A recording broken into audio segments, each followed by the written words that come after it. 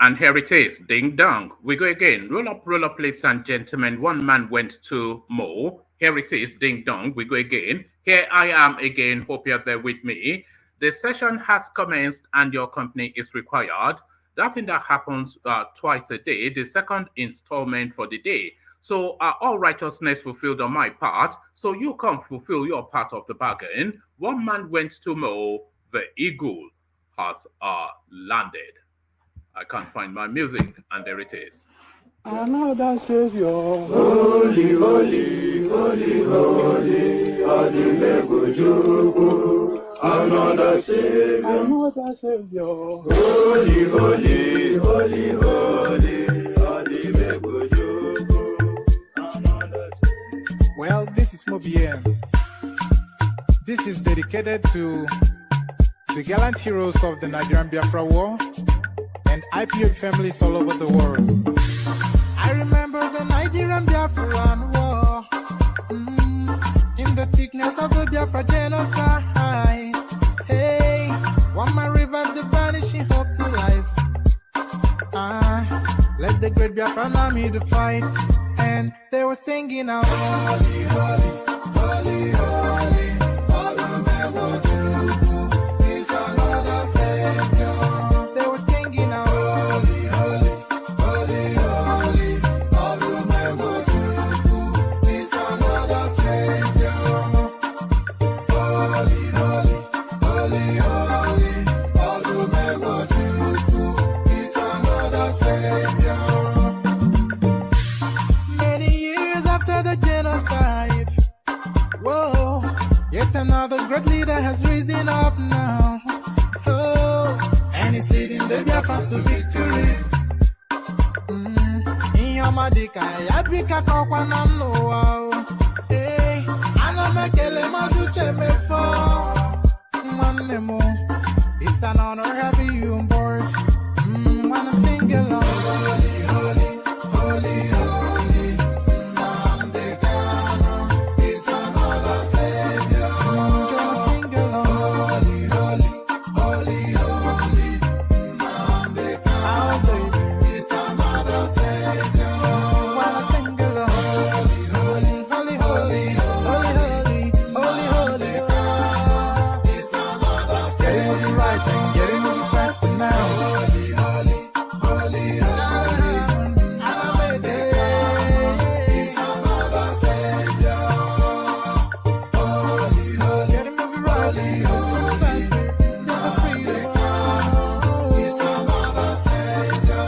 Never freedom. Holy, holy, holy, holy, Namdekano is another Savior. Another Savior, holy, holy, holy, holy, Adimebujuku. Another Savior, holy, holy, holy, holy, Adimebujuku. Well, this is Mobien. This is dedicated to the gallant heroes of the Nigerian Biafra War and IPO families all over the world.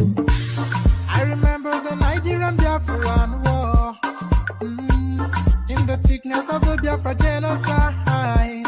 Hey, one man revived the vanishing hope to life. Let the great Biafran army to fight, and they were singing out, holy, holy, holy, holy, is another Savior. They were singing out, holy, holy, holy, holy, is another Savior. Holy, holy, holy, holy, is another Savior. Many years after the genocide, whoa, yet another great leader has risen up now. Oh, and he's leading the Biafrans to victory. In your madika, yabika kokwa namno wow. Hey, anamekele maduche mefo. And there it is right there. Holy, holy. This is what they insist in the eastern parts. Holy, holy, they insist. In Andekano, apparently they are saviors still. Holy, holy, as guys, I bring you this. Tinubu praises Ganduje as Kano governor becomes Are Fiwajoye of Ibadan land. So there it is right there. And this is where we have degenerated to. Omomala is now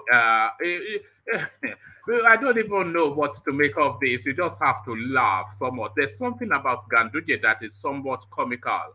This certainly laughable. Tinubu praises Ganduje as Kano governor becomes Are Fiwajoye of Ibadan land. So Fiwajoye is to say that it is your character that bestows you this chieftaincy. So if it is Ganduje's character that has impressed the Ibadan kingdom to the point of being vested an rare title, and we know who Ganduje is with his infamous video clip, then that tells us where we're headed under a Tinubu presidency. Dollar bags galore, dollar bags galore. Bring your own bag, go, I'll provide the dollars. Tinubu writes open letter to Buhari, hails president's. Let's start that again. Tinubu writes open letter to Buhari, hails president's neutrality, vows to build on his foundation of integrity and transparency. So all the people that are saying they will continue from where Buhari is going to end from, is going to end at, not from, but end at. So all the people that are saying that they're going to build on where Buhari ends at, really, that doesn't bode well for the Nigerian state. That's one. But you have to understand that they are speaking that language to assuage his ego and not necessarily to applaud his performance. I think you are sophisticated enough to know that this language, I think Oshibajo was speaking it, Tinubu still latching on to it. This is essentially to assuage his ego and to hold him on side until they're able to ease him out of relevance. So I think you should be if you're not sophisticated enough to understand that, then maybe this platform is not for you because you need that level of sophistication to be able to read between the lines in order to understand that what is being said, what is being said, what is being uttered, and what is actually being said and meant. Often instances, both in life and certainly in politics, are never actually the same thing. But where is Tinubu headed with this? Tinubu writes open letter to Buhari, hails president's neutrality, vows to build on his foundations of integrity and transparency. So hopefully he's joking because if he is not, then we're all in trouble. Breaking, Peter Obi returns to Nigeria after a 3-day visit to Egypt. So now he has to account for that trip, of course, because a lot of backlash off the back of that trip to Egypt. So quite what he learned and what justifies that trip. Now he's back on the soil. He has to come and explain that. So still with Peter Obi's narrative somewhat, NMPP presidential candidate, not Peter Obi this time, but I think there's a follow-on Peter Obi space. Yes, let me bring you this one first, just to line it up with the Peter Obi article. Talk with Kwakwanso will lead to Nigeria's rebirth, Obi's aid. So this is Obi now landing with a bang, his trip to Egypt. Now he lands, and this is what he's now saying. The rebirthing of Nigeria, the reborning of Nigeria, the paradigm shift from what was and what will be. So all of this wrapped up in this headline. Talks with Kwakwanso will lead to Nigeria's rebirth, Obi's aid. So quite what they mean by that, we'll find out shortly. NNPP presidential candidate Kwakwanso picks Ladipo Johnson as running mate. So is this necessarily a placeholder too? And of course, he would have done this yesterday, of course, because he cannot be doing that today. Otherwise, he will be out of the loop in terms of the INEC rules. But who is Ladipo Johnson and how has he arrived at this? That sounds somewhat like a Lagos name because it's usually Lagosians that have names like that. NNPP presidential candidate Kwakwanso picks Ladipo Johnson as running mate. So he has gone to the southwest So how does that permutate then with this romancing of the lead southeastern champion? So all of that up for discussion. Uh, so yes, there's another headline, but somewhat repetitive of one of the headlines that is already in situation. So there it is right there. Lean back, kick back, relax, take it easy, settle into it. If you want to come join me on the screen, then click on this. Not that. Let me post up the hyperlink. So if you want to come join me on the screen, then click on this hyperlink, which will bring you into a studio space. And then as soon as I finish reading out the talking points, I'll let you onto the screen and have a conversation with you around the talking points. But click on the like button, that is compulsory. Click on the subscribe button, that is mandatory. And at your discretion, click on the hyperlink that says StreamYard. So as you set about the clicking, let me provide you with a little bit of a musical backdrop to build up to the readout of the headlines that just now read out. So your calabash to the ready, we join the care guys. Water, only water, only water, where they see ma. Water, only water, where they see ma.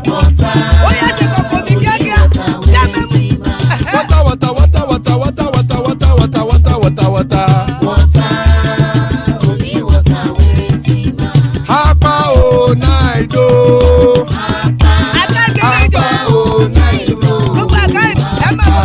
Hapa you don't come o.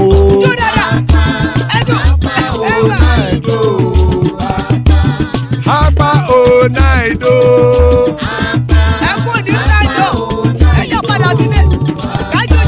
Oro kẹ̀kẹ́ ẹlẹ́mù yé o. Ilé sọ́dí kẹ̀kẹ́ rẹ̀ ẹlẹ́mù rẹ̀ o. Bobby master kẹ̀kẹ́ rẹ̀ ẹlẹ́mù rẹ̀ o. Chifu Faila ti kẹ̀kẹ́ rẹ̀ ẹlẹ́mù rẹ̀ o. Eruku lẹ̀lẹ̀ ẹlẹ́mù dé.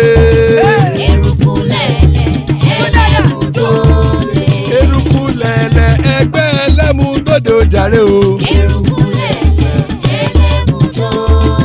Eruku lẹ̀lẹ̀ Ghana ti dé ẹgbẹ́ bọ́dì o.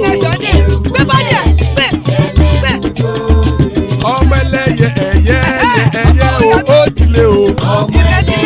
Odúyẹ̀lá ẹyẹ o ó dilé o. Petrosonama ẹyẹ o ó dilé o. Petrosodúnkẹ́ ẹyẹ rẹ̀ ó dilé o. Ẹlẹ́kọ̀ ọ̀run mú ìní o.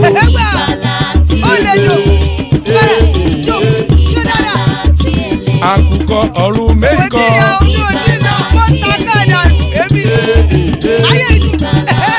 Ikú kò ní ríwà gbéṣe o.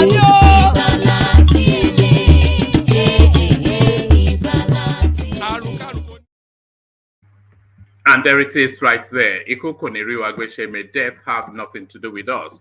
But we start off with a curiosity. Tinubu praises Ganduje as Kano governor becomes Are Fiwa Joye of Ibadan land. So there it is right there. I wonder if he will be vaunting that title in the same manner that Tinubu has been vaunting his Jagaban from Borno State or wherever, from wherever it is.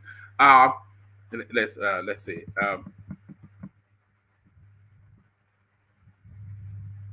Presidential flag bearer of the ruling All Progressives Congress APC, Asiwaju Bola Ahmed Tinubu, on Saturday attended the conferment of a chieftaincy title of Are Fiwa Joye of Ibadan land on Kano State Governor Abdullahi Ganduje. The occasion took place at Mako Historical Hall in Ibadan. Olubadan of Ibadan land, Oba Olalekan Ishola Ali Akumade II performed the cultural event. Ganduje's wife, Professor Hafsat Ganduje, was conferred with the title of Yeye Are Fiwajoye of Ibadan land. So there it is. It's the most curious of things. Chief Imam of Ibadan land, Sheikh Abdul Ghani Abubakar, conferred another title of Alauddin of Yorubawa, Alauddin of Yorubawa. So that is Aladdin of Yoruba land in English on Governor Ganduje. Tinubu commended the conferment, saying, "This will go a long way in further cementing the relationship amongst the ethnic groups in the country. It will definitely promote peace and tranquility amongst Nigerians." Olubadan praised Governor Ganduje for being a detribalized Nigerian who, he said, believes in national integration and harmonious relationship amongst all tribes of Nigeria.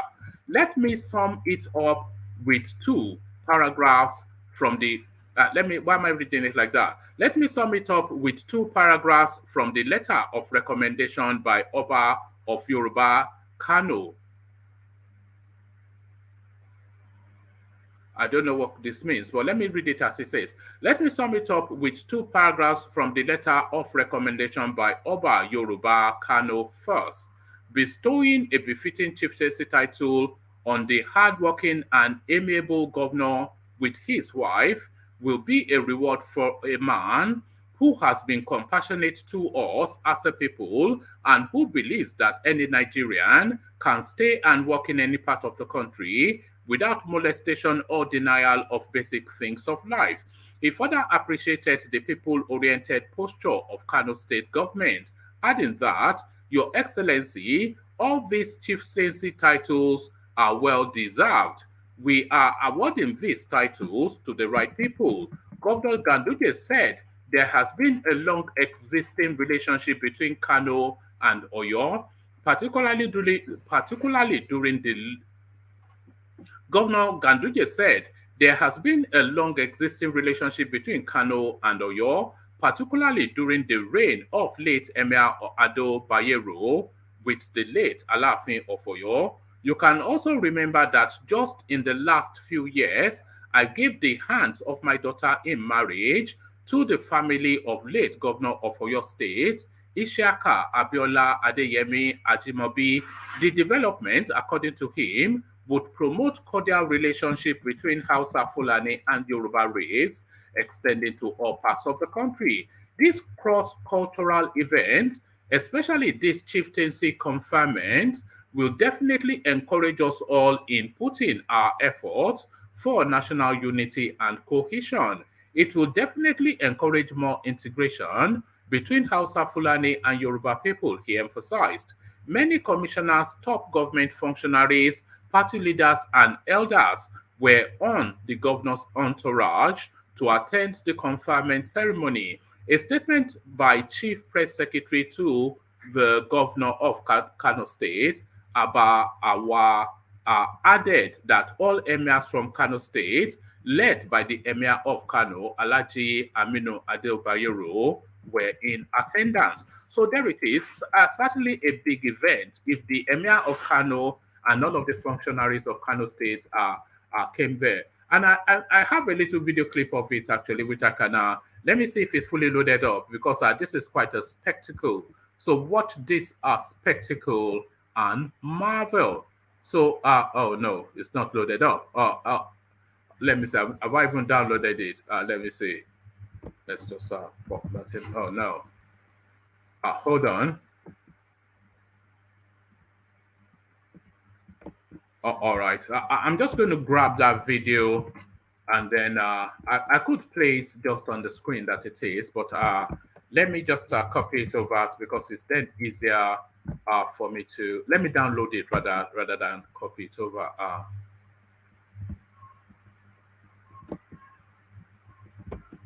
Sorry, just bear with me 1 second because I was pretty certain that I did have it downloaded somewhere. Let me just hold on.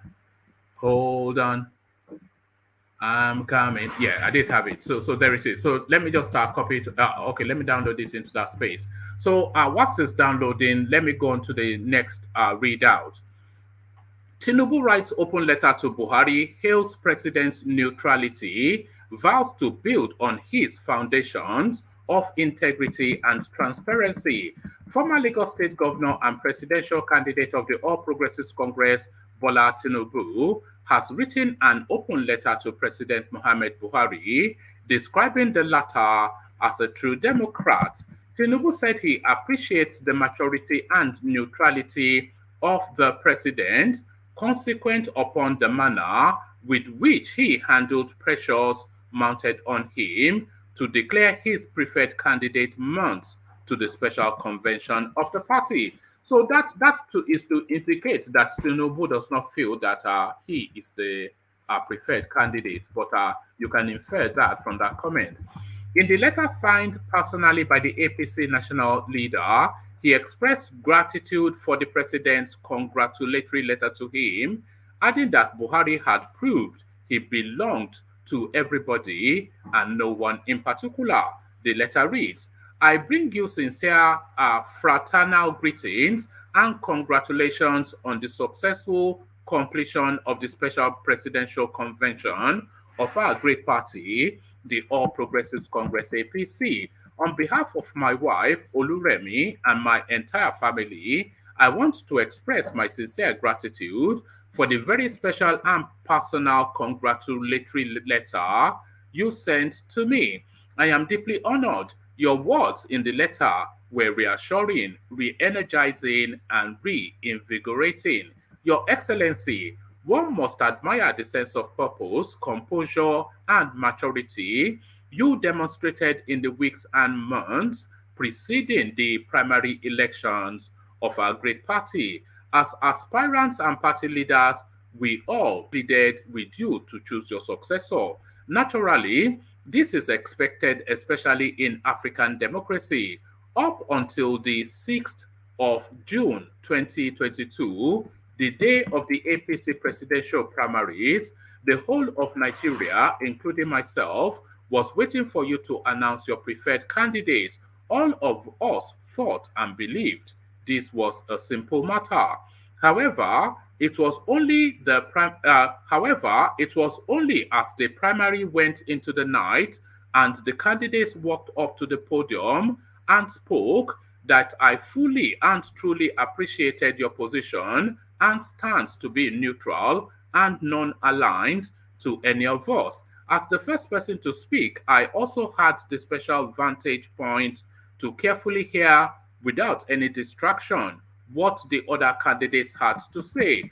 As the hours rolled by that evening, it became clear to me that all of us were your preferred candidates. As you captured it aptly in your letter to me, the spirit of 2013 and 2014, when we created and built APC, was there for us all to see.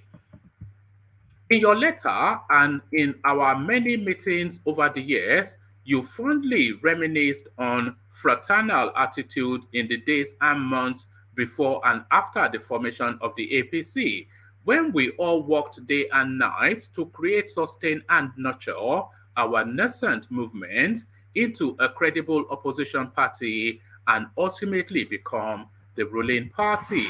That time, no one spoke about tribe, no one spoke about religion. That was not what drove us. We were driven by a common desire to save and transform Nigeria. One by one, I saw my colleagues and partners stand up on the podium, full of the same passion and patriotic zeal they had in 2013-14, presenting their ideas on how to build on your successful legacy.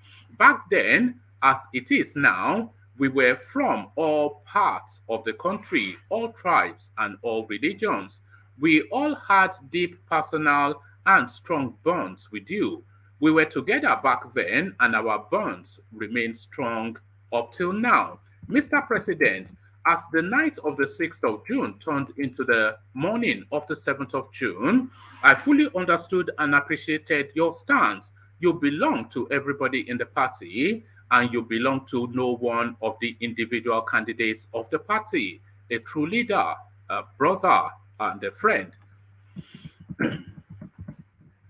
Mr. President, the delegates from all over the country nominated my humble self to be their candidate.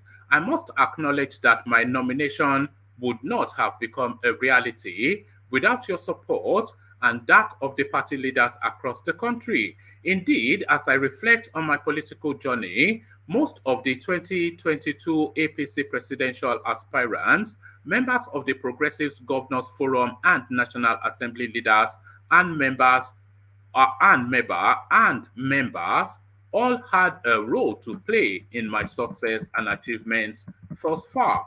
I will forever be grateful to them for shaping my political journey over the decades. I want to assure you that I will continue to work with them going forward.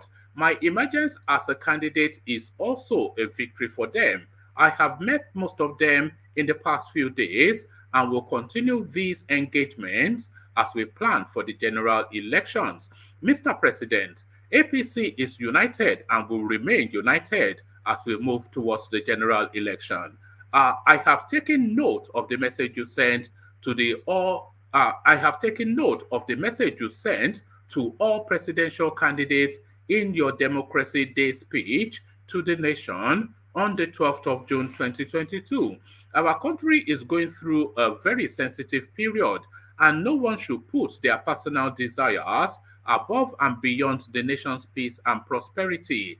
As you said, the message we set at the top will replicate in our followers. At this time, I will take this opportunity to assure Your Excellency of my commitment to running an issue-focused campaign as we move into the general elections. I will personally engage the candidates from other political parties to urge them to do the same. Voters should elect us based on our policies, programs, and projects. By the grace of God, we as candidates will avoid having divisive, destructive, and disruptive campaigns. I will conclude by once again thanking you for being there for all of us. By the grace of God and with your leadership, guidance, and support, I am confident that we will lead our great party, the APC, to victory in February 2023 general elections. We will ride on the back of your successes. We will build on the foundations of transparency and integrity which you have laid. Mr. President, together, side by side, in the spirit of 2014, we will win and Nigeria will move forward to a progressive, peaceful, and prosperous future. So there it is, right there, long-winded and heavy-going, but that is what that is Ranka Dede. That is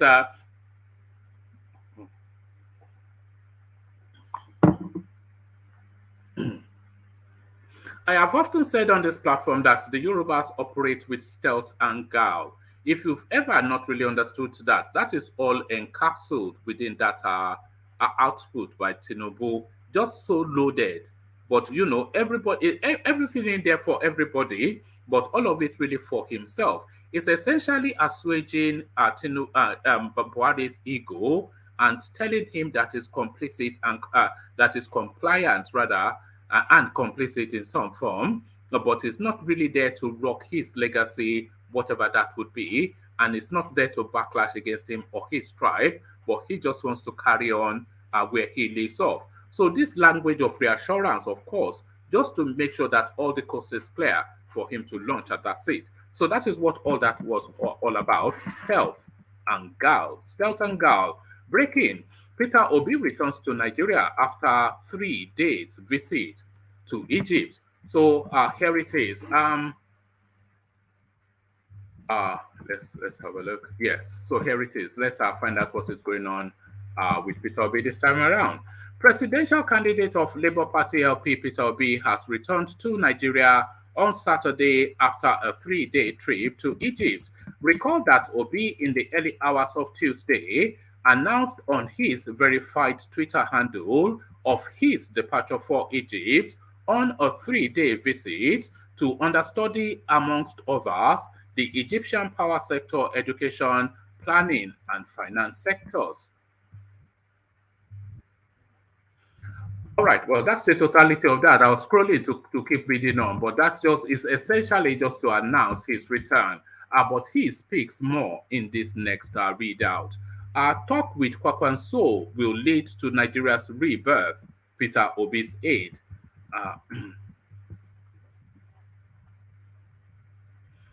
Chairman of the Peter Obi Support Network, Marcel Ngogbe here, has said that the ongoing talks between the presidential candidates of the Labour Party, Peter Obi, and his new Nigeria People's Party counterpart, Rabiu Kwankwaso, has a move to give Nigeria a rebirth. Uh, I won't attempt it. Ngogbehi. So yes, Ngogbehi added that talks between the two presidential aspirants are yielding fruitful results so far. He said that the move will be the best political news in Nigeria since the country's independence. So this is how far they are going. In a statement made available to correspondents in Accra on Saturday, well, difficult to pronounce his name, said the feedback from the committee charged with the responsibility is encouraging and assured Nigerians that very soon the long awaited rebirth will happen. He said, "We are delighted with the success so far recorded in the ongoing talks between our principal, Mr. Peter Obi, and Dr. Rabiu Kwankwaso on our hand, and the Labour Party and the New Nigeria People's Party on the so that on our hand to be on one hand, I suspect, and the New Nigeria People's Party on the other hand. The reports we are getting from the committee charged with the responsibility to carry out this discussion are encouraging, and we want to assure Nigerians that long-awaited rebirth of our great nation is almost with us. Let's hold our breaths before the window. Let's hold our breaths before the window for substitution of candidates is closed. We are certain that the remaining grey areas would have been sorted out, and Nigerians will be greeted with the best political news since the independence." In another statement, the director, Peter Obi Support Network, Something Jones, said Peter Obi's candidacy remains the only one exciting Nigerians. Jones said any attempt to color Obi's candidacy with ethnic sentimentality Jones said any attempts to color Peter Obi's candidacy with ethnic sentimentality, like other attempts before it, will not work. He said Obi is a candidate of and for all Nigerians, no matter their tribe or persuasions, and most especially the candidate of those citizens who are dissatisfied with the current state of affairs in the country. The statement reads in part, "There have been deliberate attempts by those shaken by the ever-expanding acceptability of Nigeria's most credible and best received presidential candidate, Mr. Peter Obi, to attempt to color his candidacy with ethnic sentimentality. This, like other attempts before it, will not work. Peter Obi is a candidate of and for all Nigerians, no matter their tribe or persuasion. But he is actually more the candidate of those people who are dissatisfied with the current state of affairs in our country. This includes members of disparate rebel and angry groups in the country. It is easy to understand that one of the aims of those who sponsored the report suggesting that the Peter Obi campaign is being spearheaded by IPOB members is to attempt to alienate the millions of Peter Obi supporters across different parts of Nigeria. But we are encouraged by the fact that Nigerians are wiser and will not allow themselves to be bamboozled with falsehood propagated by those desperate to keep them in chains of ethnic and religious bigotry. The Peter Obi movement is a people-driven idea whose time has come, and will welcome individuals of disparate persuasions who believe that Peter Obi has the capacity to reset Nigeria and turn it to a working system where talents shall thrive and passion can be turned into wealth instead of waste. So it goes without saying that we welcome everyone who is frustrated with the system, including repentant members of the Boko Haram sect, Niger Delta Avengers, our Fulani headsmen, and every group or individual whom Nigeria has failed and who gave up hope on our country. We promise to reawaken their patriotism for our country and strengthen their faith in our nationhood through good governance, justice, and equity. We shall define the Peter Obi presidency. So there it is, right there. And that is quite full on.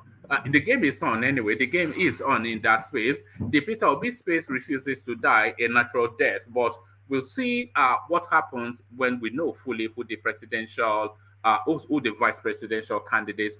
That the vice, as we have concluded somewhat with our article choosing Okowa, the vice presidential candidate of both the APC and the Labour Party will really tell us what their will give some indication as to what their political fortunes might be.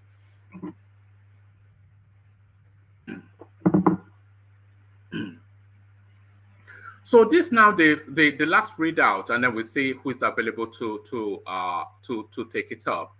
NNPP presidential candidate Kwakwanso picks Ladipo Johnson as running mate. So probably this is a placeholder too. The presidential candidate of the New Nigeria People's Party NNPP, Rabiu Kwakwanso, has announced barrister Ladipo Johnson from Lagos. I didn't know it was from Lagos State, though, but that name is a Lagos name.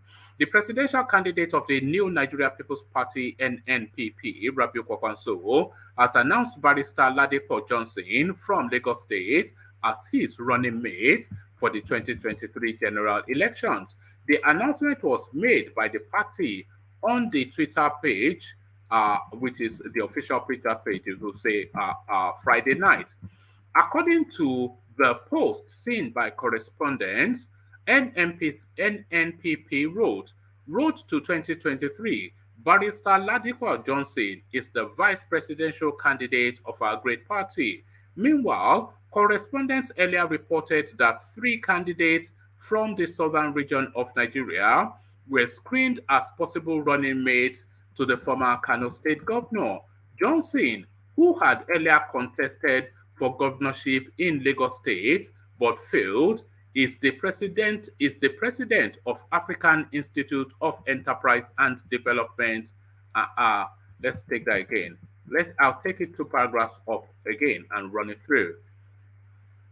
According to the post seen by correspondents, NNPP wrote to 2023, Barrister Ladipo Johnson is the vice presidential candidate of our great party. Meanwhile, correspondents earlier reported that 3 candidates from the southern region of Nigeria were screened as possible running mates to the former Kano State governor.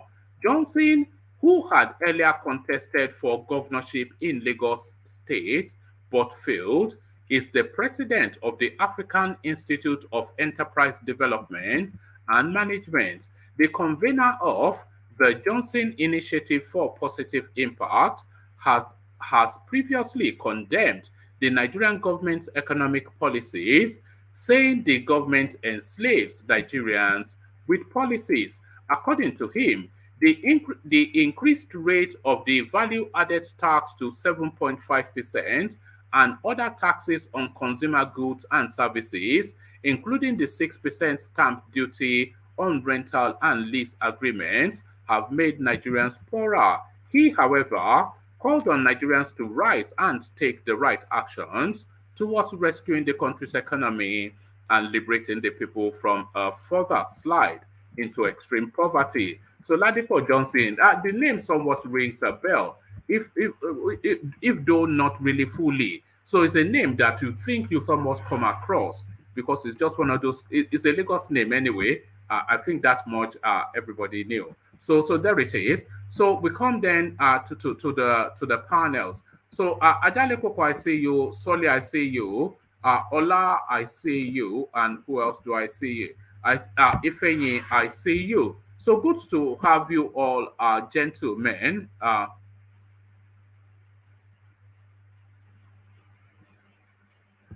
All right, so I was reading the comment section. This funny guy, George Blue Shell. So good to have you all, gentlemen. So let me come to you, Ifeanyi, first, only because you are in Nigeria, and I want to make sure that I capture your thoughts before before we lose you. But before I come to you, let me actually play this clip. It's a coronation. I've never seen anything like this in my life. This is the coronation of Aganduje as the Are Fiwajoye of Yoruba land. This is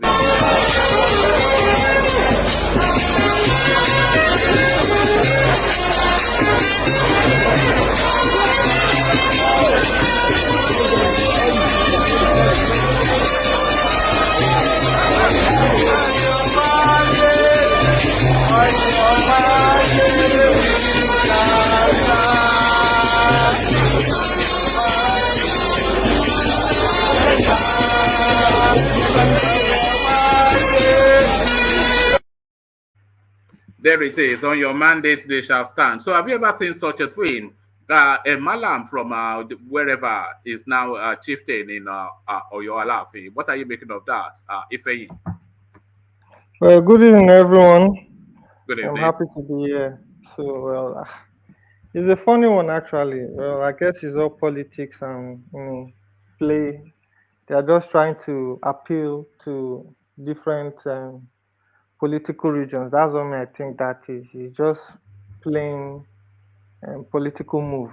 It's trying to appeal to the Yoruba part of Do the you western think part of do you think Nigeria. he's being prepared for the vice presidential slot? Because I'm still Yeah, of it the could. East. Yeah, yeah, go on. It could be, it could be a move actually. It could be a move on the side, because if they give him a title from the western part of Nigeria, they're trying to say that okay, they accept him, they recognize him, and he's part of them. They embrace him. So if the western part embrace him, obviously that's all they just need to get the votes from the western part of Nigeria, share the vote from, get a huge number from the north, then they will see how they can break the tie from the south, south, and southeast. I don't think it's a political move, actually, from my own point of view. All right. But to be fair, Ganduje has always had a long established relationship with Yoruba land. His daughter, of course, married to Ajimobi's son.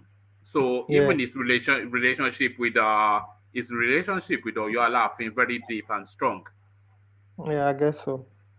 Yeah, All right, I all did, right. yeah. All right. So this eulogy then by Tinubu is open letter to Buhari praising him for his neutrality and transparency and an exemplary good governance. So what are you then making of this sick making gushing? Embarrassing, Okay. but what is the politics in play there? If Okay, any. from yeah, during the primaries, actually, Buhari really didn't want Tinubu to pick the ticket. He was more for Sibanjo, if from all reports that I've gotten, and also there's a fraction of APC that tends towards Buhari. Them, they don't really like the fact that Tinubu is getting the ticket and he wants to vie for presidency. So they were more of the opinion that oh, if it's Tinubu that is going there, they have no choice than to tend to move towards their own brother, their own Fulani brother, which is Atiku, because that information was in the circle. So he has been finding a way to appease them because some of the statements he made really pissed them off. They didn't like the fact, and also, after he won, he said, "Buhari, I'm sorry. It's time for revenge," and all those other stuff that I was saying without When did he him. say it's time for revenge? He said it after he won his speech. Now, people don't even know about. A lot of people don't No, know, but that was no. I listened to the speech. I didn't. Who was it pointing it to? What is your? I didn't hear that by the way. But go and since look, you were go and watch right, it again. You see it where I didn't hear that too. That's not I what he don't no, know. no, said. no, It doesn't say no. He that. said that. He Mm, said It's that you time for guys didn't it watch. revenge. doesn't. Yes, he did. He did. There's a video. Are There's we a all clip listening to the there. speech now? No, no, no. I'm telling you for a fact because I watched it. I All watched the right. whole Let's speech. assume that he did. Yeah. So build on that then, because we are going And somewhere with so, it. So where do you think he's going with that? what he's What do trying you to do think is he meant? trying Yeah. to he's trying to appeal Tinubu is trying to appeal to that sector of APC. You understand those fanatic Buhari people. He's trying to appeal to them that look, I'm still part of you guys, after minus everything that we've gone through and all the whole issue about the primaries and all that. He's trying to appeal to them and, try to use that, like say, he's trying to massage his ego in such a way that, okay, he wants Buhari to be on his own side. so that he will not have a division in that APC, because that's one of the small issues going on right now. So I think that's what he's trying to do. Tinubu is trying to amend and resolve everybody, like all the issues going on within the party, so that everybody, the focus, come together for them to be able to have a strong this in force when it comes to the election, so that they can win the necessary states they need to win. He doesn't need any form of division within the the political, within his political party. So that's just the thing. Yeah. So it's just basically it. That's for me. Oh, That's why I think all Tinubu right. is So doing right there. no, no. I think I'm not far from you either, but maybe not in the way you've described it. I think he's just trying to smooth everything over so that he doesn't have to worry about the party anymore, and then he can focus on Yeah, that. But he needs to know who he knows that they are not all going to be on board with him. Somebody like Ahmed yeah, Lawan, he's going to try and sabotage him. He knows that. Somebody like El yeah, Rufai is 50-50. But you think El yeah, Rufai, if it's Masoj, so he's just trying to balance all that space. But exactly. the one person that he needs to be most fearful of is Abdullahi Adamu, the chairman of the party itself, who is a real Yes. is even more extreme Fulani Muslim than even Buhari. Is an Yeah. extremist, that man. And it was Buhari that made sure that that person become the, based on consensus, they pick him as the APC chairman. So you can see he's part of that fraction. You understand? Some of the politics that go on. Yes, we that in Abuja here, because of the privilege of us knowing some people in those parties and knowing what's really going on, those information will just stay within that circle. But some other people might not really get this, might not be privileged to this information. That's just the basic thing that I'm trying to point out there. Because Tinubu really provoked a lot of people from his speech that he did in Ogun State. What he said Abeokuta. in Ogun. But that was Yeah, it was that speech that actually gave him the ticket. That this is what a lot of people no, no. feel. The reason why the people say that speech gave him a ticket, because they were actually planning to sabotage him. So he was like, when he got the upfront information, he tried to correct them that you guys need to relax. So it is me that made majority of you governors that are trying to backstab me right now. I'm the one that put you there. Even Buhari too, that wasn't in support of me, that is not in support of me getting this ticket. I'm the one that made him get into that seat. So that was what happened there. He was trying to checkmate them and try to let them see that, look, you guys need to stop all these things. It's my turn. You guys need to calm down. Don't try and sabotage me. That is what he was doing. That kind of made everybody say, okay, we have no choice. In a summary, like, okay, it's still our guy, even though we tried to sabotage him and tried to push for Sibanjo and all that. All those kind of things. That was what happened there. And so that kind of resolved everything. Minus the fact that he did a lot of money, pushing of money back to all the delegates. That's why that thing was a landslide. Those, as I don't believe it, he did a lot of money back movement in that for all those delegates. That's why he had that numbers. So that's what he had to do. That's the price he paid to get that ticket on that day. You Even know, the police, even the policemen, sorry to say, even the yeah. policemen that were there too were even spying on the They went delegates. home. They went home happy, Abby. The policemen Yeah, went they home did. happy. They did very well. They did they went home happy. I'm telling you, it was just a crazy sight. They blocked the whole town that period, man. It was mess. The traffic was a very big mess. So a lot of things happened that period. You know, they were saying that BC Akande once asked Tinubu that, do you think these people will give it to you? He said they will give it to me. He said, are you sure? He said, yes. Money will do it. If money can't do it, more money will do it. So this is just Yeah, a urban myth, but this seems to be what is playing out. So Tinubu yeah. still in play and still now. But imagine though, Ganduje, the Fiwajoye of Ibadan land. I mean, I've never heard of. Maybe I should stop calling It's myself an Gandola Oyo now. Gandola, you see. And they even made his wife. But I've always liked Ganduje for whatever. I mean, he has a pleasant face. I think that's why I like him. He has a pleasant Yeah, but face. he's a very You know. corrupt man. Eh, He was caught on camera giving dollars to. Come on, man, really. Yeah, is Let's be that what damns sincere. him? Because anyway, I suppose that's damns him because the rest of them we know they are corrupt, but we don't have the evidence. But him, we have the Yeah, evidence. But yeah, everything. exactly. Uh, It's unfortunate, but Peter Obi returns from Egypt, Ifeanyi, Yeah, and he's speaking to the tone of this relationship still with Kwakwanso. So it looks as though yeah, the entirety of the Peter Obi narrative is hinging essentially on Kwakwanso's decision. If yeah. Kwakwanso doesn't take him, then they have to work that much harder to try and sell some younger person and go. Mm, So a lot is hinging on Kwakwanso.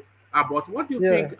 How do you see this playing out? It's still up in the Yeah, air. because from what is going on now, Kwankwaso is trying to merge with the political party.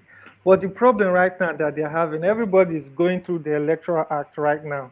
They are trying to make sure that they don't make any mistakes so nobody gets disqualified. You understand? So it's a very serious one, but they are discussing on the background on how NMPP and Labour Party can merge, come together, and have that third force which can rival Tinubu and Atiku. So they are still discussing. They want to find a way to work. If Peter Obi, I don't know how they are going to do it. So right now, everybody is now going through the electoral acts, trying to, even me too, I'm trying to go through it and see where the loopholes will be, where they will try to exploit, and then see what they can do. That is why they are still having that discussion and checking out what is going to happen. So if they can, of course, they can merge, but now they want to merge in a way that it will work for the two party. They want to still have that P2B presence there and then Kwankwaso presence there, so that they can really, if they come together, I'm telling you, forget about this Atiku Tinubu stuff. We are going to have a serious problem. That will be a serious force right Do there. you think they? Do you think if they come together, do you think they threaten their Aso Rock seat, or does that Yes. just make them a bit more serious, but not really real contenders? Okay. See, what if they come together? This is what I know. NMPP, those people there, Kwankwaso and his contemporaries, his colleagues in NMPP, they actually have a structure. They understand it. So they will bring that structure into Labour Party and try to organize Labour Party in such a way that they can work together. They will impact, that structure will be impacted in Labour Party, and they can now see and have a direction of how they can move forward. Because if you really look at it, I did a little research and called some people and tried to find out, okay, do they have contacts of Labour Party campaign people on the ground, or what's going on? Do they have a propaganda team, a campaign team, and then like a team that will focus on the image and how they will go through to the grassroots and do the campaign and convince people to be on their side? So what I got, the feedback I got from a political analyst, he was telling me that actually majority of this Labour Party campaign is actually online, that they've not really seen the people on the Well, this ground. is what people say now. Just to interrupt you, I'm sure you are aware that Labour Party, and it was Ajale Koko that brought this information to us. At the last election, they got only 5,000 votes. 5,000. Yeah, yeah. It's just So sad. what are we They don't talking even have about now? offices in some. They don't have offices in the 36 states, including maybe You they know might have in FCT. Yeah, that, the former social media internet advisor to is called Bashir Ahmed. He resigned to go yeah, and run for rep. He came and he out that lost. 20, yes, he lost, yes. He said that in 26 states they don't even have one single presence, Labour Party. Yeah, So these are the yeah, things yeah. now. It's That's just true. online. Is Yeah, it not just some people online? are some people. So I think it's online actually. Some people are actually donating physical places for them to use as offices for their campaign. Even I think someone tried to donate in Kano or so. That's what's going on. So they don't have that structure. So I think them they know that. That's why they are trying to merge with a party that has a structure, a kind of a structure, which is NNPP. If you can tell from the way they are from. But NNPP structure is only mainly in Kano State and maybe one or two other satellite states next to States. Kano. So Yes, but it's not a national party. I agree with you. It's not a national party, but they have a structure. And having a structure, even though it's in a state, you can replicate that in other states. You can find a way to create a presence in other states. You understand? They can find a way to work out something, because if you have a structure and Because you have a they are team, more experienced in politics, is what you're saying. exactly, exactly. They are more experienced than the Labour Party. So once they implement that experience that they have, they'll be able to create a phenomenon out there for the grassroots people for them to buy and jump on their own bandwagon, and then they can get enough numbers from that. That's what me I see that they're trying to do there, but they are not yet certain about it. They are looking at it. Even I had another political analyst that actually asked me to send him a copy of the Electoral Act that was really signed. So I sent him to him. He's trying to read it to know because these people in the Senate, they just passed the bill, the Electoral Act. They didn't really read it. And that's why a lot of them are losing their seats. The majority of them currently in power now might not even come back. A lot of them might not even come back next year. I think over 100 and something of them have lost seats. So it's a big problem. There's some dull-headed people there. I don't know what they are really doing in the Senate. So that's just the thing playing out. All right, finally, NNPP presidential candidate Kwakwanso picks Ladipo Johnson as running mate. So, I mean, is that just essentially to fulfill INEC's requirements and to Yeah, still continue as though it's in play until matters resolve themselves? And what do you yeah, know yeah, about yeah. Ladipo Johnson? To be sincere, really, You, I you, will not lie to you. I you, have no idea who that guy is. yes, I don't know who that guy is. Only just you telling me that he's the head of one institute. I don't know who the yeah. person is. So I think he's a placeholder for the meantime Is till I think is a August minor 6th. name is a minor name Yeah, in Lagos State. There's yeah. nothing to get too Yeah, excited I think he about. wants, like you said, he contested for Lagos State governor and didn't win. Hmm. Yeah, yeah. So I guess it's just a placeholder from my own point of view. But what they are working on is to merge with Labour Party. That's what's going on right now. You see that emergence. I don't want to put a dampener on anybody's enthusiasm, but from where I sit, I don't see why Kwakwanso he will let the talks take place because that talks it continues to resurface his name in the papers and to show his influence. So he'll run that talk up to the point that he has milked it completely and then abandon it. Because I don't see Kwakwanso subordinating his ambition to Peter Obi unless No, he knows for sure that Peter Obi will be president. There's nothing in it for him unless he's convinced from the politics of it that Peter Obi will be president. president. And, Yeah, and if he doesn't, and I don't see how he can be convinced because he, like you said, he is more real politics than what we're seeing. yeah. From what me I'm seeing is this: if he should merge with Labour Party, he has to be the VP, knowing that after P2B rule for maybe let's say 8 years, then he knows he will be the next running candidate and maybe pick Shane Makinde from Oyo State, you understand, as his vice. That is the way me I'm seeing it, that the game they are going to play, you understand. But the truth is, he has to weigh his options. Kwankwaso is very certain that he will get a lot of You know, votes Kwakwanso is from the 65 years northwest. old. Yeah, I know he's 65 years old. Right. So you Yeah. added eight on to that. Well, we have somebody that's 79 claiming to be 69. What are we talking about here?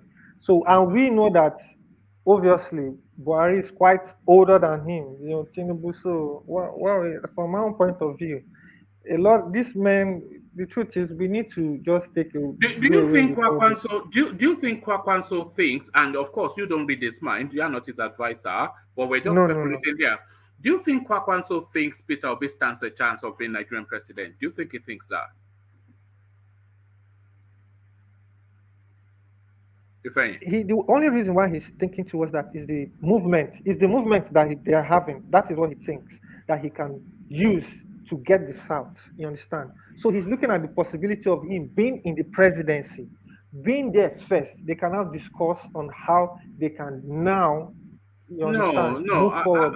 You say I don't see it that way, because Kwakwanso has been long in Nigerian politics. You know, he predates Ganduje Yes, as he the did. governor of Yeah, Lagos State 2 terms. So, and even before Kano. then, he was minister of I think defense or something. So this is a guy that's been Yeah, senior in the Nigerian space all the way through. So I mean, yeah, he knows that Peter Obi will not deliver the South. Peter Obi will deliver maybe the Southeast, and he yeah, knows that Kwakwanso, will not deliver the North. He knows the strength of his influence. So he has to make that decision that his strength of his influence and the catchment area of Peter Obi is that enough to make a presidency? I don't think it is. That is his best chance. That's his best chance for him to make the presidency. What? Let's be sincere. How will he make it? Because really, in the South, he's not known. He needs somebody from the South that will give him that weight. Let's be sincere and be realistic about it. That is the only way he can actually make his way to the presidency. And nowadays, people are not looking at. They're looking at the presidency in totality, the VP and the president himself. Getting in there, then they can now influence their way to do whatever they want to do when it comes to the next election year or something like that. That is how I see it. Because if he knows that he doesn't stand a chance with P2P, he won't be going there. He will find someone else. But he's thinking that No, maybe, but that's what I'm saying he's doing. He's just using Peter B for the publicity of these talks to sell his name even more. But I think he's yeah, going to cut a deal either with Atiku or Tinubu because he knows that either of those two men will be president and he wants to be part of governance. And he yeah. knows that Peter Obi is not going to win anything. Okay, but if he's going to cut a deal, the only person I think he is going to cut a deal with is Atiku. He would Probably, lean too yes. much, yeah, not Tinubu, because him and Atiku were together. He took them out and went to the APC and all that. So that is how me I see it, because he's more inclined to Atiku than maybe Tinubu, and that is they're Fulani. So the Fulani guys, no matter the party, they don't believe in order. They believe in their tribe, and that's how they think. That's just the basic thing about the Fulani man. Yeah, One that man, was can I interject, please? Carry on, Thomas. Yes. But why will Kwakwaso subordinate himself to Atiku?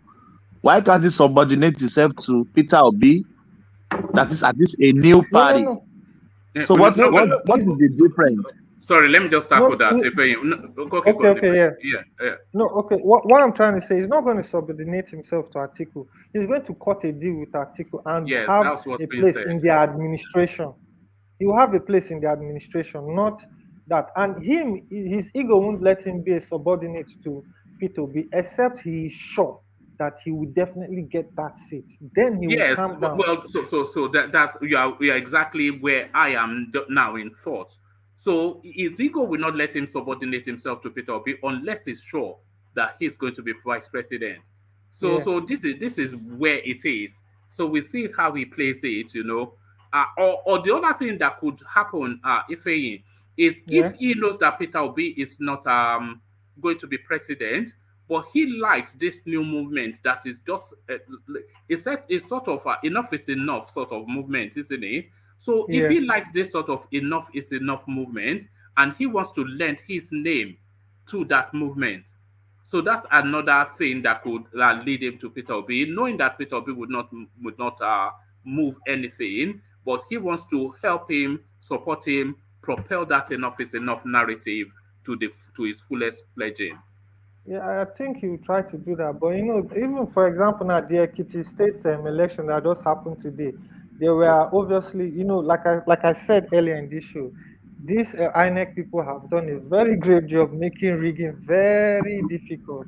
So now a lot of APC agents were being arrested by EFCC for vote buying, in some local government, then some other youth. In fact, the problem is even the youth. You can imagine a lot of youth were even selling their vote, going on social media and taking video of it with their PVC. Like, it's really embarrassing. And these are the some of these youths that will come out and say, Peter B, I just pray that day. They will not just go and say, man, damn it, sell their vote, because they were sharing 10,000. You can imagine APC really came there. They caught people with money bags.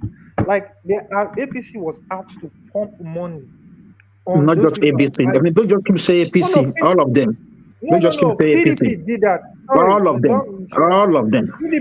PDP did that. You understand? Yeah, PDP did that. why you keep saying APC, APC? That's biased. So I mean, No, I'm stop not being yourself. biased. Wait, relax. What I'm trying to say is, I'm not denying the fact that PDP didn't do that. Yes, PDP did that. But the fact is, on the news and from what people are seeing, the majority of the people that are doing the huge vote buying that was obvious were actually the APC people. To the extent that when Channels TV came, they had to stop. They stopped because they don't want to be caught on camera. No doubt, PDP will be obviously be doing vote buying, but they know right now that the way it's going, APC is ready, and I mean, Tinubu is actually in Ekiti State now. So are you there? Have we lost you, Ifeanyi? Sorry, can anyone hear me? Yes, one man. Yes, I can hear you. All right. It looks as though we've lost Ifeanyi somewhat, but thank you, Ifeanyi. So, Ajali Koko, maybe you want to pick it up from where he, I think it's the system. That's why I went to him. You know, the Abuja system. So, Oloye in town, no, we have a new Oloye, Ajali Koko. It's the Fiwajoye of Yoruba land, Are Fiwajoye of Yoruba land. It's not Atunde Badmoso or something or the other. His name is Abdullahi Ganduje. Have we ever heard of such a thing, Ajanle Koko? Well, this is not the first time to see big politicians from different parts of the country being given title, traditional title. The recent one that we saw was that of Amechi that was given title in Daura. So politicians and kings all over the country, kings all over the country, from different parts of the country, has a way of rewarding corrupt politicians with traditional titles. So I think the best reason why they are doing it is just to get close to the government and those in position of authority, the power that be.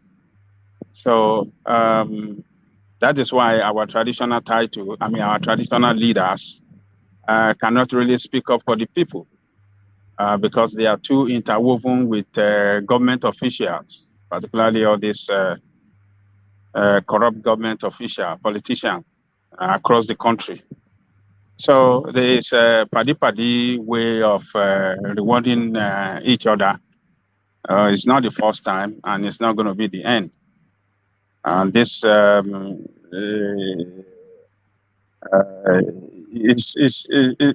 just the way it is. One man. So they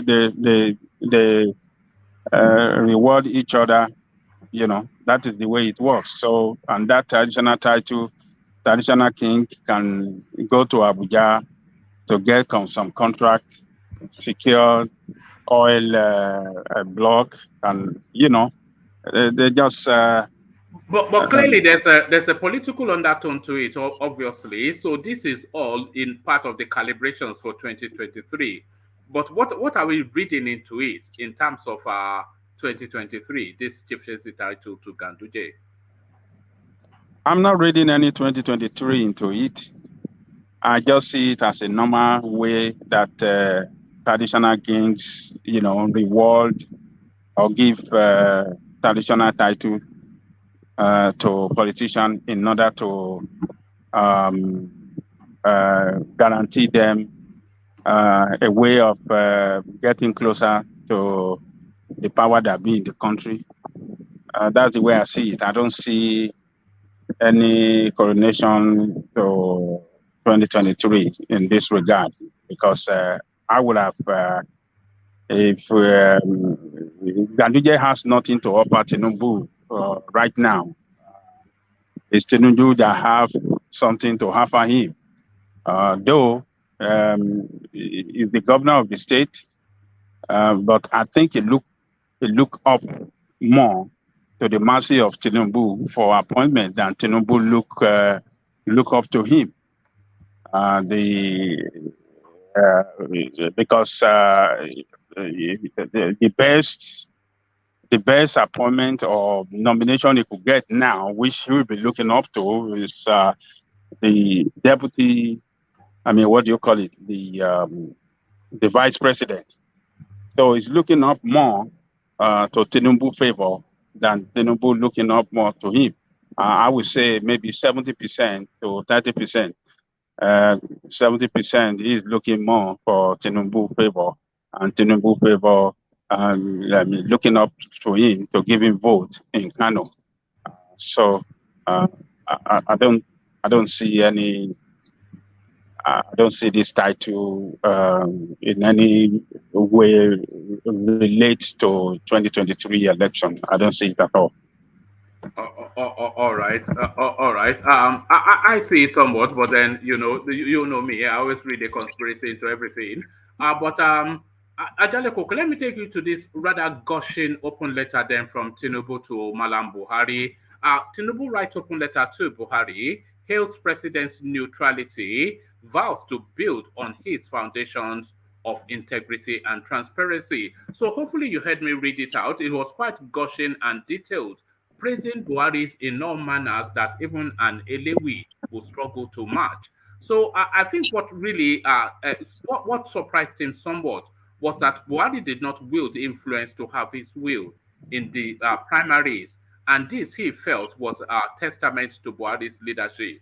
So what are you making of this open letter of the Jagaban of DBT to the butcher from Katsina? Yeah, I think that letter is making a political statement praising Buhari so that Buhari, with his popularity in the north, can guarantee him that heavy vote from the north. Because whether we like it or not, the common people in the north, the Talakawas, have been with Buhari since 2000 and since 1999 that have been contesting for president. So I don't know if he's still popular with them now, considering the economic situation of and hardship that we have in Nigeria now. But Buhari, we want to go by the last election 2019. He pulled more votes in the north. So I think his political relevance and in the north is significant, and it can go a long way in helping Tinubu towards becoming the president. So he's trying to praise him to the high heaven and giving him all those accolades so that Buhari will not feel offended. Buhari will forgive him for all the kind of statement he made in Abeokuta. Those ridiculous statements that Ogulele Kini, Olule, Ogulele Keji, Olule, Ogulele Keta, Olule. Tọ́ba tẹ̀ máa gbé wá sílẹ̀ Yorùbá, èmi ló kàn turn by turn arrangement, political presidential arrangement. So I think he's feeling guilty of all those ridiculous statements he made, and since that day, he's been making some sweet statement and making favorable statements about Buhari, praising him in many ways, particularly with regard to the conduct and the process that of the primary.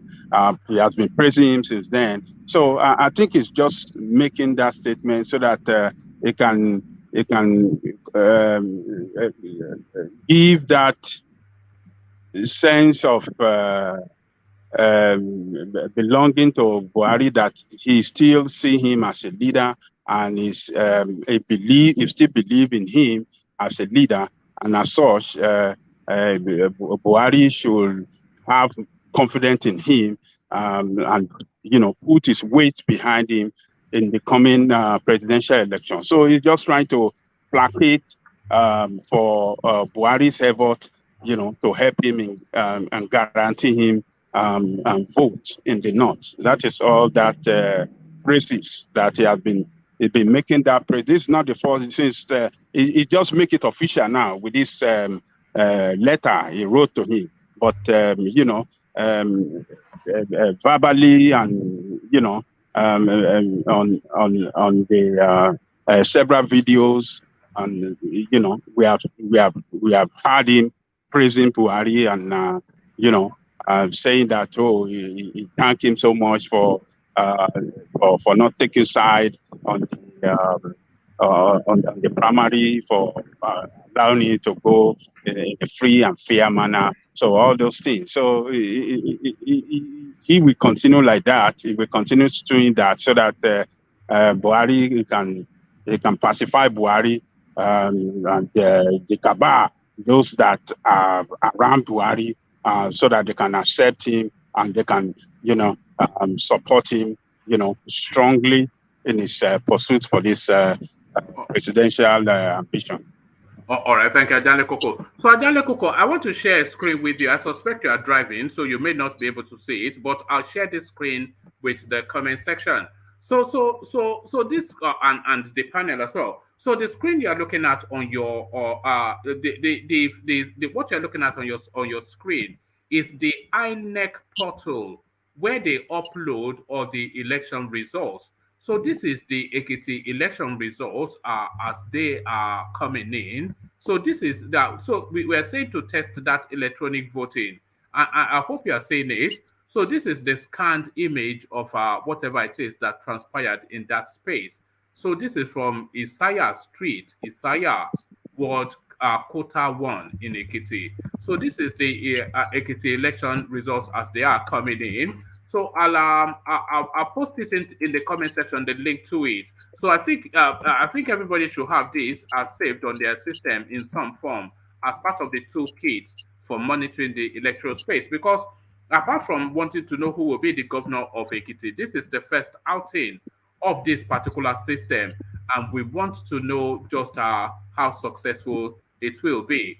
So this is it says total submitted results are 2,441 out of 2,444. So that tells us then that an announcement soon to be made. So with only three results left to be submitted, I think we will probably know the Ekiti governor within the next half an hour or so. So what you're seeing on your screen then, so that's Ekiti East, and it goes on to give you. So this is my first interaction with it as well. I just registered really in the course of Ajale Koko speaking. So, but this is what it looks like. This is what they've been celebrating then as what will ensure a cleaner election. So that's let's just click on this. So this tells you then Amuo okay 2. So polling 10 polling units. So from all of those 10 polling units, submitted 10. So all the results from that polling unit has been submitted, and it says completed. So it then gives you the results tab to click on, and then you click on that, and then it opens up this space, and then it gives you results, I imagine. So it gives you, because it says there are 10 polling units, and then I think it's giving you a scan of all of the polling units. So if we click on this view result, then it gives you a scan of whatever it is that transpired there. And this scan then gives you, I think this sort of results. So total valid votes 307. And who scored what?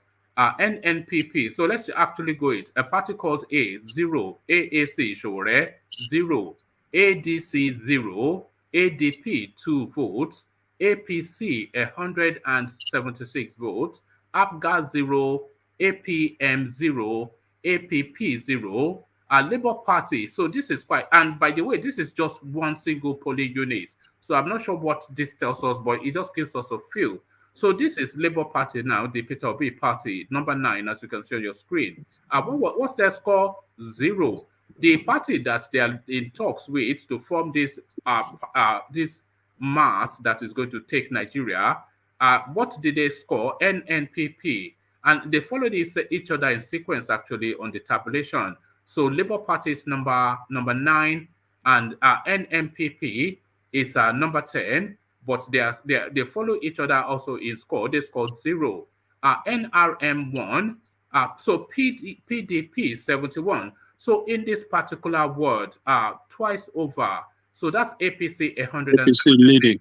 Yeah, APC 176, PDP 71. SDP, which is the Shegun Oni party, that's 53. So there it is right there. So just from this one polling unit, so an indication, of course, of the direction. We could check every single one, and I'm sure no, of course we're not going to check every single one.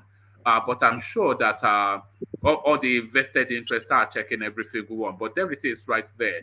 So this is how we're going to be monitoring elections as we go on. So I'll encourage That you. is wonderful. Yeah. So it looks as though, well, I'm not going to give it a pass yet, but that is the system. When the results come in, then and when all the feedback come in, then we see just what the arguments are and if we are investing any confidence in that system. But Ajande Kokos, so that's the system. So at least it works. That's the first thing. Ajande Good. Kokos. That is good. At least it's an It's not improvement on giving you what. 404. You remember, 404. That means the website is not giving you 404. Yeah?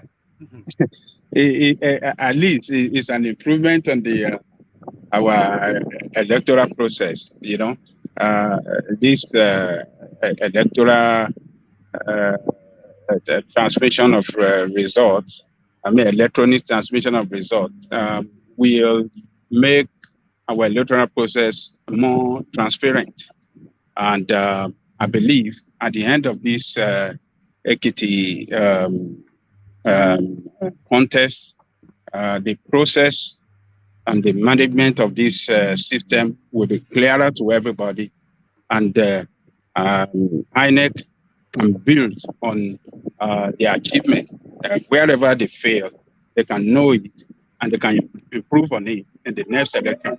But for now, even for look at the way you are checking everything, right from you are in London and you are checking the result. You can see, you can look through the result from each polling unit. That is wonderful. That is great. You see, yes, I commend INEC for this, and these will go a long way in making our electoral process more transparent. And when it's transparent, and we can guarantee the free, fair election, more people, more responsible people will jump into this political process, possibly go into different parties that they know that yes, they can sell or market their what do you call it, their personality, personality, and and people we vote for them accordingly. As long as people believe in them, people will vote for them. That is the way. That is where election works. But let's wait and see the end result of everything. It is commendable, woman. I commend INEC, and I hope they will improve on this. It's wonderful. Yes, I mean, hopefully the system holds, and there's no reason why the system should not hold because they've invested enough money in. So we don't want to hear no server this time around. No, we don't want to hear no server. It must work. A lot of money has been injected into this, not only by Nigeria, European Union, United States, British government.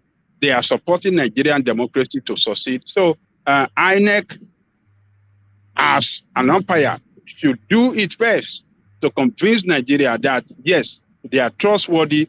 And once they can guarantee us that, I mean, everybody will come out and vote because we see that our vote will count. But in the previous one, when people are buying votes, that must be erased. Once that is out of play now, and people vote count, a lot of people will come out and vote. A lot of people will register their name to get PVC, so that they can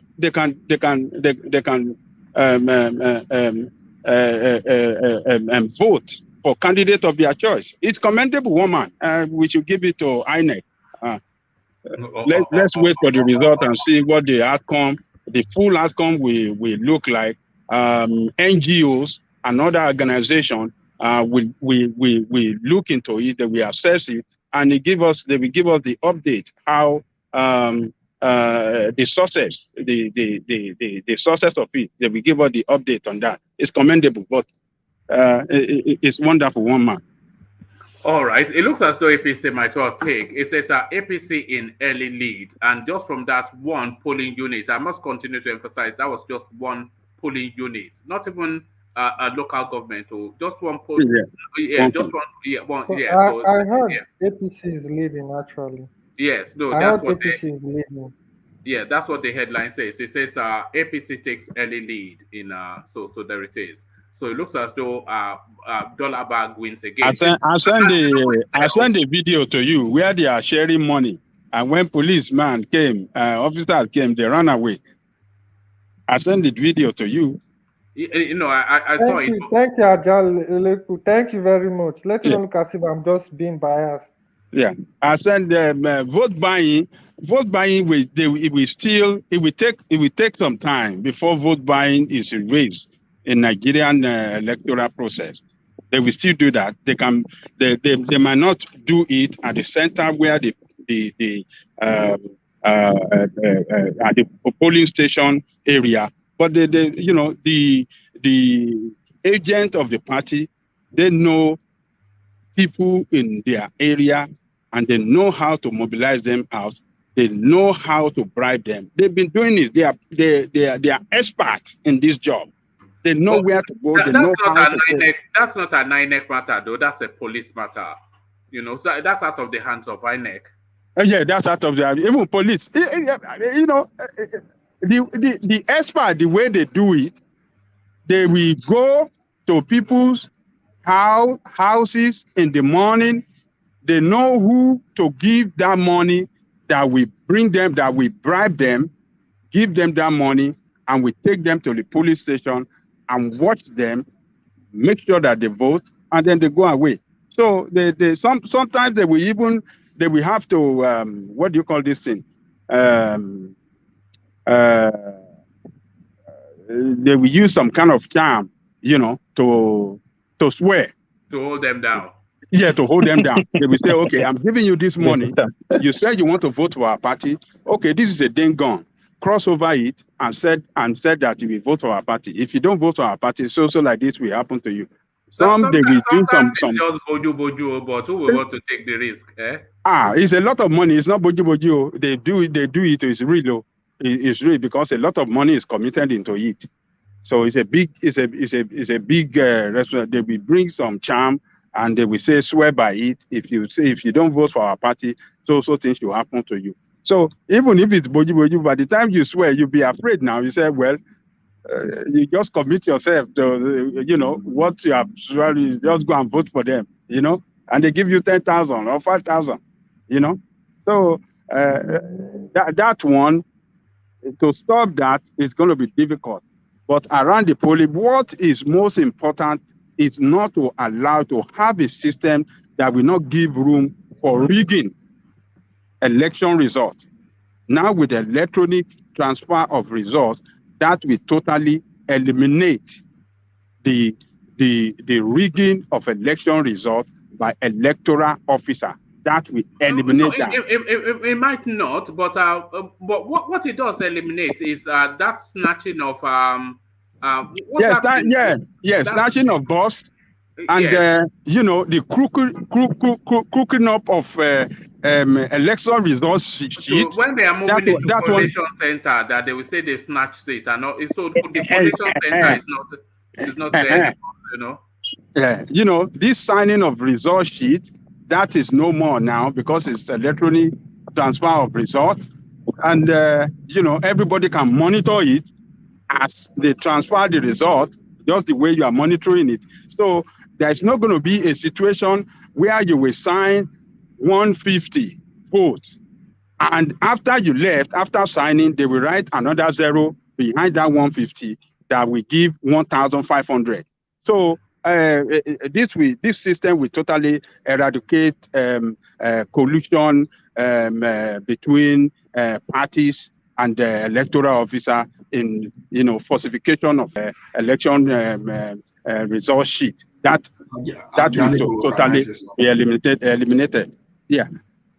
See, I said something about that electronic something the other time. Let's get this thing right. If you rely too much on that electronic voting and you eliminate the physical aspect of it, this guy can still intercept that electronic voting and they will rig it from the back end. You see, like I said, even you still need that electronic voting. Why I'm saying this thing is that it's just a matter for public knowledge. Even if some people are unaware, maybe they can just start talking about it. See, like I say, I share a past experience that as you are doing that physically, the journal on that electronics machine, because if you are just doing like, you do electronic and you go like that, no, there should be a journal on that machine right from where they are voting, that even the party agent and those people that witness, they will countersign. They will countersign. And there's a room too for physical counting of the ballot paper. That's the second leg of that process. Then you will have the electronic store somewhere encrypted and needed only when there's a dispute. So, when you have that, at least those people. That's how it is actually. There's a physical part of it, though. There's a physical part. That's exactly what I'm saying. Yeah, but I'm watching it on that's all TV. covered. I don't think they're just. I think it's double checked. Physically, it is. To match it up with the electronic. Exactly. Because it may get to a stage that people will just get carried away since it's electronic. So let's forget about physical. No, they wouldn't do that. They wouldn't do that because it's an election. Now, who would run that risk? Even the parties would not allow them. One man, we are Nigerians now. Are we not in Nigeria where some people will just come and carry ballot box? There's nothing Nigeria cannot do. Nigeria are very fraudulent people. Yeah, but Ajale Koko, for none of the parties will just submit to say, okay, scan it, and because they are expecting to be cheated. So they are wanting it both checked physically and electronically to marry the two up. So I think they will put enough checks and balances. I don't think they've abandoned. Yeah. I believe there'll be check and balance. Yes.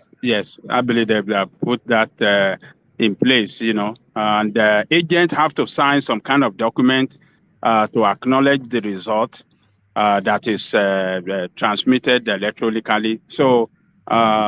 Yes, some check and balances will be in place so that there won't be any room for falsification of result. It's commendable. Let's wait and see the outcome. But for what you have shown to us so far, I think we have to commend INEC. Yes, and we have to wait for the feedback from the people on the field. So that we get a good, because there are two things that I am testing that I'm looking to see in this Ekiti election. Who wins? What? Because, this election now in Ekiti State is a referendum on all of the presidential party ticket holders. Yes. And I think Tinubu understands that. That's why it's there, flashing all the monies all over the place. It's a referendum. It's a referendum. How they perform, people can leverage that to project to the presidential space. So who becomes the governor, we want to know. But how that system works, this new, much vaunted electoral bill, what it brings to the Nigerian electoral process, we want to see all of that in play in Ekiti. Yeah, if the outcome is successful, it will give us a sense of purpose on how the presidential election will be conducted, in free and fair process. Yeah, it should be successful. We want that. It's great. One man. All right, brilliant. And Ajale Koko, very briefly now on Kwakwanso announcing his running mate, Oladipo Johnson, a name vaguely, that everybody knows vaguely, but not really. Some minor player in Lagos State, but it's just really for the purposes of, isn't it? It doesn't really mean anything, does it, Ajale Koko? Well, we might say it doesn't mean anything, but somebody that have contested the governorship position in Lagos, it tells me that, it's grounded as well, politically. Because when you contest for governorship, you have to travel from local government to local government. And when you are traveling from local government to local government, you have structure in place. You have people. You might not have effective structure like the two strongest political parties, but at least you have some structure on the ground that he was visiting from local government in the course of carrying out his campaign. So Kankaso have demonstrated to other parties, particularly Labour, that is looking up to Kankaso to come and merge with them, that they have moved on. They don't care about them. They have their own candidate. They are moving on. So Labour that is looking for looking for the mercy of Kankaso for them to penetrate the north. They should go and they go and build their own structure, and then and move on as well. Election process it's a process. This contest, it's a process. Sometimes you are not going to win, and it is not the first time that you contest election that there's no guarantee that you will win. But it depends on hard work and resources and structure that you put into this process that will guarantee you success in this contest. So Labours have a lot of work to do. They should go and build their structure. They should go and build their party. Kankaso is building his party. Some of us can say, oh, he's just in the south, he's just in the northwest. They are spreading across the northern, and they are moving downward as well. So for them to pick a vice president from here, from Lagos State, yes. Does it surprise you that he did not go to the southeast? They know that southeast right now is a very volatile region. Politics there is very toxic, and it's unpredictable. So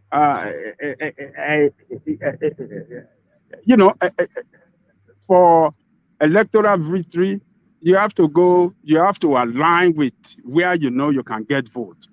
That is more important, and that is what Kankaso has demonstrated here by picking somebody from the southwest. After all, it's south. It doesn't matter where it comes from. It's south. He's from the north, and he has picked somebody from the south. And I think maybe for strategic reason, he picked somebody from Lagos to challenge Tinubu. Yes, I'm picking somebody from your ground. You try it. Come and pick somebody from my own side, and let's slug it out, and let's see who is going to win.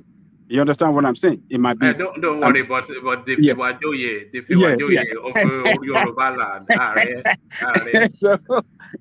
So you come and pick Fiwajoye in our land, and let it might be an invitation to what do you call it? Emilokon. That okay, I'm picking somebody from your own domain. Try it. Come and take somebody from my own domain. Let's see who will win and who will lose. If you think you can win in Kano, we are here. We are waiting for you. We want to disgrace your party. So I'm just that is just my own theory, right? I'm not so sure about it, but politicians has a way of sending message to each other. So, but Kankaso demonstrated that their party have moved on. They are not ready for any merger this time around with Labour, and they are ready. They are building their structure around the country. Yeah, it's going to take time, but they demonstrated it by picking a vice president. Now with a vice president, they have to be going around. Well, they have to do because INEC set a deadline, so everybody has to have. Even if you name Bingo your dog, you have to just put a name. Yeah, well, it is not a temporary one like Tinubu did and Labour did, right? It's a permanent vice president for their ticket, isn't it? Well, that's what it sounds like. That's what it sounds like. So that shows that they are serious. They have done their homework well. They know who they are picking. They have investigated. They know that, yes, it's a committed member to their party, and they are moving on. And moving on from there is campaign and building of structure, because that guy it's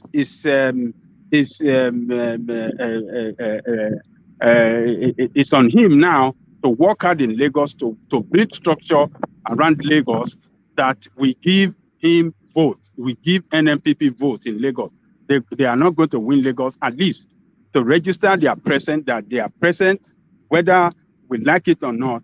NNPP is present in Lagos State, and I believe that we have some people in other parts of Southwest that because Pakaso has been coming a long way in politics. He's been coming. He have a lot of friends around around the country, and what he is doing is targeting dissatisfied or disaffected members of some of these big parties in APC, in PP. Those are the ones he is targeting in every state of the Confederation. Those are his target. He will target them, he will grab them, bring them into NNPP, said we can do something different than this crazy two-party. Those are his target. And it's working for him. That is what he did in Kano. That helped him to get Shekarau out from APC. That is what he did in some other states, in Jigawa and some other states in the Northwest. Some dissatisfied and some members that disgruntled elements. We might not call them disgruntled, but disgruntled elements. Yeah. So, like that guy, if APC finally got robbed that, what do you call this guy? The guy that secured the ticket for that Senate ticket for Machina. That Machina. If they finally rob him, go and mark it. That guy, he will either go. Kwakaso might get that guy. Kwakaso might get him to come and contest on the platform of NNPP. Go and mark it down. Those are the people that Kwakaso targets in every state of the Federation, particularly in the North. So he satisfy members of APC or PDP, he go for them, he give them the he empower them to set up NNPP. So he has done great to have vice president, and they are doing their work the way they want to do it. They are not waiting for anybody. They are not waiting for labor. So Obi and his team should try as they can to go and build Labour Party and not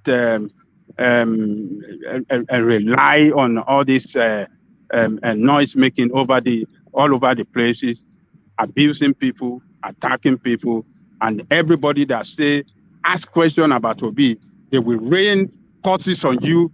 They will do all sort of things against you. I think Peter Obi has addressed that space and is trying to reel them in. So what did he say? No, I think Peter Obi has addressed that space and is trying to reel them in. So let's give them the opportunity to come into the politics of it and devoid it of the sentiments. But Ajane Koko, I want to sample Meadowman on that space of Kwakwanso. So Meadowman, are you there? Hi, one man. Good to have you, Meadowman. So you've heard Ajane Koko's submission. I don't agree with it in totality, and I suspect you don't agree with it somewhat. But Kwakwanso has named his running mate, Oladipo Johnson, from Lagos State. So what does this mean towards the talks that is taking place between his party and the Labour Party? Meadowman. Thank you, one man. Well, of course, I'm not a member of his party or member of his inner circle, but I suspect. Can you all hear me well? Yes, but you're a bit distant somewhat. You can hear it clearly, but somewhat like if you can improve it, then that would be better. Okay. Well, like I was saying, of course, I don't know what is the inner happenings of their party or what goes in there. What calculations they're making, but I think his nominating of this guy is just like a bench warmer, right? A placeholder because they just have to. That's the law. They just have to present somebody, else their campaign will be over. So I don't read too much into it. I believe that is, but that person being from Lagos State might have some significance, because he could have named if it is a placeholder, he could have named anybody. And like Ajay Koko said, I mean the southeast right now is like on lock. I don't know till when. I don't know if it will go.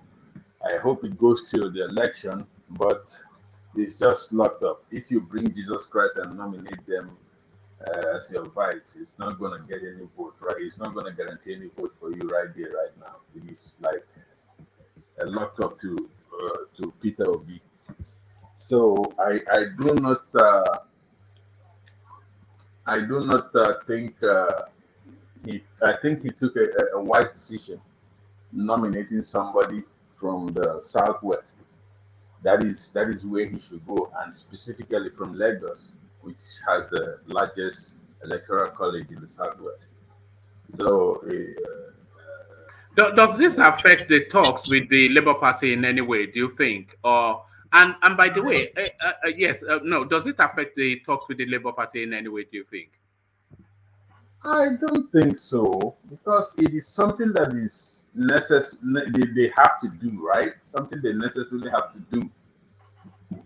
Whether it is for real or for temporary, they have to nominate somebody. So I don't see how that should would anyhow affect the talks. And these talks, by the way, I think the Labour Party people are giving too much of importance to it.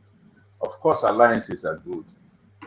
Building alliances or even coalition, if that is the case, it is good. But it is, I think Ajane Koko is right when he said they should start now.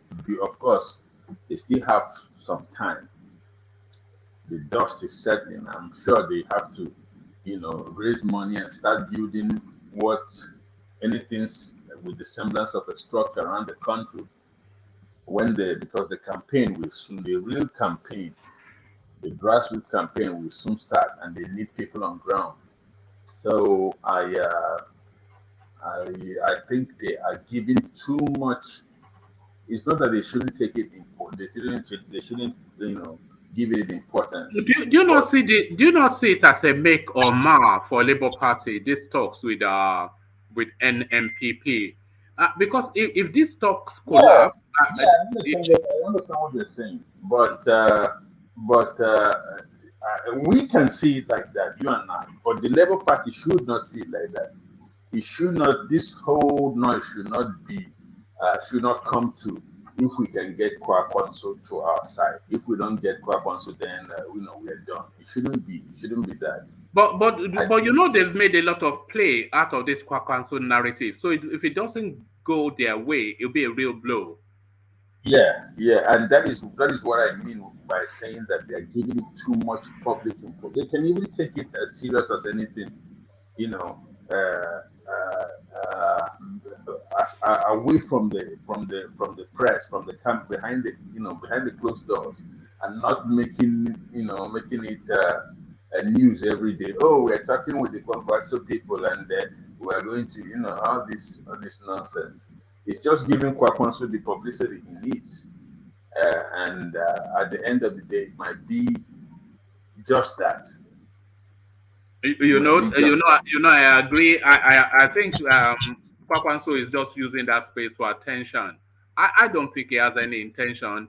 He can form an alliance if it doesn't mean he will have to subordinate his ambition. But I don't. Yeah.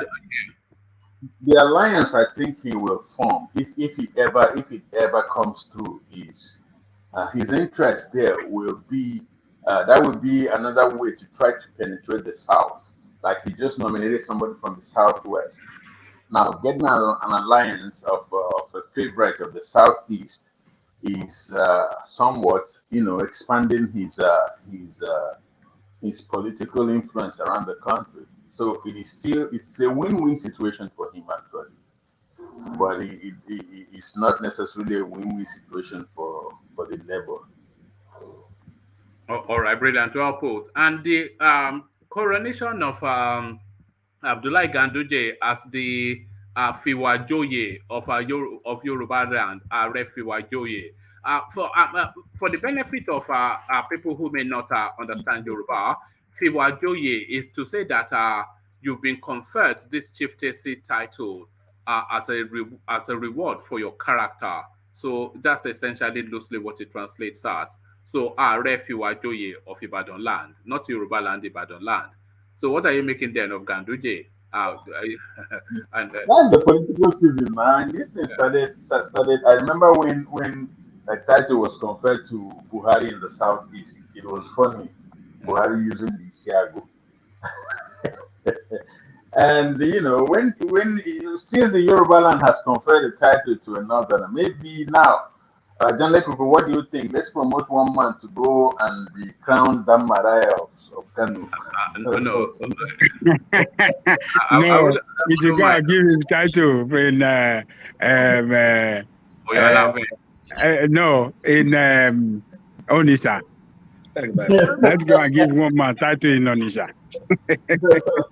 I'm after that red cap anyway, but I'm not sure if I'm allowed to buy it. Onitsha. Let's Onitsha. I will give one man traditional title. We're going to say no.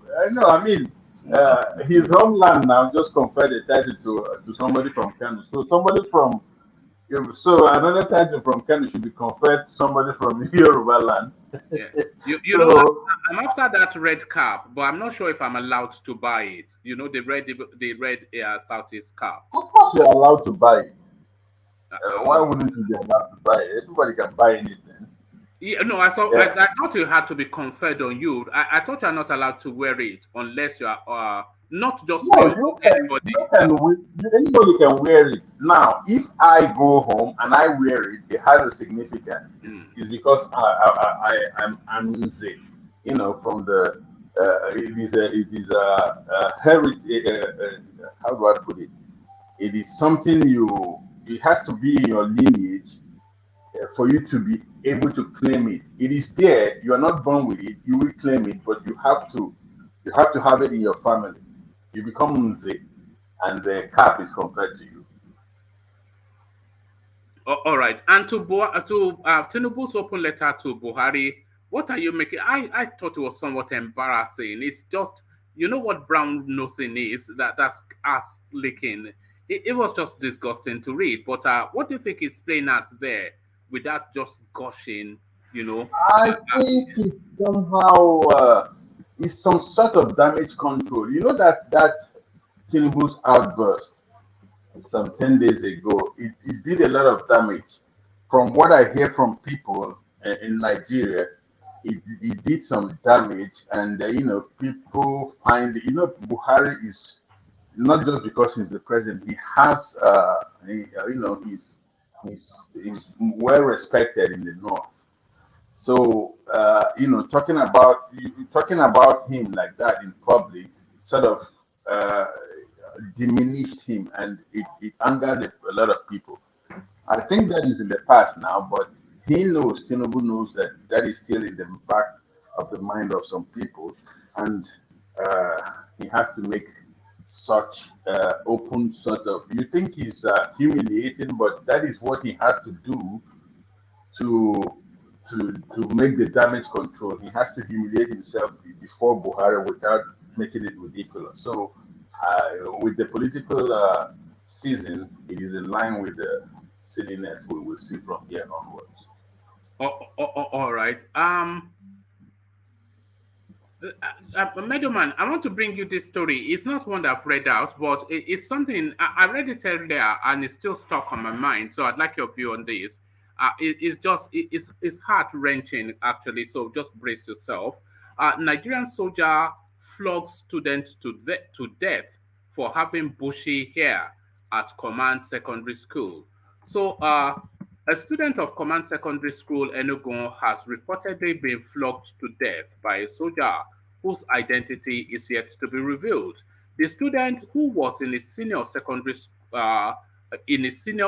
one SS1, was beaten repeatedly on the head for reportedly having bushy hair and not having a haircut before school day. The mother broke the news in a Facebook post on the Nkanu People of Enugu State Nigeria platform with pictures of the deceased showing a swollen eye and head before his demise. Sources told correspondents that the boy's head started swelling, causing the parents to move him from one hospital to another until his untimely death. The mother of the deceased, Adese Chibuzo, on her Facebook page wrote, "It is still very hard to believe that you are gone, my son. But one thing I know is that God will surely fight for us. Rest in peace.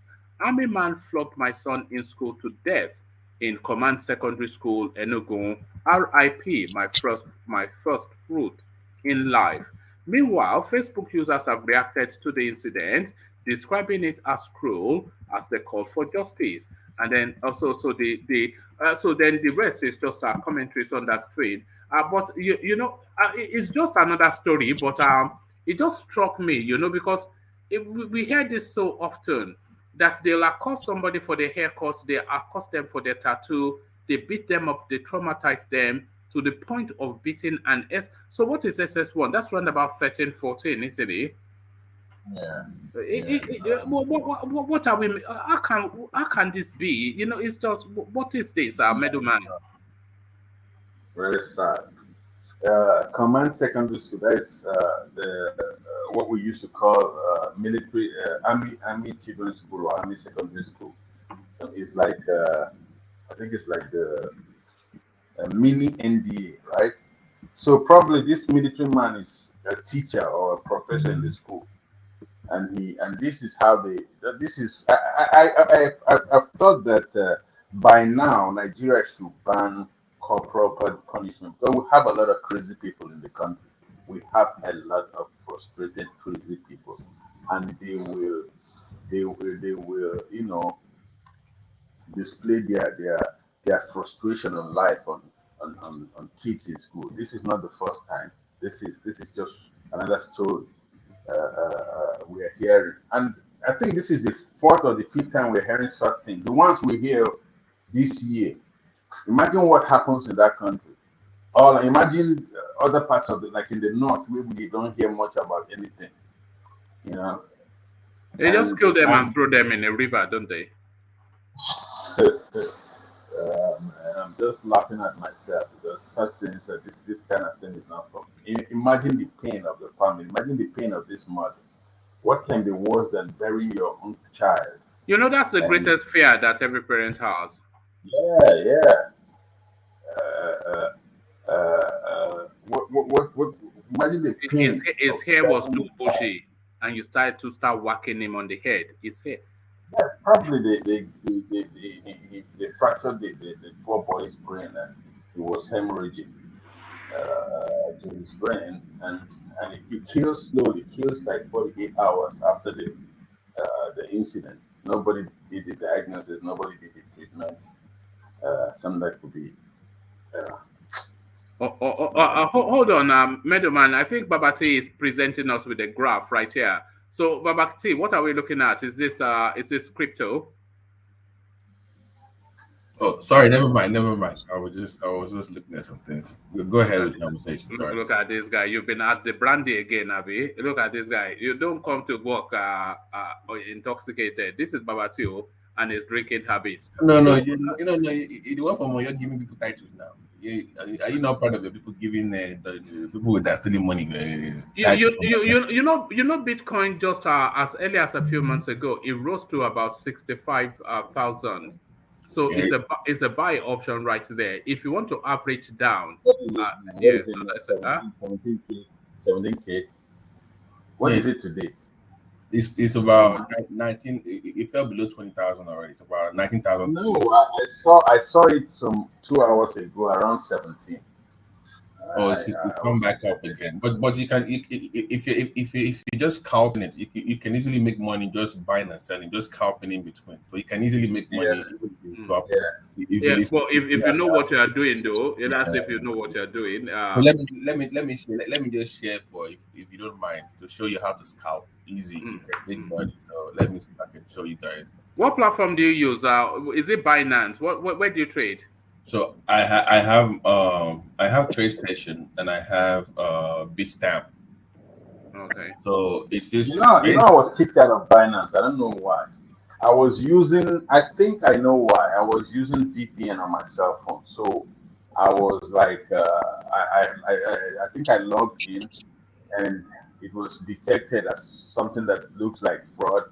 They locked my money. They locked me out. I was sweating. I sweated like. They'll ask you to start scanning your passport and everything. Exactly. You had to. They will ask you what last trade did you do, how much did you buy, and they, by the time I'm done, I didn't want anything to do with finance anymore. Okay, so let me just sorry. So if you know how to trade between support and resistance, so you see the support here, and the red line is resistance. So if you want to put some people into trouble, as if my audience are not low already, you want to get rid of the few that I have. Just carry on. I want to know this because I've tried it and I've never been able to master it. Yeah, because you need to have indicators. So because you can't guess, it's not a guessing game. See, all I have, these are all like 20 indicators that help me out. So once it drops here, this tells you to buy. So you see here, it drops here, you buy. Once it gets here, you see it sell. So you tell you buy, when to buy, and when to sell. You just count. Can you automate it? Is it automated or do you have to manually? Yeah, you can do. The one that I use, I don't do my indicator. What? Somebody say something. What's that? Who's that? Is that middleman?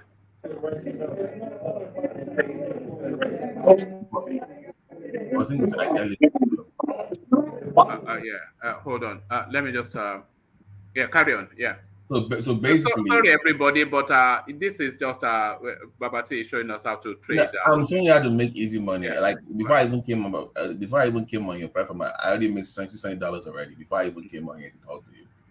So it's just easy, buddy. So you are buying. This is before you buy any stock, you must know what the support is and what the resistance is. That way you don't put your money. So if you put your money here, it will drop off. So basically you buy at support before it gets to resistance to sell. So just repeat over and over and over again. So know what support and resistance is when you're trading anything at all in the market, pretty much. But it's dropping sharply though. So how do you make that determination? So you see how it turns into red right here. So let's say I bought right here, right? Once it gets to green, you see that yellow thing that comes up? Yeah. Basically it tells me I'm gonna leave this thing right now. That's my get out sign. So at this point I already sold. So basically it's red right now.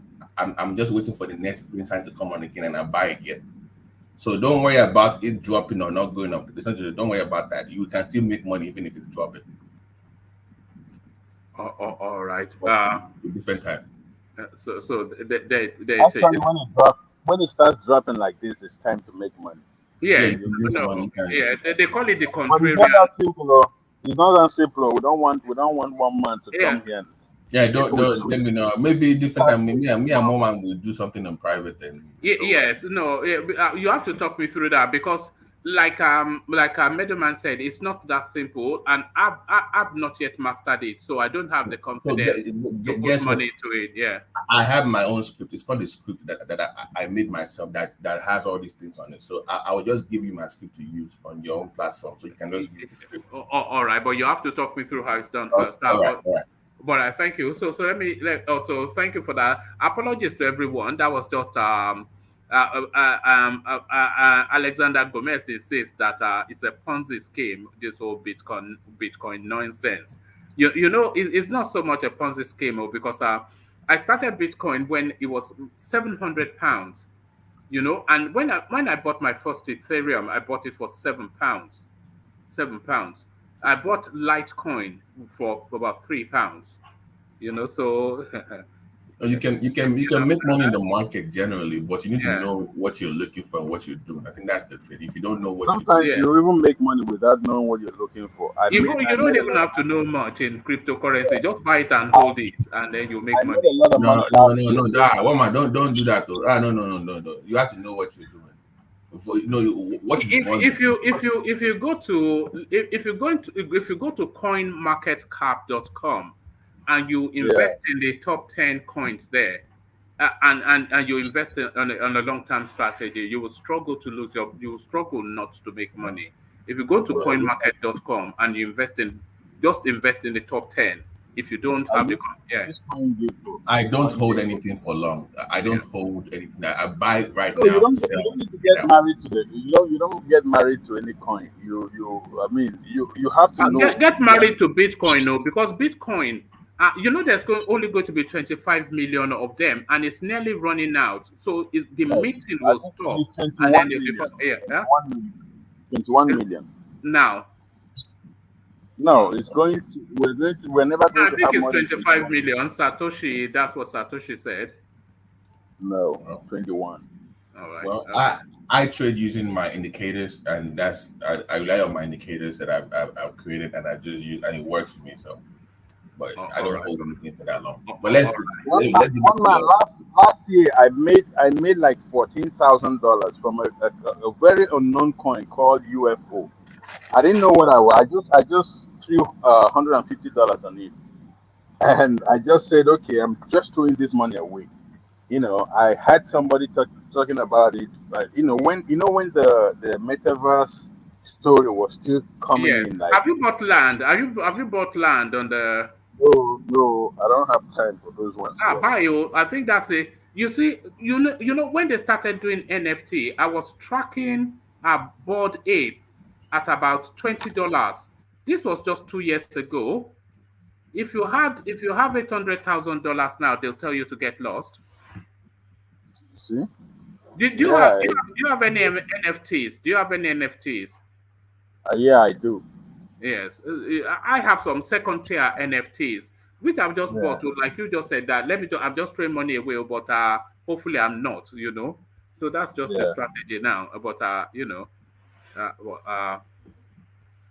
all right. Uh, uh, and another coin. Are you buying Polkadot? Are you buying Polkadot?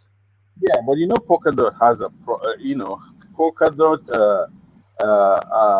I prefer Polkadot ecosystem coins because Polkadot itself is there is most of these coins, they have their maximum supply and their minimum supply. Yeah. But Polkadot is different. Their own system is different. It's more like if the Polkadot ecosystem coins are growing, then Polkadot starts getting value. But instead of some coins, while they are being bought, they are being burnt, right? They are being burnt, so the value rises, but not Polkadot. That's why I'm really skeptic about. I prefer what do you call it? Solana. I, no, yeah, Solana is good, but no, You know Polygon. what? You know why I buy? I Yeah, prefer I Matic. have that Matic. as well. Polygon Matic, the Matic Yeah, coins. You know why I prefer why I buy Polkadot essentially. The yeah, coins in Polkadot. I don't know. You know that they do auctioning in Polkadot. yeah, yeah, yeah. So those coins that are within the Polkadot ecosystem, you can stake your Polkadot and get those coins for free in addition to your Polkadot. So that's what but then Exactly, they hold on to exactly. your But Polkadot. but but Yeah. but Polkadot is inflationary. It's not deflationary like most Hmm. coins. That is why I'm really skeptic going like aggressive into Polkadot. But one coin I know that it is future is Polygon. It is obvious, but it's not doing well. It's not doing too well right now. But Polygon is like something comparable to what ETH did some years ago. With the Yes, expand. because I'm not. There's. There's a on open sea. You know, open sea is where you trade Yeah, yeah, NFTs. There's an alternate market that you can that they're trading on Matics. You know, it will come yeah. up. That's exactly why Matic is a very good option. Matic and coins people don't talk much about is Atom, Cosmos. I don't know that one. Yeah. You know it. You know it. Cosmos Atom. Everybody knows it. Man, It's one of one the man is really a crypto friend. I didn't know he was into crypto. I didn't know you were No, into crypto. I've been trading it since since 2017. But You know what's funny? You know what's funny? I knew about Bitcoin when it was like after 20, the bull run, right? After the bull but, run. but I never took it serious. I'm like, it was one of those ridiculous stuff. And the guy that told me today is retired at 40. That told me about it in church. When it was yeah. like, it's like he put all his money in it at like maybe 40K at $500. He put They, everything they in. told me to go and put all the advice was to go and put 10,000 pounds in it then in 2014. But If my you wife, did that, you do no, no, a I will be in Barbados now, and not be, I wouldn't even know people like you. You Yeah. know, So what are you trying to say, man? I'll What be are in you trying to say? Barbados sipping pina colada and whatnot, and watching the sunset. You know, I know. You No, remember that guy that bought $1,800 worth of Shiba Inu last year? Last year, I think it but was that coin around the has time. no value now. Shiba Inu, it's just it's Oh a joke yeah, yeah. coin. It's a joke coin now. This is what they call shit coin. But Yeah. that guy made $4 billion, man. $4 billion, just like that. That one is a Ponzi scheme. That one is a Ponzi scheme. That's Shiba Inu, you know. Yeah. But let's get back to the politics of it before we lose everybody. But sorry Yes, about that, everybody. We have to do a session just on cryptos one of these days, and then we'll really lose our audience. Round off your thoughts then on that space. You were really talking about the permutations of Peter Obi and Kwakwanso before I deviated due to that little boy that you know is just a sad story. So let's move from there. Round off your thoughts on Peter Obi and Kwakwanso, yeah. and then go on to Solomon. Or yeah. Yeah, about Peter Obi and Kwakwanso. Yes, like the conversations you should go on. You should have alliances. You should have reach out. You should have coalitions if necessary. But I don't think, and I've noticed this that this Peter Obi camp, not really him, but his camp is making a huge deal out of. He's always trying to make a huge deal. I don't know if they think that promotes them anyhow, but that could be a huge fall if nothing works out. They are relying too much on that. I think what Ajale Koko said is what they should be doing. I believe they should be, trying to start building structures because this thing he's building, I don't see it for 2023. I see it as a stepping stone to build a party to make him politically relevant. If he plays his cards well and can maintain this following he has, I think I think Peter Obi, I think he understands that as well, middleman. But what I think is playing out is to push as hard as he can now, because yeah. this can really leapfrog him to a very senior space, and then he has real strength to then. So this can play him into 20 at what is it 2023 plus 7 2027.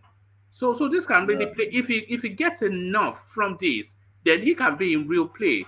Especially if, as we are expecting, article Tinubu will be a failure for another 4 years. So if he gets enough of a real stake in the political space, then almost certain to be president 2027.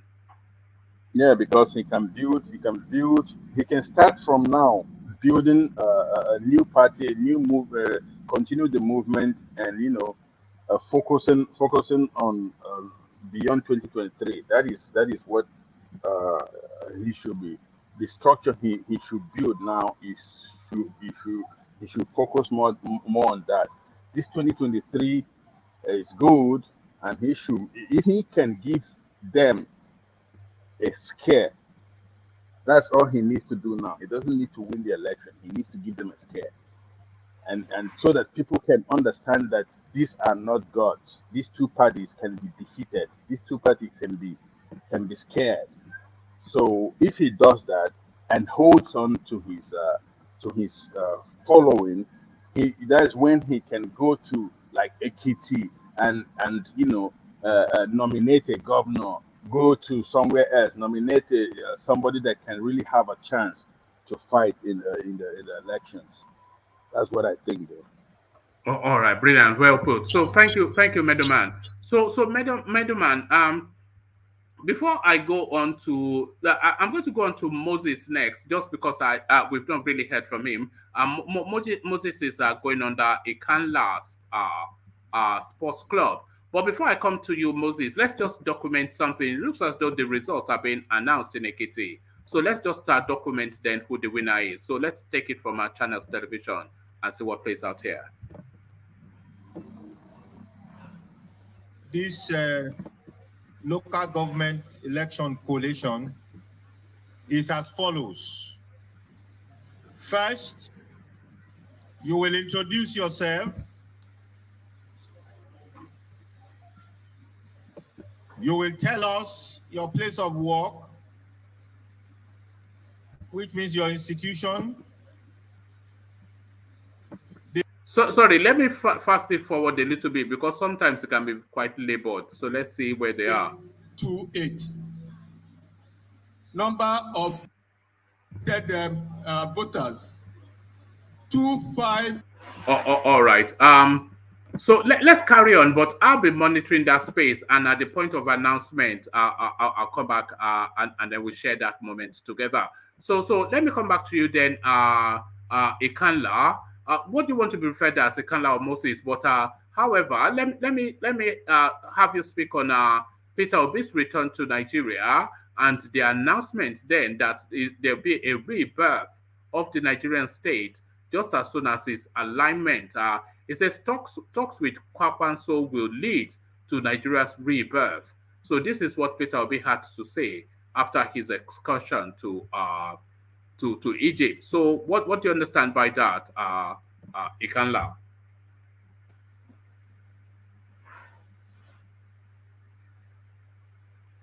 We can't hear you. Hold on.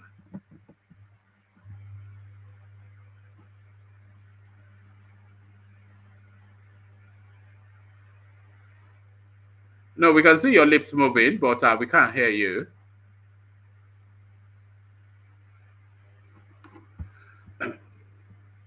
Oh. All right. Can people hear me? Yeah, I can. Yes, one man. Yes, all right. we can. All right. We can't hear you, Kanla. All right. Let me go on from you then. Just for I'll come back to you because I don't know what's going on there. But let me go on from you to Solly. So Solly, are you there? Yes, I'm here. All right, brilliant. So to you, Solly, then. So the Peter Obi space, he comes back to from Egypt to announce that talks are going well with Kwakwanso, and is announcing essentially the rebirthing of Nigeria. Optimistic words, but really, a lot of people are not convinced that this guy is not just being punked by Kwakwanso. But what are you thinking that Obi is vesting this confidence on, Solly? Well, like I said, some people are not vested in reality. You know, he's him going for Kwankwanso, is a good move. Okay, but the question is, and the question on everyone's mind is, will Kwankwanso go for being his vice president? Do they have a fighting chance? Well, it's possible. We still have a lot of days and weeks and months to go before the final election. But right now, is Kwankwanso punking Peter Obi? Who knows? Because what's the point of him being there if there is no point? And you may say, oh, he's just trying to get some attention, but You know, why would he want to get it from Peter Obi?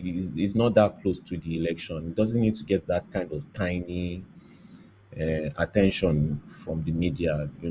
It's not like Sowore, that's trying to get every kind of tiny media attention. So it's a serious move. We'll see how it plays out. But at the end of the day, when it comes to that final voting day, you know, you have to. Well, I'm not saying you have to, but we can even see from the primaries is whoever is dropping the most money that is winning the votes. So but let's see how it plays out. Let's see how it Yeah, plays out. yes, I'm with you because I don't see that I don't see that it serves Kwakwanso's interest in any way to align himself with Peter Obi, unless he feels that Peter Obi will win the election, which I don't think he does feel. So I suspect he'll just milk the publicity for as much as he can, and then he'll move on. But I suspect that Peter Obi might try to pay a real price for just vaunting this Kwakwanso name so fervently. Solly, what are you then making then of the new Oloye of Ibadan land, the Fiwajoye of Ibadan land, Abdullahi Ganduje? A real fanfare event. The Emir of Kano turned up, Tinubu was there, the Olubadan of Ibadan, of course. But this is politics season, and this is not just anything other than politicking. But what politics do you think is in play there? Olubadan gives Kwakwa, so no, Ganduje a chieftaincy title. Ganduje, where's Ganduje from? He's from Kano State. Sorry, man. He's from Kano State now. No, no, no, no. I just had to clarify because what is it? What does the Kano State have to do with the Ulu of Ibadan? This is very alarming. This is usually I'm not alarmed by a lot of things the North do. I just see it as a lot of illiteracy and ignorance. But this kind of thing that they want to come and start placing, their leaders there. It's something that I heard a lot from people from the east. They want to come and place their leaders here. They want to come. To me, it's not welcome. I don't like it. What are they doing? The Yoruba people are becoming too welcoming, and that's one of our problems. We are too welcoming because we think everybody is our friend. So we don't have any respect for our culture anymore. We've taken it beyond, but maybe this is how it's supposed to be because we're in a country mixed with other cultures. you know Maybe this is the how the intercultural plays will happen.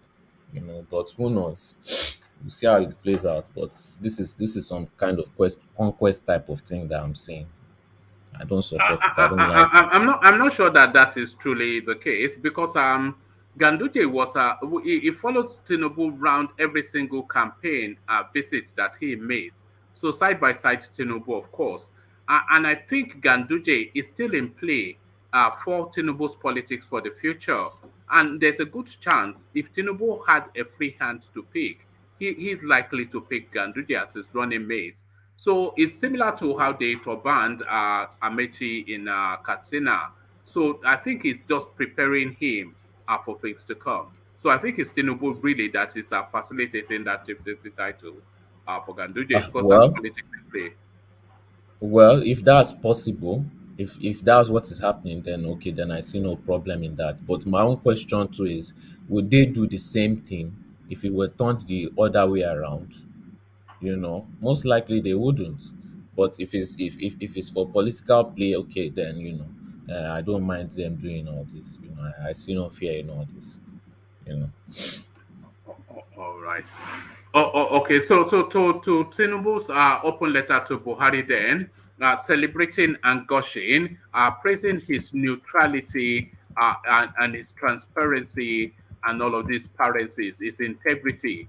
So, what do you think is in play there? I think Tinubu is trying to cleanse the air for his thrust at Atiku, but should it be so gushing in just brown nosing this malam from Daura?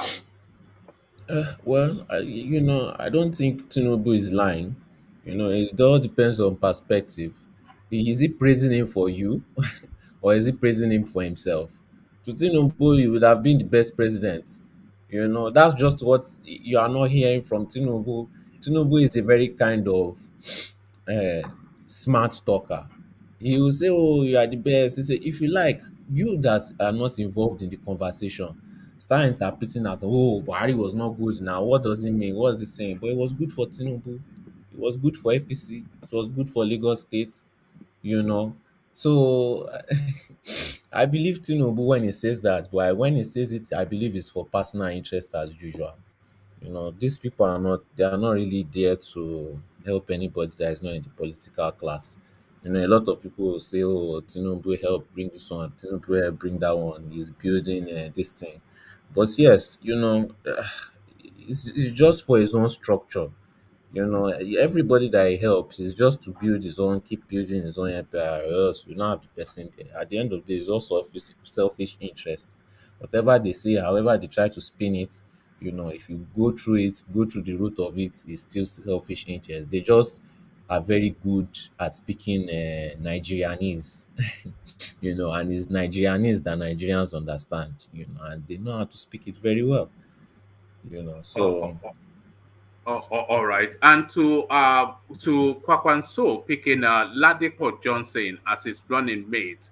So I mean, do you even know who Ladipo Johnson is? Because I struggled to know who he is, and I still don't know who he is. But what I do know is that he's a Yoruba person. And so, what does this then mean to the talks that is taking place between him and the Southeast? Well, I think they are all these politicians. They are all learning from each other, especially from that point that INEC. I think INEC delayed. They did some delayed tactics. Again after PDP did their primaries. So they are all just sitting down to me and watching each other and learning each other and doing the same thing. Him picking Ladipo Johnson, I think is a placeholder too.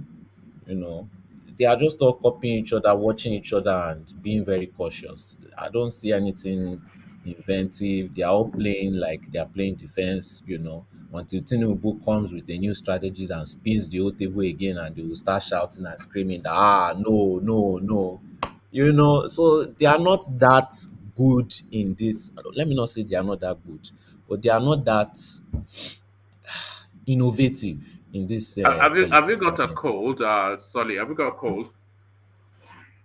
No, it's just All right. this those white Sign things, up. All right. Well, Yeah, yeah. And the weather is not that stable in Netherlands. Yes, yes, yesterday it's was saving. very hot. Today is cold. Next day is hot. That thing plays But havoc with your system because your body is constantly yes, adjusting. That's European weather, though. You know, it's well, just unbelievable. Yeah. yeah. Well, well, in Cyprus, it wasn't like that, so. But in Netherlands, let's Yeah. Is see. is So Cyprus really go Europe? take some Zyrtec. Take some Zyrtex, Sorry. man. Some Zer. Go buy some Zyrtex over the counter. That will help you if it's do you have allergies to pollen grains or anything like that? Ever rainfall or anything Yes, like that? yes, I do. Okay, Yes, so I yeah, do. so you have a allergic rhinitis, yeah. So take something like Zyrtec, yeah, that will help you. Maybe yeah, before you get out, maybe try 3 times a week. That will help during this time. Imagine black people don't have allergies. That's a Why My, the lifestyle. way my, you my, are my, my talking. wife my wife does What actually. do My, you my, what do my you wife is allergic to pollens as well. She I just used to breaks think out in the a same hive. thing Yeah. too. My dad is allergic to these prawns, but he loves it a lot. So he used to eat a lot, and the next thing his neck is swelling. But because he likes the taste so much, he just By the way, continues. just sorry.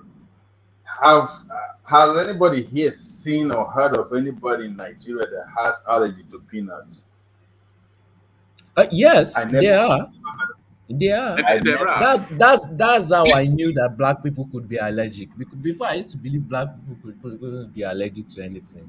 That was the first allergy that I saw in Nigeria, allergic to peanuts. The one thing I've not seen is a Nigerian vegetarian. So that I think is just a fashion thing. Is with it with not somebody that has food that will be? with They correct say goat meat. yeah, How can you be yeah, yeah. vegetarian with goat You're a meat? Yes. vegetarian, vegan, and all this Most nonsense. of our I've seen lactose. no, I've I've seen seen lactose vegan. No, intolerance though. I've seen lactose I've intolerance seen Nigerians. Yeah. So no. That's medical condition. No. Mm-mm. That one too is But that But I've seen vegan. vegetarianism is a fashion statement. It's just a No, no, one one man. man. Do you know that most of them sometimes they have to supplement? They have to take a lot of supplements. I'm like, so what's the point? If I'm eating grass only, then I have to take a lot of multivitamins and a lot of yeah. multi. So what's the point of me But eating when but yeah? Babati, if you remove the meat from most of what we eat, most of our food is already vegan and vegetarian food already. In What do you Nigerian, you mean? mean? What do It's you mean? high. Has Yes, anybody now. Is that not what it means? has Vegan is anybody non-meat eating now. a Nigerian with Down Yeah, syndrome? Yeah, yeah, yeah, they down. are. Yeah. No, there are. It's because you're not. You don't go to Nigerian medical system. You Never don't get ever seen exposed to those kind of things. There are people that do a lot of. My uncle was a psych doctor back in Aro. Do you know the popular Aro in Abeokuta? Yeah. So there are a lot of people that have a lot of things that people don't discuss. In Nigeria, it's not that put in the open like that. So there are a lot of people that have Down syndrome and stuff like that in Nigeria. Yes, there are a lot of people. Most All of the right. people that have Down syndrome in Nigeria that I know, they are very high functioning. You know, I've not really seen any Down syndrome person that is low functioning, at least from Nigeria anyway. All right. I'm not sure if we want to open that space, but well, thank you, Solly. Let's get back to the politics of it, and let me go to Solomon. So thank you, Solly. So let me go to Solomon, and Solomon, can you Okay. talk us through what is in play with Kwakwanso and the running mate that he has picked?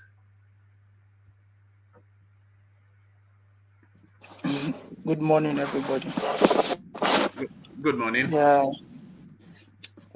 Kwankwaso's running mates. I don't even really know that man. I don't know him. I don't know him at all.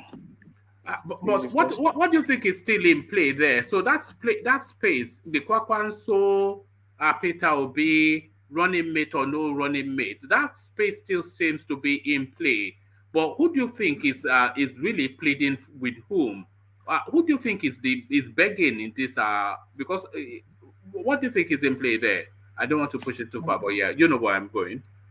Okay, you mean between P2B and Kwankwaso, who is trying to who needs the alliance more? Who needs the alliance more? Better way of putting it, yeah.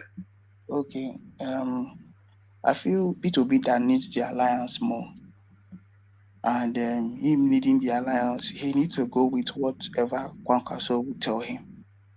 Kwankwaso have upper hand in the agreement. So, and we all know that Kwankwaso is somebody who is the ambitious towards becoming who has ambition towards becoming the president of Nigeria. I don't think he will step down for P2B. I don't think. Instead, P2B will be the one to assist him to be his vice.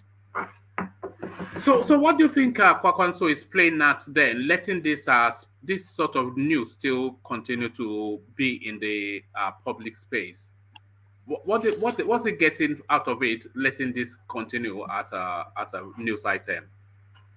He's trying to he's marketing himself in the sense he's trying to let them know that the other parties that maybe things can be like they can be as in he's negotiable. That's what I feel. But somebody like Atiku now has, there was a time they said Atiku was telling him that he should come, as in they were seeking an alliance with his party, but he did not agree. So I don't really understand. Maybe he's still trying to make a statement in the Nigerian politics. That's And, one thing again. and do you think the whole Kwakwanso story is just really statement making? Obviously, I don't think anybody thinks that he has any real ambition or any real belief that he's going to be the next president of Nigeria. But do you think this whole thing that he's doing is just to make a statement and to permutate himself into relevance? Yes, that's what he's doing. That is what he's doing. and he himself, he will be in one side watching who has upper hand. He will be watching them to know who he feel is going to who might win the election, so that he will know who to send his people, his supporters, and who he will give his support to. So once he supports anyone with the kind of followers he has, once he supports anyone that he feel or that is at the point of emerging as a president of Nigeria, he's going to have some seeds, as in some things to gain from that person's administration. All right. What do you think is after? Maybe the NSA or the DSS, or because he's a former military man, isn't he? Kwakwanso. Yeah. Definitely. I cannot tell I cannot say the portfolio he will be looking up for. I don't know. I don't really know the kind of portfolio he will be looking, but I know he will want some of them once the person he supports eventually gets into power. And the coronation of Ganduje as the Fiwajoye of Ibadan land, I mean, what does that mean? What do you read into that? Ganduje, I don't want to just be I don't want to just go be as in stand 100% on Ganduje being to me, I feel like he's going to be the next he's going to be the main person for that vice president slot for Tinubu. Two of them, they are too close. Or if he doesn't be the vice president, we just know that once Tinubu eventually gets the seat of the vice president, Ganduje will have he's going to have say in Nigeria. He will still be part of. He'll be a very powerful man under Tinubu's administration, no doubt about exactly. if Tinubu wins. Exactly. So, but what future then Nigeria with Tinubu president, Ganduje vice president or secretary to the government? What sort of future? What does that say about us as a nation? If you watch the way Ganduje might just be there to just protect the interest of his northern people in the party or his northern people outside the party, like the north as a whole, but he will not really. He's only because the way they are, like I just read Tinubu's caption on his Instagram handle where he said Ganduje is his brother, his friend, his ally. So he will not be aggressive towards Tinubu. He will just he will just be giving him advice. Do you understand? He will just be giving him advice. It's just advice. He will not, if he might, or he will allow Tinubu make his decisions, but he will just be giving. But I think he will just be there. He's normal. He's there. He's somebody that embezzles a lot. He's going to take his own share of the national cake. That one is a must. Do you think it's a bit unfair that they say Ganduje embezzles a lot? It's only really because we saw him pocketing the dollars, but he's no more crooked than anyone else, I would suggest. Sorry, what did you can you recap again? No, I was saying that is it a bit unfair to say that Ganduje embezzles a lot? Because we are all saying that off the back of that video clip of him pocketing dollars. But I'm suggesting that he's no more a criminal than, is no more or less criminal than any other. Sanwo-Olu is probably more criminal than Ganduje, but he does his own in an Armani suit. There's this popular saying that who they catch, now him be thief. You see,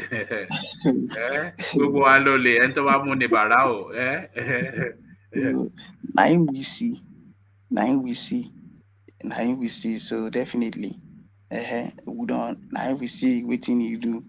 If you do that kind of thing for cash, talk more of how much you go to use pen the thief. So it's very fair for people to say he's a thief or he's a looter.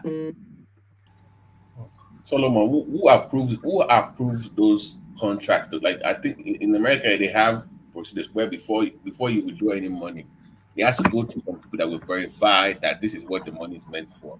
Who approves that at the state level? Can the government just go and say, give me 100 million over there and there's no paperwork or anything? Who does that? No, see, let me say something. It's not him that approves it, but he has influence. He has upper hand in making if you watch this governor self, if once they are getting into seat, the people in the House of Assembly, they respect them.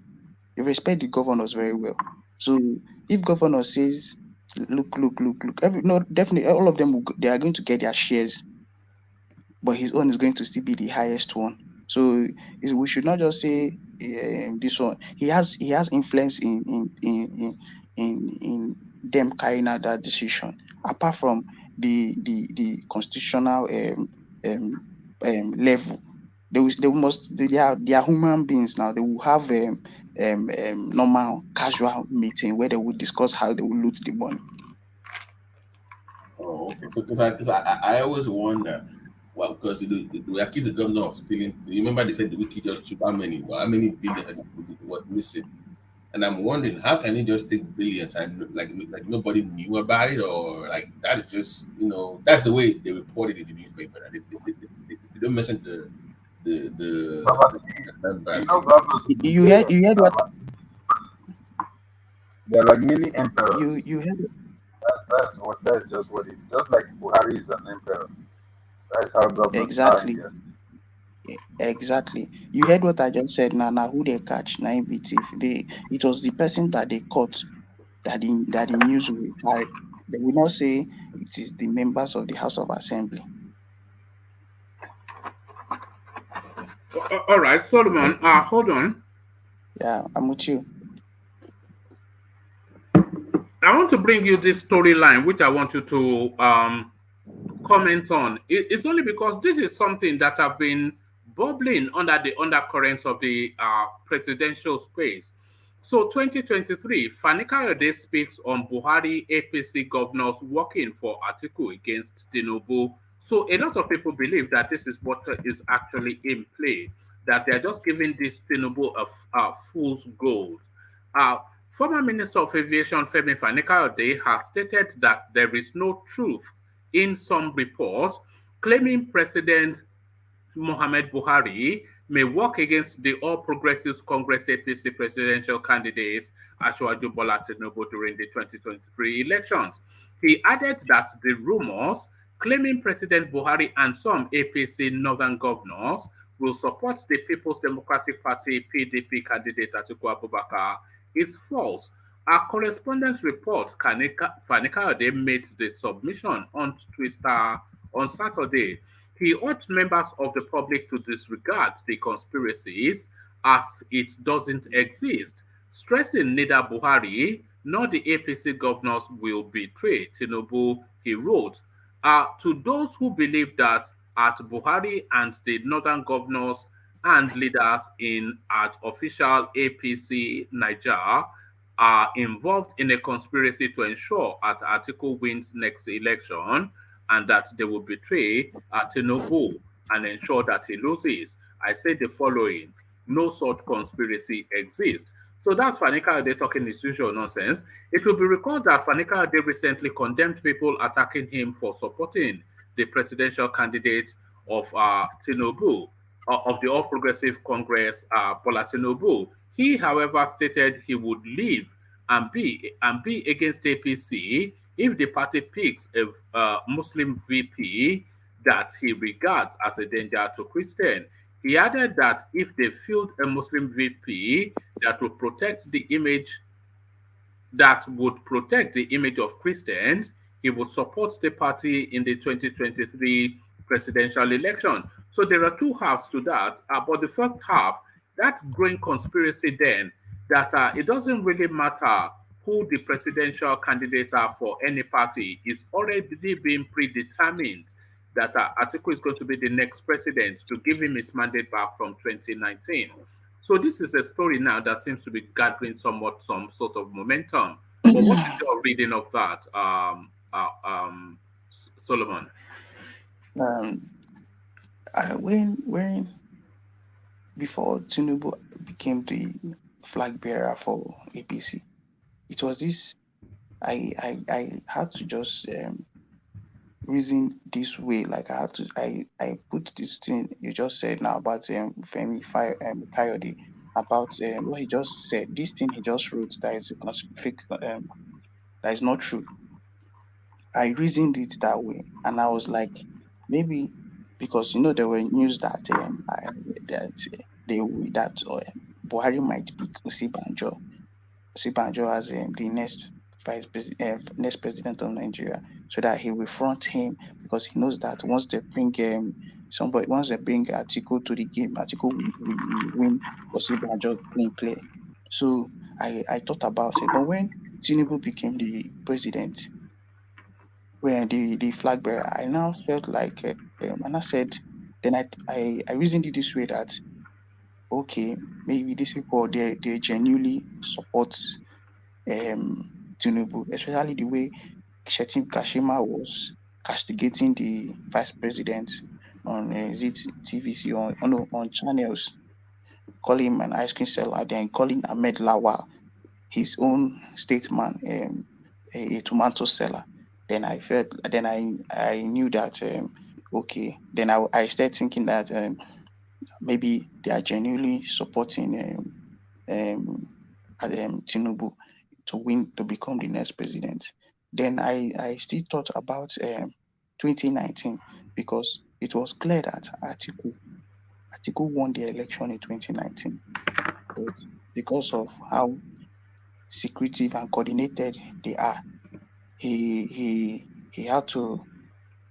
I think they said Nigeria, they must say things that they had a northern meeting and promised Atiku that his mandate will be returned to him in 2023. So these stories, nobody knows. Nobody knows what these people will do or what they might be up to. It's just everybody needs. It's something we should think, because as a human being, you need to think all around. I've thought about it and I've seen every tendency, every reason for this kind of thing to happen. He might be right. He might be wrong. Oh, all right, thank you. So, have you noticed, Solomon, that reports of electoral violence is starting to reduce somewhat? I've just noticed now that it has not been brought up incidents of violence in this Ekiti election, and really in even previous other by-elections. So, are we starting to see the end of that as an occurrence within the Nigerian political journey? One thing, let me the way I see Nigeria. If Nigeria, this our Nigerian government, in fact, the people in Nigeria currently, most people in Nigeria currently, if they try to make a way of um of um of trying to tackle corruption, as the more they are bringing up measures to end it, like the measures they are using to end it, there will still be a way to manipulate it. So they may just do the one that we cannot see, because INEC too, they are still human being and they are still so they must find a way. But with the way the things happen today, look at today, they were saying that EFCC was on ground, that they even arrested some people, that they arrested some people. But in the other hand, we still saw on social media where the people were even flaunting the money that they give to them in that is buying of the votes. So it is I don't really trust the process, but let's just accept it the way we've seen it. Are people sleeping where you are? Your voice is a bit whispered somewhat. Are people sleeping? You don't want to wake people up. Yeah. All right, brilliant. I guess that. And do you want to speak briefly on that story that I read out to Meadow Man? Nigerian soldier flogged students to death for having bushy hair. It's getting too much, isn't it, Solomon? This this our country, Nigeria, the way our soldiers behave, you can't even wear camo. You can't wear camo. Meanwhile, people, the American soldiers that even used to go to other countries, any country in the world, they can go to any country in the world and run for peacekeeping. When you wear their camo, they will even be happy. You're like you're a fan of them. But in Nigeria here, if you wear their camo, there is a big problem. They will embarrass you. Why will he flog somebody to death? Why will is the person is the boy a military boy? Is he part of them? He just flog an innocent boy to death. It doesn't make sense at all. These are the things the government need to still look into. You know that camo thing that you are saying is a big problem, because I remember when I last went to Nigeria, I was actually in Abuja, and I was just wearing this khaki that was in this. It's just a normal khaki, but just in their colors. I didn't even have the thought until somebody actually confronted me. He says, "Are you one of us?" I say, "One of us." I said, "One of who?" And then he was saying, "What is your cantonment or something?" And then, he didn't take it any further, but my heart skipped a bit then. And then there was this narrative of this girl also. She went from America to Nigeria, and she was just wearing those camo, just a cap, a face cap. Do you know they stepped this girl out, of just a young girl, they stepped her out of an Uber, and then they traumatized her life. You know, Yeah. It's a terrible system. Yeah, that's what they do. That's what they do. Did you want to come in, Babati? No, I was just saying that but how do you, but let's understand how are they trained as well. Their basic training is like they like animal. That's the way they treat them. So don't be surprised when they come out. You see the way they treat them, right? You've seen videos of how they are trained. So it's like they are lashing out on the public.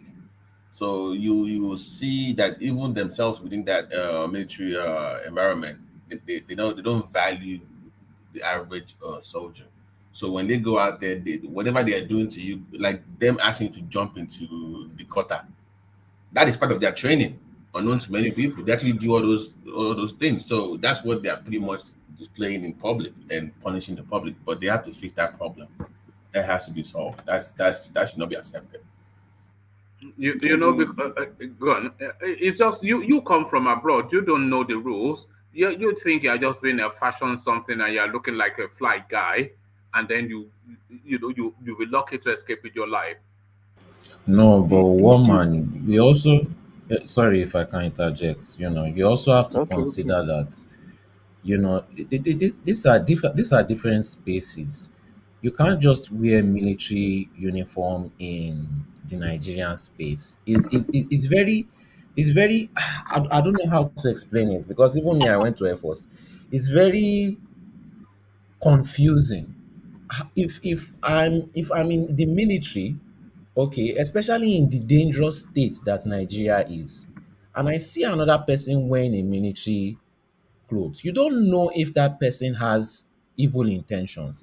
We have to remember it's Nigeria. You really don't know. And yes, I agree with Babati that saying all the punishments they give you, I don't think they are giving you thinking that it's going to hurt you, because the amount of punishment me I chop, it became very normal to me. When I see an average person struggling with a little thing, in my mind, the first thing I just think is they don't have discipline, because they train the discipline out. They really bring it out of you. If somebody punishes me now, I won't feel it. It won't phase me. It can never be as much punishment as I received from Air Force. Sorry, But there's that's also trauma. It's danger not of training. That's wearing trauma. military You were clothes. traumatized. That's not Uh, training. well, You were well, traumatized. it's part of the training, because you have to face that trauma, and be able to function with or without it. That's the point. That's the point of taking you through all that trauma. It's So kind of sorry. Let me brainwashing, ask. Can I ask because you a question? yes, Can I ask a question? The speaker now. The yes, Nigerian the Nigerian army and the U.S. army.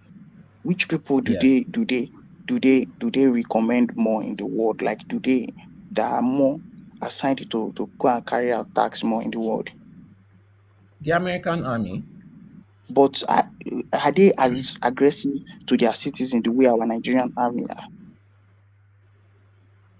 No, So I'm we no, don't I'm need not. to I'm not. I'm justify. not We don't defend. need I'm to not. justify No, their no, no, actions no. I towards the wasn't trying to citizens. justify or defend their Okay, actions towards okay, citizens. I was talking about okay, the uniform thing and them punishing you thing. That's just the two things I was talking okay. about. Their aggression, well, that's how most Nigerians are. It's our Nigerian nature, both north, east, west. We are very aggressive in our nature. We want to get something. Even look at where they are sharing money. They can't even line up. Everybody just being aggressive towards it. Where they spray money, we are aggressive. That's just our nature. You give somebody little power, they are going to be aggressive with it. You see the politicians how they are behaving. They are just behaving like Nigerians. The police are behaving like Nigerians. The army are behaving like Nigerians. It's our nature. So it's something that we have to deal with psychologically. It's not just oh, Nigerian army is evil. It's just the nature we all share in the country. As much as we try to say we are different, we still share a lot of things similarly. But that's just my interjection. All right. Thank you, Solly. So thank you, Solly. So let's go on from you, Solomon, and let's go to rational mind. So rational mind. Lagos politics. So you should be able to know who this Oladipo Johnson is. But really, the politics in play now. We've not heard from you for a while, and a lot has happened since you last came. So this Peter Obi romancing of Kwakwanso and proper Kwakwanso playing hard to get. Oladipo Solomon and then Ekiti now. It looks as though I'm still monitoring that space. It's such a trauma Nigerian election. I'm waiting for them to announce a winner so we can just share that moment together. But they're still just laboring through what should be a smooth running process. But to those spaces, rational mind. Let's hear your thoughts. Yeah, woman. Thank you so much. Oh, sorry. I beg your pardon, rational mind. Before I come to you, let me just say, let me see if we still have let me see if we have this chap. It can last. Are you there? It can last. Ikanla, are you there? Can you speak now? Let's see if we can hear your voice. No, we still can't hear you, man. Are you sure you've not muted the microphone on your system? We can see your lips moving, but we can't hear a word. Can you hear me? Do this. Give me a thumbs up if you can hear me. Do this if you can hear me. Can you do this? Can you hear? You can hear me, but I can't hear you. Oh, all right. Okay. See if you can check if the mic is switched off from your end. You may well have muted your mic in some form. So check that. So sorry, back to you, rational mind. So I just wanted to check because he's been hanging around for a while, but we've not been able to hear from him yet. But back to you, rational mind. Give us the updates since we last heard from you. Oh yeah. It's just like I was saying to Thomas. Is that besides other personal matters, Nigerian politics is just it's just for me. It's like I said the last one of the last times I spoke here. I said we just have to keep our fingers crossed and see how this whole thing evolves. It's you see. The whole thing in Nigeria, the politics is just digressing. I mean, taking our attention away from the main issue in that country. Election is not the main issue, perhaps, in my own opinion. The economy is the issue. It's getting worse, and our politicians are painting a different picture. Well, let me just go to what you were asking me about the guy from Lagos. Really, Oladipo Johnson. I don't really the name. I mean, Oladipo. Well, I mean, a lot of people be Oladipo, but I don't know that guy. I won't lie to you. I've not heard this name before in the politics of Lagos. So he's a newcomer to me when it comes to this, and I'm surprised. Um, our council is picking him to be his running mate. I want to believe that, like they say in some quarters, that there is still some kind of talks going on behind closed doors. At least we heard from Okupe and some other Labour Party and even some NNPP stalwarts too. Well, I've been talking about a possible merger with other parties, not just NNPP, or even with SDP and the rest of them. They've been talking about a possible third party, a mega third party that's never been seen, the likes of which have never been seen in Nigeria, but I'm yet to see how that plays out. Well, for me, like I said, the inflation going on in Nigeria. I mean, we're talking about 600 something naira to a dollar. My goodness! By the time we hit the end of this year, oh my goodness, great. I mean, uh, people who go abroad to buy their goods and wares to sell, they are looking for dollars. These idiots, politicians, they've mop up the whole dollars in the system and save them for whatever they want to do. At least they spend some during the primaries, and we're hoping that they will spend the rest as we go deep into 2023. But the thing is, people have to still, the business people will still have to suffer the lack of foreign currencies that they need in buying goods abroad. So, the little one in circulation is jacking up the price. People are selling at a high rates to a dollar to a, I mean to a naira, dollar to a naira. So you can imagine the how this transfers to the consumers, the average consumers. So for me, that's just my worries. My worries is just how people are coping, how people are. I know this whole thing is deliberate because when people are hungry like this, like we're seeing it playing out in Ekiti State now. I mean, if you are, some of you have seen, I know some of you must have seen some of the videos coming out from there of how people, even elderly women and men, being treated like just their dignity they treat them like they're nothing. I mean, let them sit on the floor because they were caught. Of course, maybe they were caught. I'm not saying they were not caught, but what pushed them into that? All is because of this poverty, wanting to have something to provide for their family, because they're not gainfully employed. These guys are using them, manipulating them at this time. They need them. After once they are done, they throw them out like a piece of garbage. You know. So the thing is, Nigerians are not seeing this. I don't blame them for not seeing this because they are hungry. Nigerians are hungry. Anyhow, they just want to survive. But these politicians, they don't do what is right. So that's why I just got tired of the whole thing of not wanting to Are you placing any hope in the third force narrative being championed by Peter Obi, who now is asking Kwakwanso to be his co-pilot? Well, you see, anything at this point except APC and PDP. I don't mind if it's Obi, Kwakwanso. I mean, like I said, to me, we talk about the lesser of the evils. I don't like choosing among lesser of the evils. But Shurel would have been my best bet, but I don't see him moving anywhere because it's like it's declining. Himself is just it's on the decline, kind of. All these people are warming up to Obi. People that would have probably so possibly also join him, also with Obi. So the only person that can pull it right now is what we need. That is not part of the establishment. Well, I know this is part of the establishment, sort of. Kwakwanso is part of the establishment. But as long as it's not that APC, PDP, that's well worth repeating and bringing to people's attention because they are almost suggesting as though Peter Obi was an outsider coming to cleanse or that Kwakwanso is. These are people. Peter Obi, how long he's been in Nigerian politics for? He was fighting in Gigi. So he's part of the establishment. There's an establishment figure now. So but then the only difference with him is he's not as corrupt as the rest of them that we talk about. The likes of Tinubu. I mean, Tinubu is very corrupt. I mean, you can see what is going on in Ekiti now. Look at how they are buying votes. Where is those money coming from?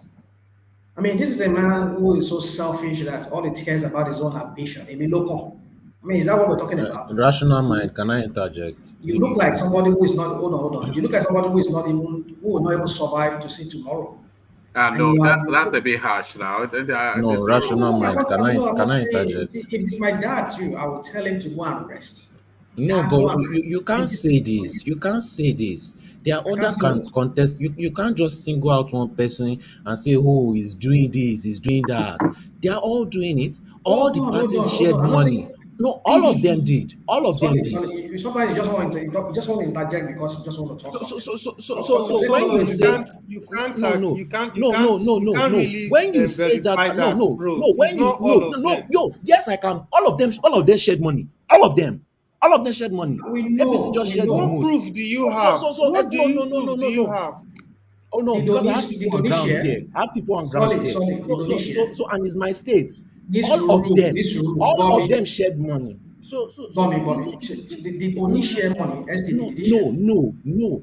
If you want to say the same thing about Tinubu, you say the same thing about all of them. You give them the Did same. SDP share? No. You say the same thing about all of them. Don't just say, "Oh, Tinubu is this, Tinubu." All of them are the same. If you want to say that about Tinubu, share the Calm insult. down. Share the insult with all of them. Don't say it's only Tinubu. Solid, hold on. You are pushing your Hold personal on. hatred. Sometimes you You just are saying somebody want did to talk something because and you want all to of talk. them did it. All of Would them you let did me it. talk? Solid, will you allow me talk? I'm only giving you an example of one of them. PDP, I know. I've just said earlier that PDP or APC, we don't want any of those parties. You get it? So I don't know why you are always just jumping because I just mentioned Tinubu alone. I mean, I'm still coming to PDP or whoever. I mean, Fayoshe is there too. He's spending money or his candidate. So my point is this. I'm just trying to talk about the only person from the South that holds a major party ticket from the South that should have gone to somebody who is well more, should I say, from the South, uh, uh, qualified, let me use the word, and who will resolve this matter of the religious matter that is also brewing, that is going to be a problem. Because I don't know how he's going to bypass that, this Muslim ticket, because the way it's going, there's no way he's going to take Christian uh, uh, running mate from the North, and the Northerners will vote for him because the way they so plan this thing for him is that the way I look at it is that's my own permutation. If he fails to pick up a northern Muslim, the northerns will gravitate. They will already there is this thing going on online now saying that the northerners, even the governors, they are working on the ground for Atiku. That's No, what yeah, that was a storyline that I just put so to Solomon now. that is one thing I'm hearing. At least one man you played a video. I think it's one of your videos of where we had this meeting that Lawal and the rest of them had, and this former. Me and Malabuni and So what does that mean? So I mean, it's to tell you that if Tinubu fails to take northern Muslim, forget it.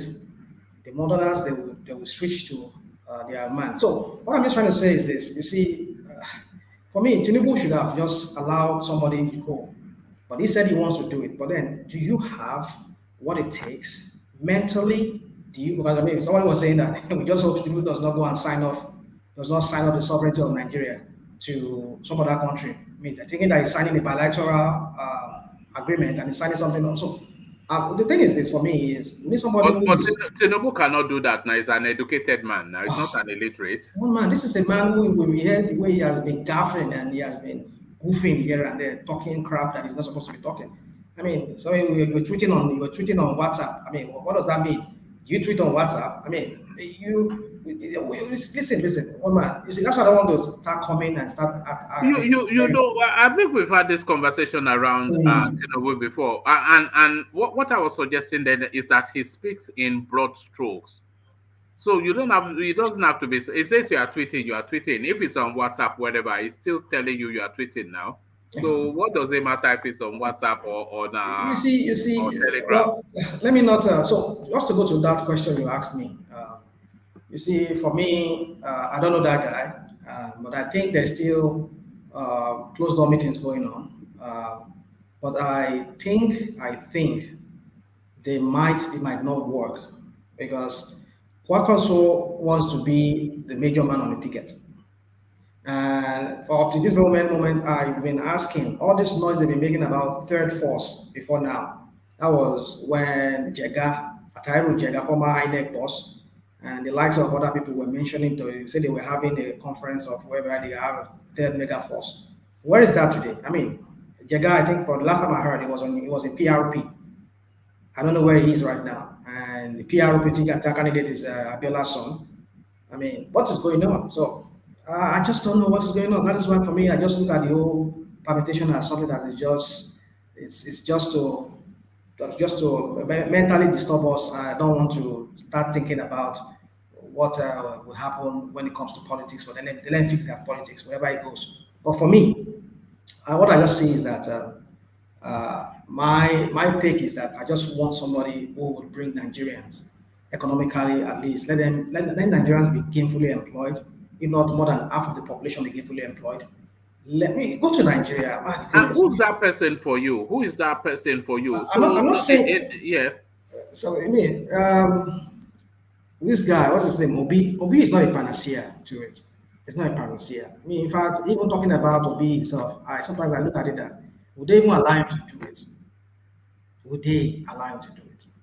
With I know when you held the power of executive, you still have. I mean, if he knows how to play the politics, some people have argued that in a situation whereby he wields the power of the executive, but the Senate and maybe the House of Rep is being controlled by APC and maybe other party because we don't even know if Labour Party has people on the ticket who is going to run for their House of Rep and senators. So these are some of the things you need to consider too. So will he be able to even bring that change like he said he wants to? Will he be able to bring about that power that he said he went to study in Egypt? Will he be able to do it? I mean, without involving the House of Representatives, and these representatives, a lot of them are corrupt idiots who are being paid by some of these people who are holding Nigeria to ransom. The whole Obi narrative is just somewhat nonsensical for my understanding. Let's just keep hope alive. You see, we can't just continue condemning the guy. For me, no, I'm not condemning him. I'm condemning all the hoopla around it, which you've just again expanded on there. So I'm not aware that Labour Party has any candidate for any of the houses. So if he becomes president, which we're in Disneyland space now with that if, how is he even going to govern the country? How is he going to do anything? It's just he wouldn't have control of the army fully, which is packed with Fulanis. Is he going to sack out all of them and replace them with Southerners? Is he going to sack the whole Senate? What is he going to do with the Senate that is padded heavily with Northerners and traditional politicians? The whole thing is just a farce. They will frustrate his life from that You see. Don't pay attention to all of this, and when you try to point it out, they start to play the ethnic card. You see, that is why you see. Let me use the word of this man, Afe Babalola. That man, you see, the Yoruba people says even if a child is cutting a wood, a log in the forest, in the bush, it's only an old man that will tell him where it's going to fall to, whether it's going to fall to north or south or something. No matter how a child, you can't tell. But the old man knows because of my experience. So I'm talking about Afe Babalola. He has seen the old politics. Like all of us, not as if he's just he's not the first person to be talking about. All of us will be talking about it. That there's a need for a new constitution, not the kind of one we are running on right now. With that one we have, some people are saying, no, this not the issue is not the constitution. The other people say, no, we can still run Nigeria right with that constitution. Forget it. I don't think we can. Mind. Let me ask you a question. Hold on. We've tried this for many years, and why can't we be going around in circles? So for me, I just think, except until when we work that constitution again, we restructure that country in a way it should be restructured before we can really breathe that sigh of relief in that country. Imagine some parts of the country, becoming dominated by certain ethnic group that are not known to be native to that place. Talk about Kaduna. Kaduna is not it's not a Fulani territory, but now they are the one dominating there. Go to even Adamawa State. You can tell Adamawa State is owned by the what's it called? Partly Tiv people and these other people from former Minister of Defense, this man Theophilus Danjuma. They own that area, but now if you go there, they have areas that the Fulanis. I mean, what are we talking about? Go to plateau. I mean, all these areas are all gradually becoming the demography is gradually changing. So what are we talking about? So until we destroy that country is not going Rashomai, anywhere. can I ask what is the issue? What is the issue with them, going and doing all these things? Does it have any negative impacts? I'm just asking, what are you afraid of? What am I afraid of myself? What do you mean? What okay, because look at the things that Being I enslaved hear. in your own land is a good spot to. Okay, but are they enslaving people? But boy, I mean, sometimes you ask some kind of question that is just So, so No, strange. no. Solely, please, no. See, You ask some question. look, you should consider the what's going on in Kaduna, the religious killing, man, bro. Do you know what of the one that happened in Jos, guy? These things are Okay, real realities. but are you You connecting it? can't do Are you that. You can't. connecting? Are you connecting it to what is happening? That they are coming there. Okay, they are leading these Yes, communities. yes. So They so come that there, is what. they So take so so control of those areas and claim that that is now their land. But it is even happening in Bauchi. They're having an okay, issue in and Bauchi. they are the ones sending those killers. But Bro, these Nigeria, people are yeah, coming yeah, from the yeah. border. No, no, no. See, do I'm you no, do, no, no, no. no, no, wait, wait, wait, wait, I'm wait, wait. asking you Yeah, a I'm answering a factual question. I'm question. actually Okay. yes, I'm answering a question. The borders from the north, in up north, we are bordering with Niger. These people come into Nigeria. These guys, if you have you ever seen, I've actually witnessed majority of Okay, these okay, people with their but we're cattle, talking and they about have the weapons. We Fulanis. have listen. What? Yes, they are natural. This thing, they move with their animals. They have weapons with them, bro. It is there. They don't Okay, they but don't is it joke the with it. okay, but They is it the come, they stay in leaders? your bushes. Okay, but is it the leaders that are No, sending them to do this? see, it is a propaganda and it is what is going Okay, on. okay, They push this. There are but people see, that push see, this agenda. do you know why I question this thing? Because okay, a lot Why? of we know there's a difference between America and Europe. Now I hear a lot of complaints here saying, oh, if you are in Europe, they will not let you get past this level and all this kind of things. But think about it too. These people have the right to do everything that they are. I'm not talking about the killings. I'm talking about coming to come and set up their own kingdom. In terms of the constitution, we are all allowed to Listen, do all these things. listen, Now, wait. listen. Wait. No, they are Not not by allowed to forcefully take somebody else's land. I don't. What are you talking are the about? leader Exactly. are the What are leaders. you talking? Is it the leaders that are forcefully taking land? Can I No, do you interject, understand? can I Do you interject? enabler. understand that Hold, majority hold, of hold these on. people are not Let me Fulani let me that let me are let, from let, let, Nigeria? let me let me give you an example, Solly. Drawing Okay. about those regions that Ifeanyi was talking about. So with where Governor Tom is. So these Fulanis who are heavily armed, they'll come into these communities. They'll sack them. They'll kill them. They'll brutalize them, and they'll steal their livestock. So now the governor then started to lament because he doesn't have the security apparatus to fight and repel these people. It is only the federal space that that has the security apparatus. So they Yes. don't have anything to fight back. Do you know what Buhari says to this guy? He says after they've killed these people, Buhari will say to him that they should learn to get along and be their brother's keepers. So and that is what he said. Okay, When but she is it when what is oh yeah gone. i- i- okay, but is it Buhari that sent them?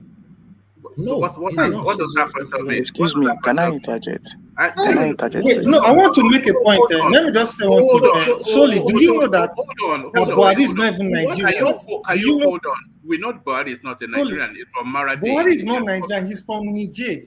Yes, What we is this know guy that. But saying? Solly Can does I not know interject, please? that. Hold on. I want Solly to follow through. Where are you going to? Where are you going to with that? Go through. Let's my hear it. my point my point is when people in the south, Yeah. for example, are scared that these northerners are going to come and start putting their emirs.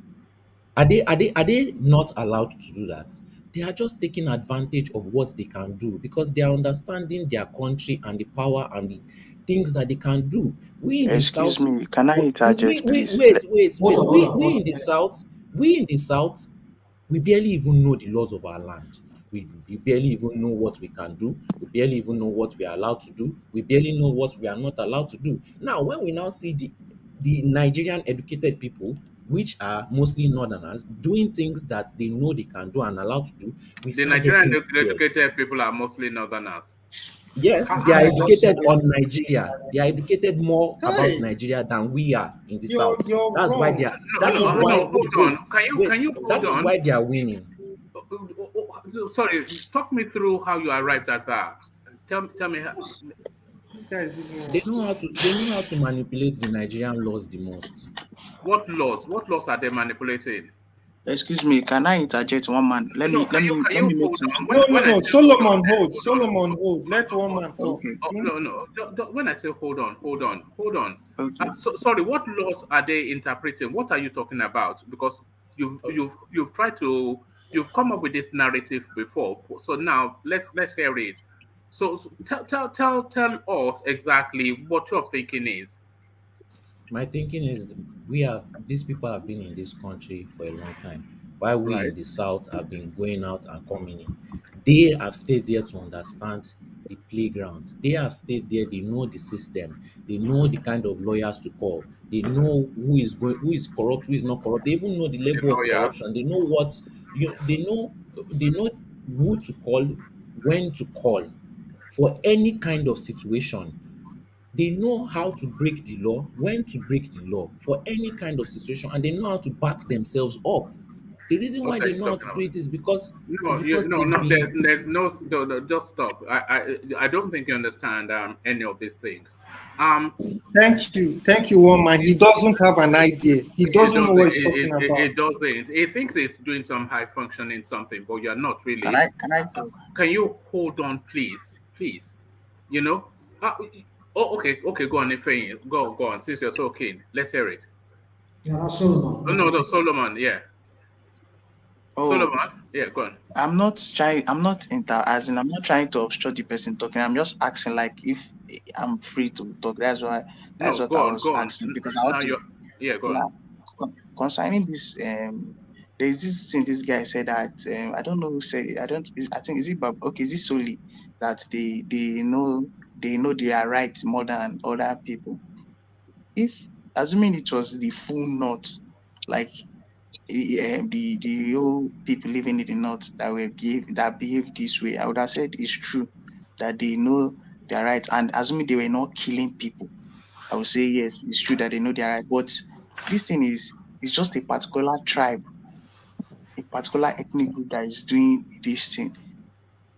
We there are some stuffs we neglect. I feel like What's up? Hey, I feel like So, we neglect the fact that how these people conquered the Hausa people as a race, as a tribe, and we now start calling them Fulani Hausa.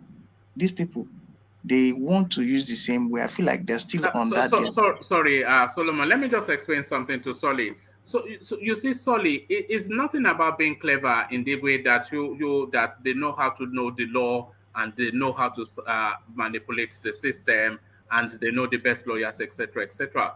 It's nothing to do with any of that. What we're seeing playing out is these people they come into so just listen to this. These people they come into communities, and those communities all over the Nigerian span. So, but let's take Plateau, for instance, or where Governor Tom is. So these people they come into these communities, they are heavily armed, and they're going to sack that community and steal their livestock, etc. As I painted, and then they will install themselves there. So now, what does that community need to do? That community needs to fight back. How do they fight back? They don't have weaponry, they don't have security, they don't have anything because all of those things are centrally controlled. So, if for them to be able to fight back, they have to go to the center to gather the whatever it is they need to fight back. But the center is not willing to support their fight back. And what the Okay. center says to them is get along with these people. So what is all these best lawyers and No, what are no, you no. But one man. If we turn it around, like I right? always say, what would not do? Not would not sit down and be complaining that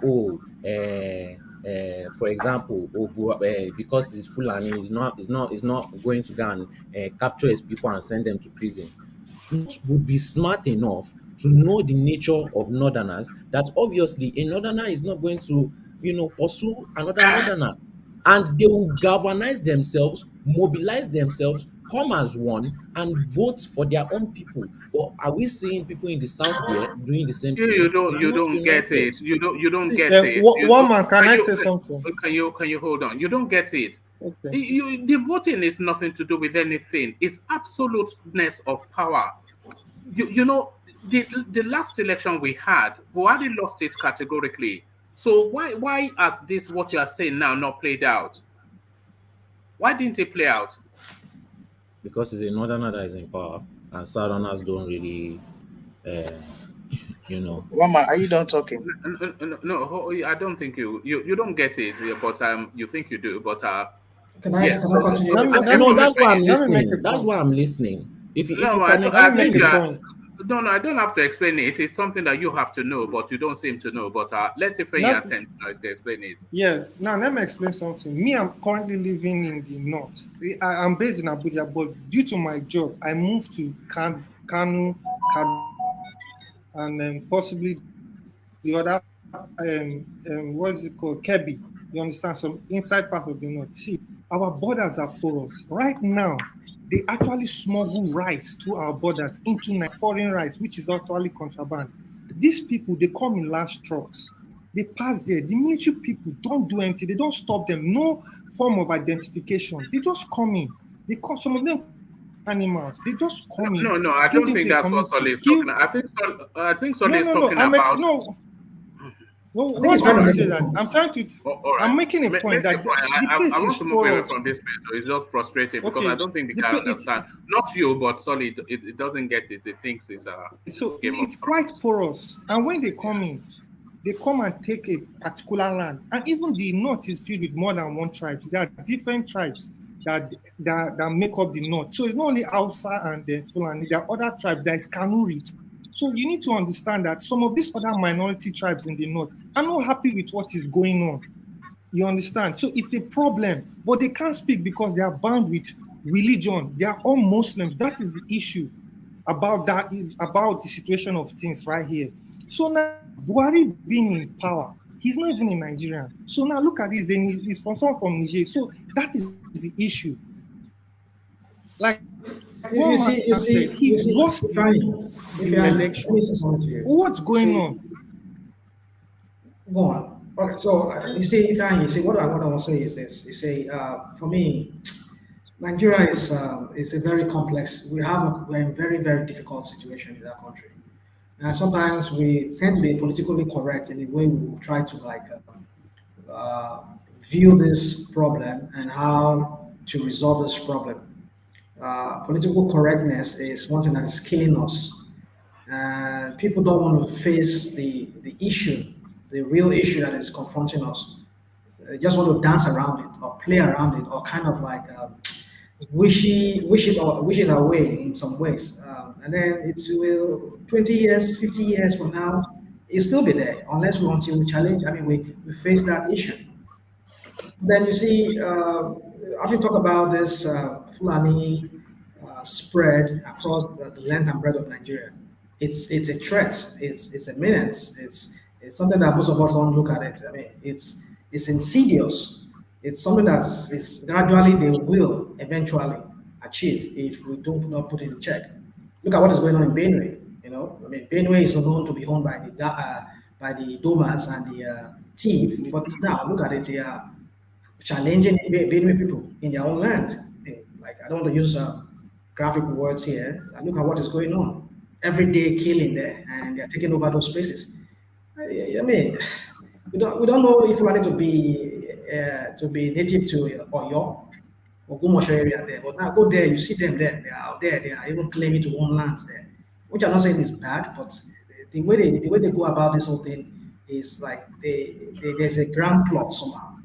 So I don't want us to label this topic. So my own take is that I look at it that they are not the only ethnic group in that country. This guy, Ochu, your boy in Lagos, when he has to choose now, he has to choose another Fulani man. Well, that's why we have one Fulani man that is still there as the president, and the other Fulani man that is in PDP. So, which means in any way you look at it, if anybody has to come, either it's either now, you want a president, a Fulani man must be the next, must be the deputy or the right. Hey, I just don't understand. In a country where we have three major tribes, and Fulani is just a few percentage of it. But look at it, you just have to get them involved in number one, two, three of that position in that country. That's to tell you that there's something going on, something very, very wrong, inherently wrong with that country. Because if you look at the permutation, any way you look at it, slice and dice the political situation in Nigeria, a Fulani man has to be involved. Is it a must that the Fulani man must be a deputy, senate president, or the president? So this is something we need to think about. There's something going on. I mean, the way they silence other tribes, they can't even talk. I look at it like it's a threat. It's a threat. And these are just minority in that country. I'm not saying they cannot be president, but the thing is, we've seen the whole play, how the whole game is playing out in that country, and how they've hijacked so many other key positions in that country, and how the constitution is skewed to kind of like, well, it's a very difficult situation for us to talk about. I don't want to go into details because I don't want one man thinking maybe I'm always here to talk about this. So I've said here I have a decent person in my line, my family line, who's a Fulani person, but for that reason I'm a full Yoruba man. I always be a Yoruba man, through my whatever is Fulani person. So what I'm trying to say is this, that if we do not confront the situation that is facing Nigeria, all this 2023, I mean, not even Peter Obi, but for me, I would still want to go with Peter Obi. Because as far as the guy has the idea of wanting to bring the economic position of that country to elevate it so that Nigerians should be okay, because these other two people, they are only going there for politics, to enrich themselves and their cronies. Atiku has said it. Some people say there's nothing wrong with that. Well, I'm not saying there's anything wrong with people being enriched. But the question is that, are these people getting enriched to invest that money in Nigeria, or are they still moving that money out of Nigeria as they've been doing over the years? Nigeria is a very wealthy country. Our rich people, our billionaires do not invest in that country. That is why that country is just a mess. They prefer to carry their money and go invest in Switzerland and to buy properties there. I know of Nigerians that have companies here. Nigerians that are not even based here, but in Nigeria. They have shares in huge manufacturing companies here in the United States. But why can't they just replicate the same thing in Nigeria and get our people working? Why have we always have to be, they have to pay senators money, and then all they do is they go to Dubai and just spend this money and enjoy themselves with their family? Why Nigerians are not able to work gainfully employed? I mean, what is wrong with that country? Our industries are collapsing every day under the weight of taxes and no infrastructure. Look at it. I don't know if people heard about what is going on with what's it called? I don't know. Something I heard this morning about the. Is it not? Forgotten. I mean, these oil marketers who are lifting oil. I said they said why just signed transportation, whatever, that they'll be paying. Is it they'll be taxing? Is it taxing them like 1,000 naira per liter? Kind of. I don't know what. I don't really understand it. I'm yet to understand it. But these people are shouting that why should they be taxed heavily like that? I mean, so these are the things. I'm not saying they should not tax, but if you are taxing, where is the infrastructure that they're enjoying, they are paying that taxes for? So my comment here, one man today, is just for us to talk about the economy of that country. For me, it's about business, about getting our people working. Our people needs to work. We cannot have that population, and we cannot put that population to work. Manufacture for the world. Let us be the engine of the world. But how can we get there? But that is Obi's agenda now, from consumption to production. That is why I'm here, one man, to talk about it. Nothing interests me than talking about how to get our people working. It's whoever becomes president is in a large way going to determine how that works or not. Yeah, but look at Ojirobo. I mean, talking about Tinubu, all he does in Lagos is politics. How many industries has he created? I know it's not in his place as a government to create jobs, But how many has he created himself? I mean, after ever since he left, besides his alpha beta, does he have like, okay, we know him to have, like, we have Oyema there who has a, what's it called? He has an airline. He employs a lot of people. I mean, what does he But have? it's not about that. It's about enabling environment. That as well too. That as well too. But what I'm saying is that these people, they are not employers of labor. You know, in a way, when I mean employer, I mean real industrial people who employs people, who have industry where people are being employed. No, it's not about that. It's about enabling.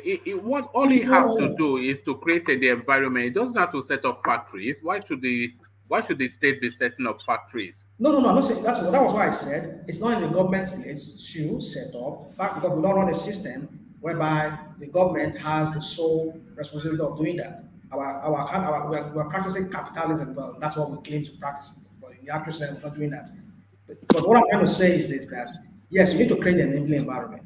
But these money that these people they own, they bank this money, they keep it somewhere. They don't inject it into the economy to produce for people, to make people to go to be employed, to work. I know that we need an environment, but maybe that's the reason why a lot of them are parking their money abroad. Because they feel that if they have their money, they don't make any returns from it. If they have it in Nigeria, so it's better for them to move it to United States or Europe, where they can get more value for their money by buying properties or whatever. So, but then yes, we need an enabling environment. But how do we get there? That's the question. How do we get there? That's what we should be talking about. This 2023 for me. It's about policy thrust, though. Yeah. This is it. Yeah, it's about policies. So and by the way, if you're asking how to get there, if that is really what you would like to see, then your candidate really needs to be Atiku, because that is his politics. So if you want somebody that will be building factories all over the place, then go and join Peter Obi. You see, one man. If what has happened so far has not happened, if Atiku were to contest, I won't object that. But the problem with Nigeria right now, no, Atiku is not the only person that has the magic wand to transform that country. I can tell you that Obi has it, and possibly Tinubu has it. Now, after 8 years of a Fulani man, and we've seen how people have died in that country more than any other time in history of no other president than this man that is president. So we need that power to move to another tribe that has a capable hand, like Atiku, or even better than Atiku. So, but if now we're going back to another Fulani man and a Muslim for another 8 years, that is something to worry about. Because we've seen these people that they don't do anything about their tribesmen. Whenever they start this, their marauding and whatever, they don't put them in check. So are we going to live another 16 or 8 years of horror? I mean, another 8 years of horror again? The one we are living currently right now? So that's why we're saying that it must. But rational mind, I think we'd be wrong to generalize all the Fulani that they don't want to act against their men. Is this administration of Buhari that failed to act? We've never seen any previous Fulani administration that did not stand up against criminality in the past. You know. Okay, thank you. Can I give you an example? Can I cite an example? Huh? Can I cite you an example of why Atiku were not able to do it? Okay, give me an example. Well, we talked about it on one man's platform here some few weeks ago when that young lady was done away with the way they done away. I mean, they just took her life, and a tweet was made in his behalf, or perhaps he made it, and he could not stand by his tweet, all because he wants the vote of 1 million people that they said they were threatening him with. Who among tell me other politicians that make statements on that lady? You see. No. Tell me. If you want to use that as a reference, hold on, rational man. If you want to hold that as a reference, then you have to hold all of them. Hold on. You have to see all of them as. That's the question, right? Okay. Did you answer your question? Okay. Obi condemned it. Obi condemned it. Maybe. What did you say? Obi condemned it. Obi condemned it. Yeah, he condemned it. Yes, he condemned it. Obi condemned it only didn't see in it. response to somebody else's tweet. There was this guy. I think his name. It was one of these young northerners. He bought a ticket to APC and then he left because he said it was too expensive. So he commented. I think it's Bashir something. He commented to justify that statement. Then Obi, in response to his tweet, exactly, tweeted to yes. So he wasn't actually, he didn't actually come out frontally to condemn it, but he condemned it somewhat. Yeah. It's Bashir Ahmed. He contested for senatorial slot in Kano, but he lost in the primaries. So the point I'm making here is, so you can't use that alone to say because of that he cannot do the job. He can't fight this terrorism. That'd be wrong. No, it's not wrong. It's not wrong. We need to hold leaders based on their actions and their words. If you can't stand up for me right now, what is the guarantee you can stand up for me? Even Tinubu has shown himself to be somebody who... Did Tinubu make a statement in that respect? Listen. Tinubu has shown himself... No, did Tinubu make statement in that respect? Hold on. He made it... Did Tinubu condemn it? Hold on now. You're asking a question. Are we having a time lag here? Are we having a lag in here? I said I condemn Tinubu also for not condemning it. So anybody that's from the South, that's a presidential aspirant, Yele condemn it. Yele condemn it. So a leader should stand up for the people that have no way of protecting themselves. That's what we talk about the social contract. I give you my sovereignty to protect me. You should be able to protect me. You should be able to demonstrate that as a leader, you will protect me when I give you that sovereignty. But when you cannot do that, not because of being politically correct, you don't want to offend certain people that are doing what is illegal. What does that tell me? So my point, Adele, is this. As a leader, you should be able to show yourself as somebody who is a man of your word. Okay, yes, this tweet was made in my behalf. I condemn it. This poor girl should have taken her to this so and so, take him to the Grand Cardi or whatever, let them do what is right. Not for you to take, but you can word your thing that way. You don't want to offend certain people that way, but at least you condemn it. But no, this guy says, no, don't be me Twitter more. I did not do that. I mean, what are you saying? I never said anything to correct it. I want to even say, okay, I condemn it. So what are we talking about, Janiko? So you see, Janiko, I want to say something to you personally, me and you here. I still respect you. Lately, I think even people on the comment section have been complaining about that. It's like Janiko has gone to something else. For me, I keep saying that it's the same as Janiko. Maybe it's just saying things in a different way now. All sort of rational mind. They can pass any comment they want to pass now. Do I care about them?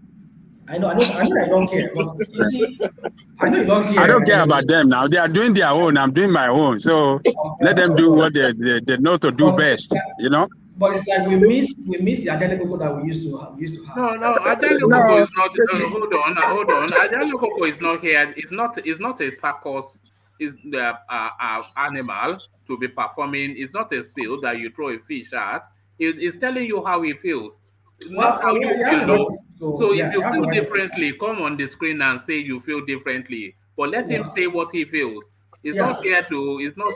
Ajale Koko, what are you? I don't want to play political correctness. Rational mind. So you can play political correctness with them and pander with them in the commentary section. Yeah, I don't care about that. I don't care about whatever they comment. They're doing their own. I'm going to do my own. So I will stand by what I believe in. What I'm just saying is that, okay, we know why Atiku reverse is this thing. The backlash will be too huge for him, and he tactically withdrew that statement. It doesn't mean that when he becomes the president that he cannot fight Fulani's criminal. It doesn't. I mean, we cannot just conclude. Like, you can't use one instant like that to just conclude everything that this thing like that. You know. I go by Yes, what you we do. can condemn him that he was not courageous enough to stand by it. Yes, that is fine. But to, in totality, say, oh, if we get to presidency, he will not be able to fight terrorists. This is where we allow everything. It will be very, that is a total, wrong conclusion right there. Yes. We all live to see beyond 2023. And whoever you want, if it's Atiku you want to be president, may it be that way. And let us see. My only fear is I just don't want people dying just because we have to put Right. a point. Rational mind. So, Rational mind. but for me, I've told you how I feel. A leader should be able to show to whoever is going to lead that yes, I am capable, I'm a man of my word, and I stand by my word, and this is what I stand for. I stand for equity. So you have the same position on Tinubu as well, Yeah, too, you know right? my position on Or Tinubu not? now. Tinubu is a Yoruba man like myself. No. I'm saying, so you have the same position of Tinubu that if Tinubu get there, he won't fight this terrorism. Like I tell you, Tinubu cannot do anything. Huh? Tinubu cannot do squat. Okay. Tinubu cannot do squat. If it is the Tinubu of 1999, maybe. But the Tinubu of now, I don't think Tinubu can do anything. Let's he's a Maradona, he has PhD or whatever. I mean, he's very good at politics. That is politics. It's another thing for you to know how to organize people. So now another thing for you to be able to coordinate them and rule the people or have charge of something. Tinubu might be good, but can he deliver? That's the question. Not even in the state of mind that he is right now, which is questionable. People will say, well, we can't question that because I'm not his doctor. But from what I have seen, the goof and gaff and everything that he has been seeing with him lately, it tells you what you need to know when this guy becomes the president. So my point is, can I tell you something? Go on. I'm listening. Do you know how bad that situation was? You know that I have a lot of northern friends and Muslim ones for that matter. I raised that issue to them, asking them what did they feel about that issue. A lot of them were subtle on it. They kept silent. Deep down, a lot of people that are Muslims, they concur to it. They might not come out and tell you that. And that is that incident sparked the religious tension that we are having in Nigeria that nobody wants to speak. It's like the big elephant nobody wants to talk about. That is how bad that thing is. It's only few Muslims that come out and say, oh, it's not good, and all that. But that's how bad it is. That's just the issue with that incident. That's the point I'm trying to tell you. But for a fact, we don't know if Tinubu gets there or Atiku gets there, they will do the job or not. I don't know about that one. It's a what if, and we don't know. They might go there and change and do something. Well, you see, this is what rational mind doesn't know. The way what I know. What you don't know. The sensitivity of this. Hold on. The sensitivity of that particular thing in the north to average Muslim northerner is different from the way they see it. It's different from the way we see it completely in the south here. On Twitter,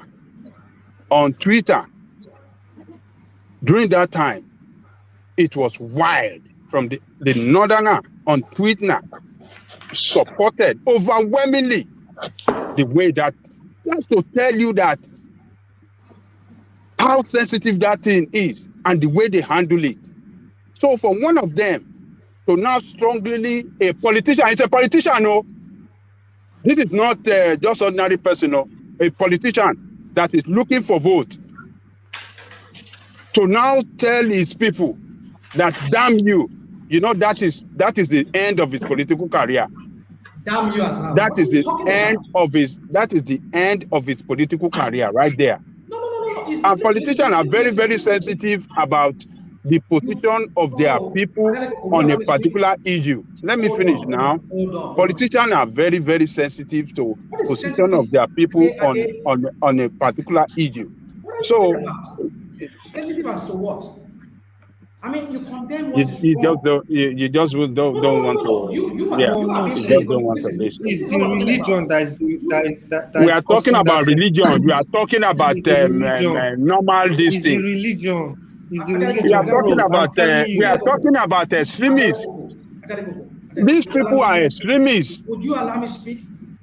You want to fight extremism? Hold on. We condemn Boko Haram, right? Are they not? Did they not claim to be Islamists? That they are part of Islam? So are Buhari did all not condemn northerners them. Would you allow me speak? are all northerners support Boko Haram? No, listen. My point is this. We condemn people when they kill other people because of in the name of Allah that they kill people. Now, there's a way you can phrase your word. You will not unnecessarily, bring some kind of anything on yourself. You condemn the killing. We condemn the killing of that girl. It's wrong. You can word it like, okay, well, if you caught her doing this, take her to the Grand Cadi, take her to the religious, and let them do what is right. That way, at least you will spare that girl's life. That way, because by the time it gets to the hands of the authority, when the whole world gets to know about it, then this is jungle justice for that girl. That's why you should condemn. You don't condemn the religion. You're condemning the people who are being extremists in that religion, without even pointing finger at the religion. That is what we all do here every time. We condemn Boko Haram. We condemn the other sects who are extremists. That is the point I'm trying to make. I'm not saying you should condemn Islam. Condemn people who are taking matters into their hand. It is not in their right to do that. That is why they have a Sharia court. If somebody is said to be blaspheme against the prophet, take him to court. Why don't you want to understand? Why don't you want to? Why is it very difficult for you to understand? Why is it so difficult? Hold on, rational mind. Hold on, rational. Why? Hold on. Why don't you want to understand the sensitivity of what they call? Hold on now. What they call blasphemy. Do you know the meaning of blasphemy? Do you know? Hold on, man. Hold on. Wait, rational mind, just hold on. You need to understand something. Hold on. Why are you so? I understand what you're saying. Want others to speak? Relax. To average northerner, do you know what blasphemy means to them? Say you make a ridiculous you make a blasphemous statement against the holy prophet. Do you know what it means? Don't you say, hold on now, let me speak. Hold on. Let me speak. Okay, continue. When Salman Rushdie wrote a book that regarded as blasphemous against the holy prophet, what do you call the Ayatollah of Khomeini of Iran, call all Muslims all over the world to kill. Hold on. To kill Salman Rushdie. Salman Rushdie run away. He was hiding. He was hiding under this bed for several years. Because he will become militant. We understand all this thing. We know the story. So look, all these extremists, when people that are fanatics, don't let me call them extremists. It'd be wrong to call them extremists. Fanatics, people that are religious fanatics. Is it not the same thing? Fanatics and extremists are not the same? No, they are not the same thing. They are different. You know, those are, we have fanaticism in Christianity too. Of course. Yes. We have them in Christianity in the South here. What are you talking about? What are you talking about? What is your point? What's your point? What's the point? No, you don't want to listen. Okay, continue talking. No, you are the one. Yeah, just keep talking. I don't want to talk anymore because you just keep interrupting. You don't want somebody to talk. You just want to keep talking. Let me tell you something. You are going in long. Somebody in Abuja is telling you that he was discussing this with his friend And the way they reacted, he said he felt that they were very bad about it. They were not happy about it. You have still continued to argue. Now, you think that Atiku that withdrew it, this you think he didn't know what he's doing? If all his houses have been burned down, all his property have been burned down, will you go and give him another one? See, come on, man. They believe anything. See, they believe anything. Blasphemy to them. You know what they call jihad? They believe that they are fighting for God and they will get a reward by doing that. That's it. That's it. It's a belief in their head. But it is wrong. See, listen. Let us stop with the point. Listen. You people are going around it is wrong for them. Listen, it's wrong for them to do it. Listen, me and you understand that it's wrong for them to do it. Me and you understand that it's wrong for them to do it. Why can't we call spade a spade? See, we can do it, but see, listen, we can do it without annoying them. See, and we can do it in our own way. But to them, they will not see it the way we are saying it. They see it because majority of them are extremists. That's what I'm just saying. So they will not come out. Listen. Some of them even okay. With Boko Haram invade what's it called? Some part of Borno State. Caught some so-called Christians there and says they were blaspheming against Allah, the Prophet, and let me use the word, and they do what they did to them, and then they condemn it in North there. But mind you, they said they called them blaspheming against the Prophet. So, don't we condemn that? We do. Don't the politicians condemn that? Even Atiku, I've seen some of his tweets where he condemns what Boko Haram did. Yes, he does. But so the what fact are we of the talking matter is, yes, so some of them was it condemning Islam? No, listen. Some of them will, but some of them. What is the problem in that country? We are normalizing what is not normal. We are not normalizing it. And everybody now starts looking at everything as normal. No, we are not saying it's normal. You are not saying it's normal. You just want to stick to your own. You just want to stick to your own reasoning alone. You don't want to reason with others. That is the problem. For you, you don't want to listen to others. Nobody is supporting the killing. Nobody is saying that what they did to that guy. We can do it down south here. We can condemn it. We can do it in south. They cannot do it among themselves. Why not? They cannot do it. Why not? They will kill that person. Oh, here we go. What are you talking about? Okay, now let me tell you. Do you know that they killed somebody? They killed somebody after that girl. They killed somebody in Abuja. That is the reason. They killed somebody in Abuja again. See, listen. After they killed that girl, they killed somebody in Abuja and Lube. This guy was a security guy who was but that person they killed is even a Muslim. Even they also killed a guy that was a Muslim. Went to a brothel, met a girl who is also a Muslim, a northern Muslim, and something came up, and they went back to the room to search for money because the girl was thinking that guy stole her money. She was 5,000 was missing. They went and found the Quran. They went and found the Quran and they actually burnt the girl alive. So what I'm telling you, these people are extremists. There are some people that, yes, even though they see it and they're so we should not condemn it. We can condemn it, but them, so people they have double standard. No, see, what we are saying is they have double standard when it comes to things. That's the problem. We pander to these people. We are not politically correct. That is the point right there. That's the point right there. Rational mind. You go to the north and condemn it. Go there and condemn it yourself. I swear, go and condemn it over there. Go there and condemn it. If you really want to condemn it, go there and condemn it. You see, that is the reason why. No, go there and condemn it. Would you allow me to speak? That is the reason why we will continue being in this situation in that country.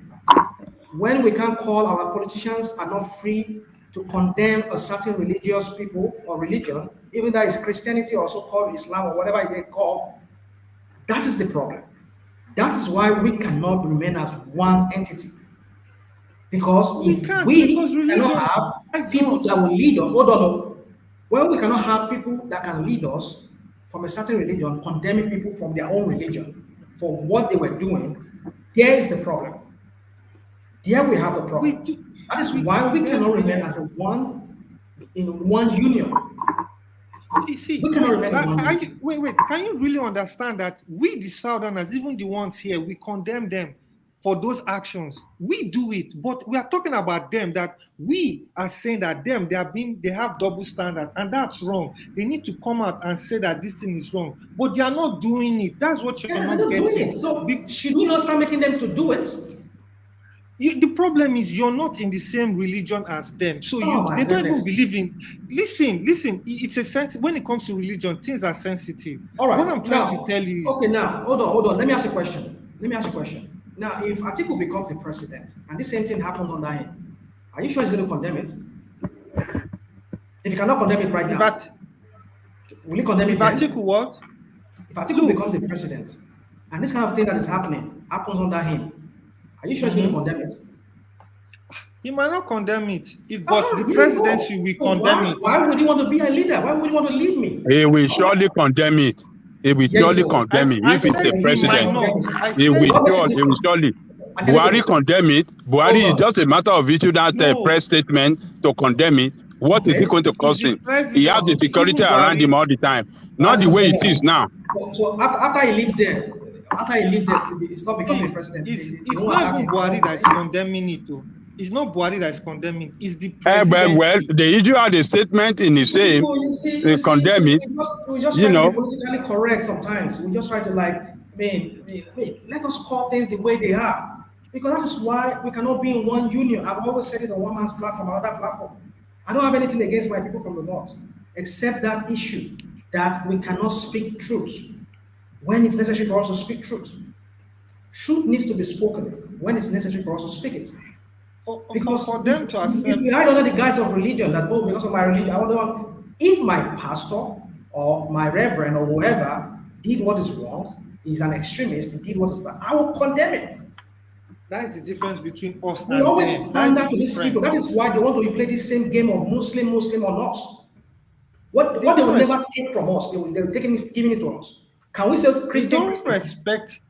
They don't respect Christian that will vote for us. Can we say Christian that will vote for us? That's the problem. But see, they don't respect Christianity. We have a religious problem. That's what I've been saying.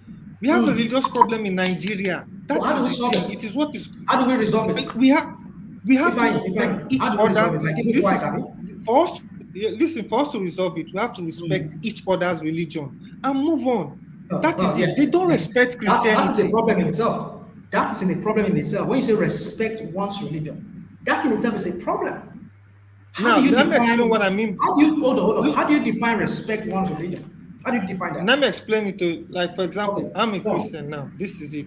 I respect Muslims in the sense that I understand your religion. Yes, I might not believe in it, but I understand your activities that you do to worship your God. But I would not go out of my way to come and disrespect you and say something that you in your religion, I know that is blasphemy. I will avoid that. I'll prevent getting to that state to prevent tension between me and you living together, in the sense that I know that I respect what you're doing, even though I don't believe in your religion, but just do it. And I will not try to do something that is offensive in your own religion. Then you too will not try to do something that is offensive in my own religion. That is, and having that boundary. That's my question. We can still work together. That is how you respect it. That is how you respect it. That is how you respect the religion. That area is great. Hold on. That area is great. That area is just making this great. Now, what is that yardstick of respecting? You just said, I will not talk to you, I won't talk to me. Now, these people, have you analyzed what that girl said in that thing he said in that voice, in that WhatsApp voice? Have you analyzed it? Listen. You know the meaning of the word fanaticism or extremism? You know the meaning of that word? Yes.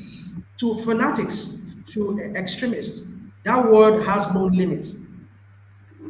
I mean, the application to them it has no boundary as to what you can do to trigger those extremists. They have different moral values or different yardstick that by which they judge you, and you can trigger them to act in certain ways. So when there's no clear cut when it comes to that, what is called. Let me ask you a question. There lies What if you're working in a situation in a place where it's filled with Muslims and you guys are in a meeting, then it's time for prayer, they just get up and leave. And you guys are in a serious meeting. How do you handle that? Say that again, please. What if, for example, now I'm giving a scenario, you're working in an office that is filled with mostly Muslims that are in that office. You guys are having a serious meeting and having a serious debate. It gets to a time where they need to pray. Obviously, the office might have a mosque. They just stop the meeting, go pray, and come back. But you're in the middle of a meeting and serious and trying to get something done. But they just stop it and go and pray and come back. How do you deal with it? If that happens every day, and is affecting the way you do the way you concentrate in your work and do your work, and is affecting it, how do you handle that? Good question. That's a question. You see that question you raised. I've raised it here on One Man's platform. And I cite an example of what Fashola said. What I'm about to say does not apply to only just Islam, even so-called fanatic Christians. Fashola once said that you come to office, civil servant comes to office, they are casting and binding Satan inside office. The time they're supposed to use to starting their work as civil servants, they are casting and binding Satan. Die in the office for almost 1 hour praying to bind and cast Satan and the devil inside office. That is loss of time for productivity. And he was saying that should be stopped. I wish he also referred that to his own religion too, that he practiced. That when you are in the line of work, working for the state, set aside your religion, do your religion in your own house. That is the panacea to that. I'm not saying what is the panacea, but that is one way of going about it. If we can have a government that comes in, put in a policy, we have National Orientation Agency, take everybody, let them go to some kind of class, every civil servant, also apply in the military, the Air Force, the police, take them to kind of some re-education, or maybe 1 week re-education, batch. Tell them that you are here working for the state, not for your religion. We respect everybody's religion, practice your religion at home. When you come to work, do your work. No more going to pray when you're supposed to work. And you have to do that, you have to deduct your pay. If you set that, I'm just giving this as an example, I'm not saying it should go this way. But what I'm trying to say, make a clear-cut boundaries for both Christian and Muslim, any religion. Don't make it look like it's only Islam. Also Christian, don't come to office and start binding and casting Satan. It's not your duty. That's not what you're paid to do. So I get what you're saying. So you see, the thing is this, I don't see this problem resolving, even the way I said it, because these people from the north there, they are fanatics. I've lived in Abuja for many years. I've tried getting into the foreign service, tried getting into the Ministry of Internal Affairs.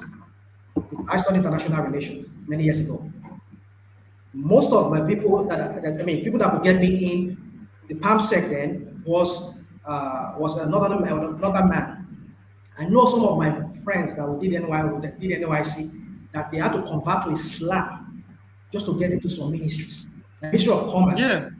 The PAMSEC of Ministry of Commerce when Obasanjo was there. I forgot that guy's name. It was a buddy of mine, a friend of mine. We used to talk religion. We'll sit down and talk. This guy, some of the wives he married are Igbo girls. He married them and he converted them to Islam, and they are working in the ministries. So what are we talking about? Talk to people who knows back then.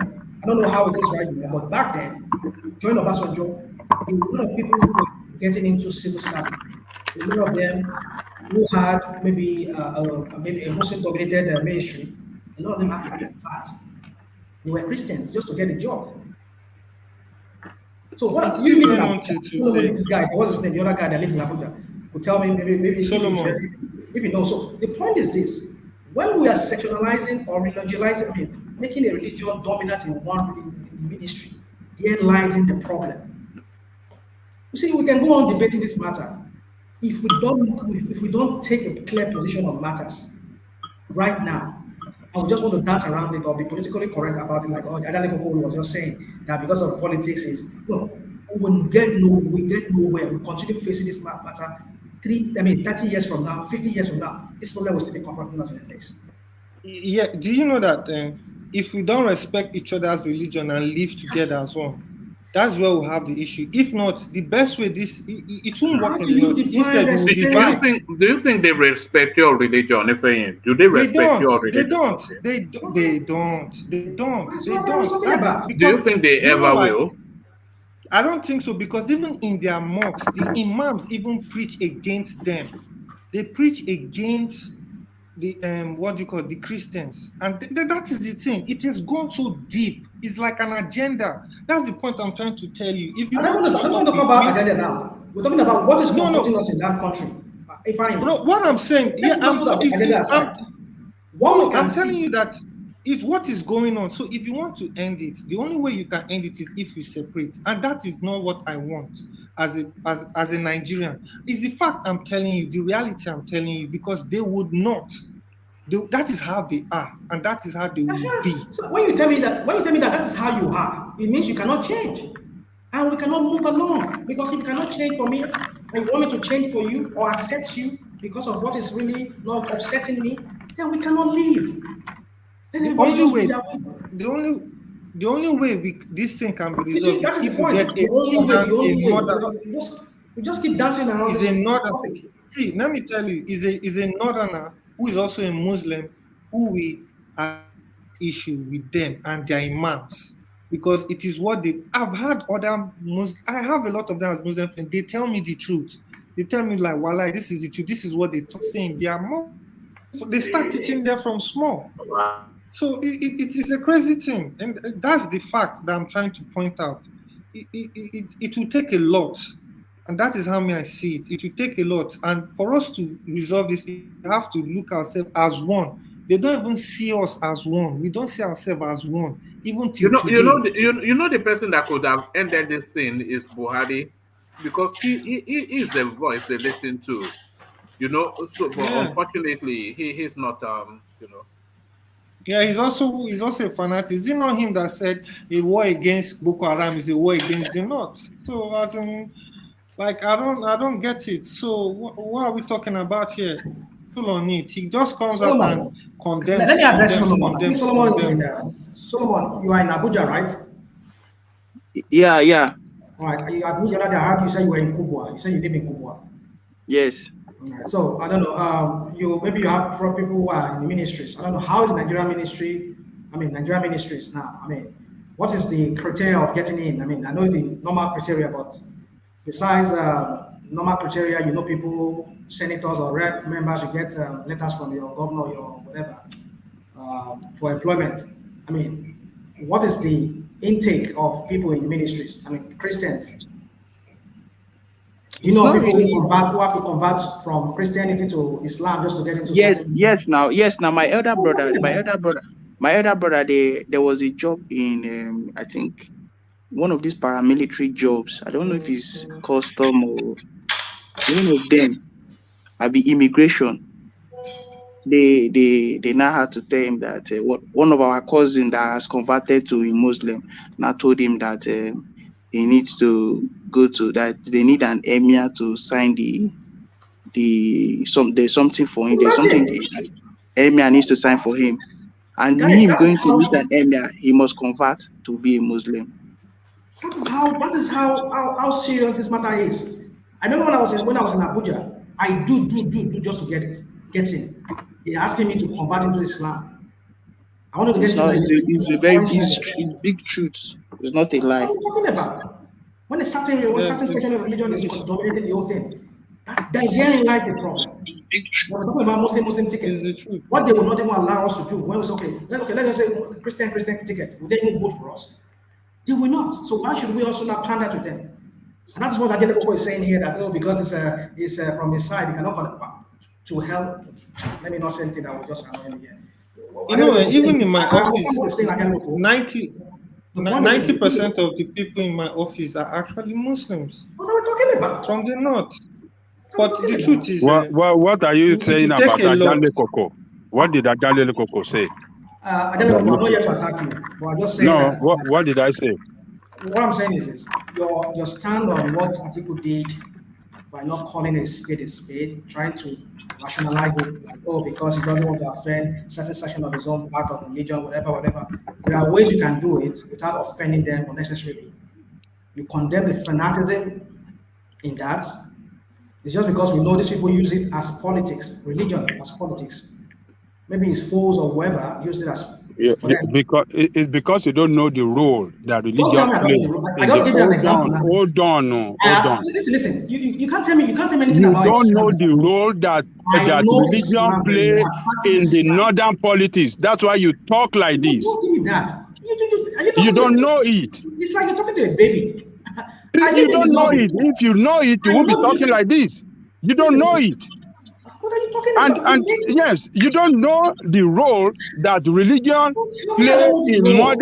in northern politics. That is why you are talking like this. Don't tell me I don't know the role. Religion is I number live in the one north. I factor know how. that drive their politics over there. And when you mention about blasphemy, you make a blasphemy statement, any blasphemous statement against the holy, they will go wide. They will it doesn't matter whether you are their leader. Okay. They will consume you. And so because they consume me now, I So cannot what you condemn are them. saying, And the leader cannot condemn them. yes, I am not saying what he Because did. Hold on. You are just looking at it just one-sided.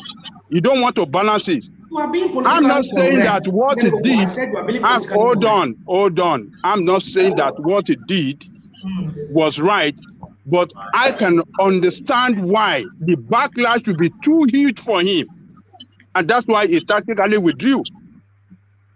And if you want to put yourself in the same shoe with him as a leader over there, a politician for that matter, that will like people to vote for him, and you know that it's religion that drives the politics, would you want to go against your people? Come on, let's be objective. Don't let us just be say because we are southerner, because the way we look at it, that is the same way. No.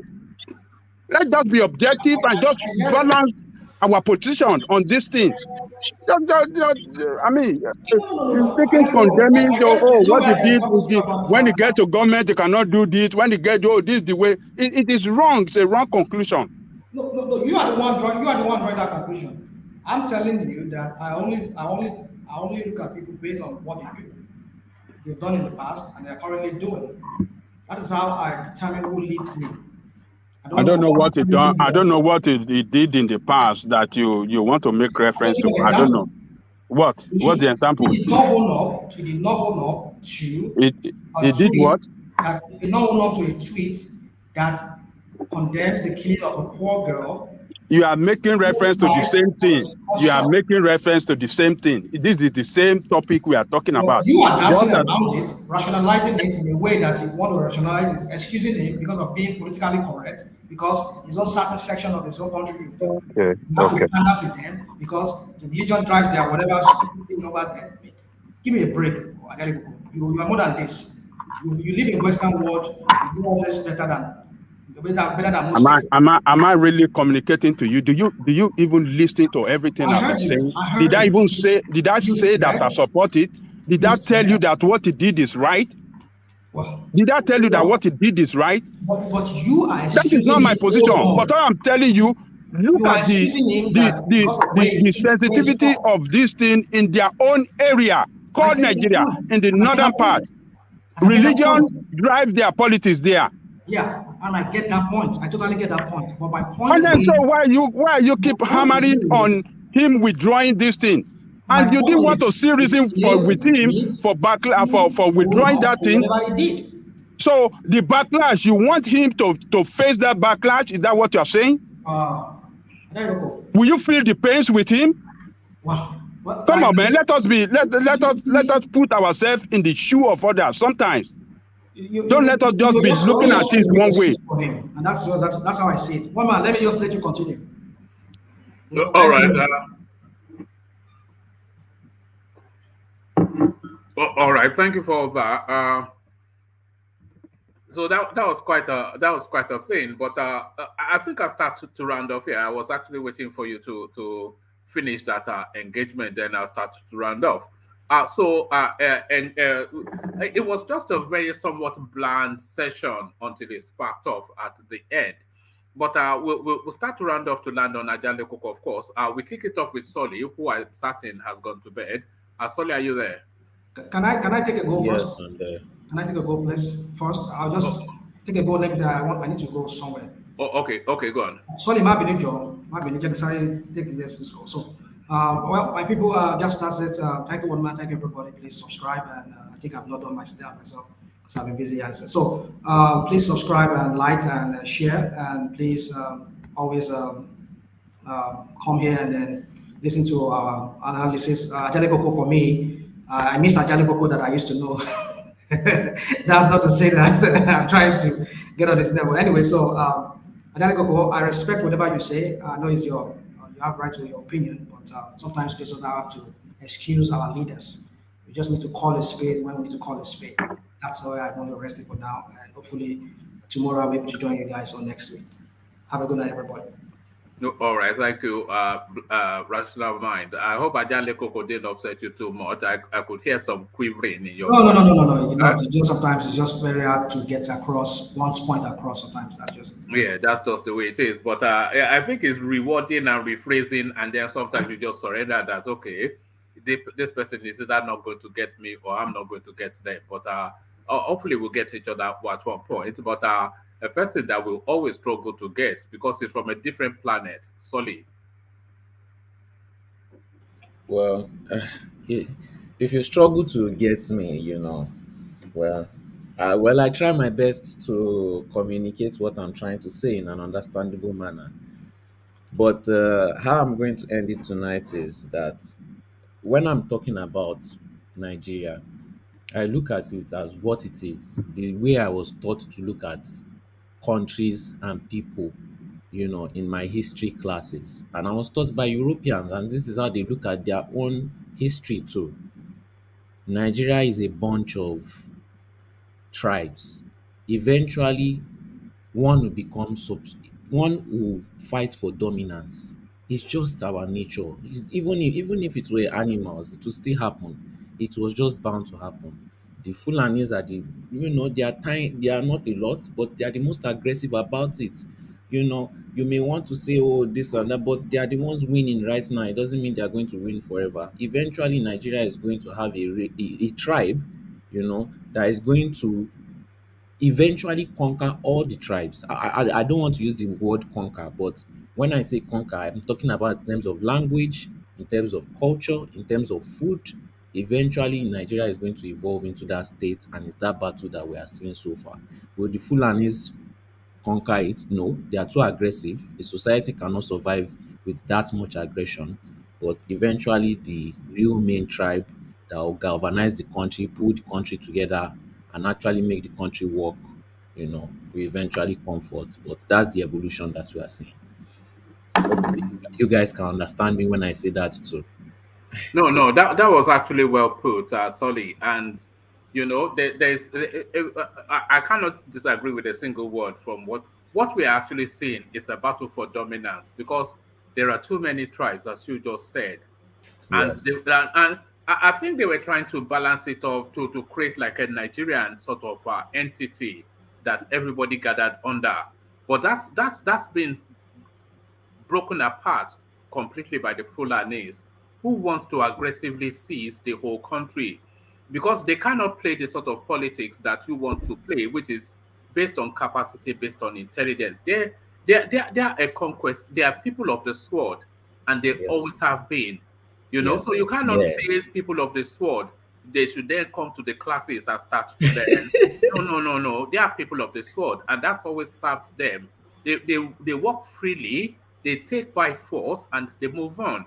But Yes. now they found a land of plenty in this Nigeria, and they think if they're able to seize Nigeria, they won't then that serves as a thing to just seize the whole of Yes, the but West in African terms sovereign. in Go on. terms of all the history that me I've studied in class and I've gone through, aggression in an environment where people have individuality would not last forever. It will surely crumble. Those kind of empires always crumble in the long run. They never last.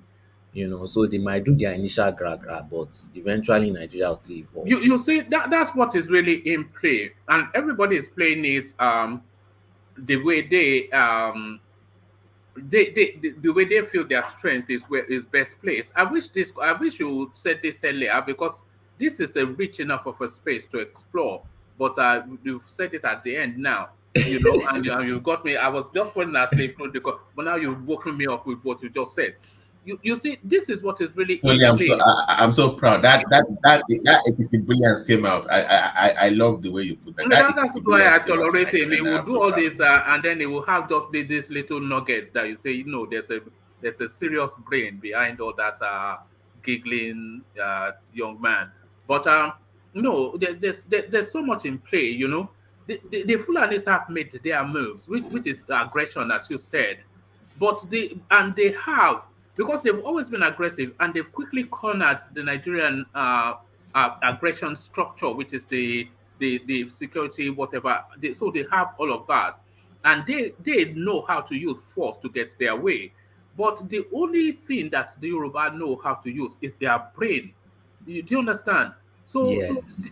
And if this doesn't win through, and this must win through necessarily, or we're all doomed.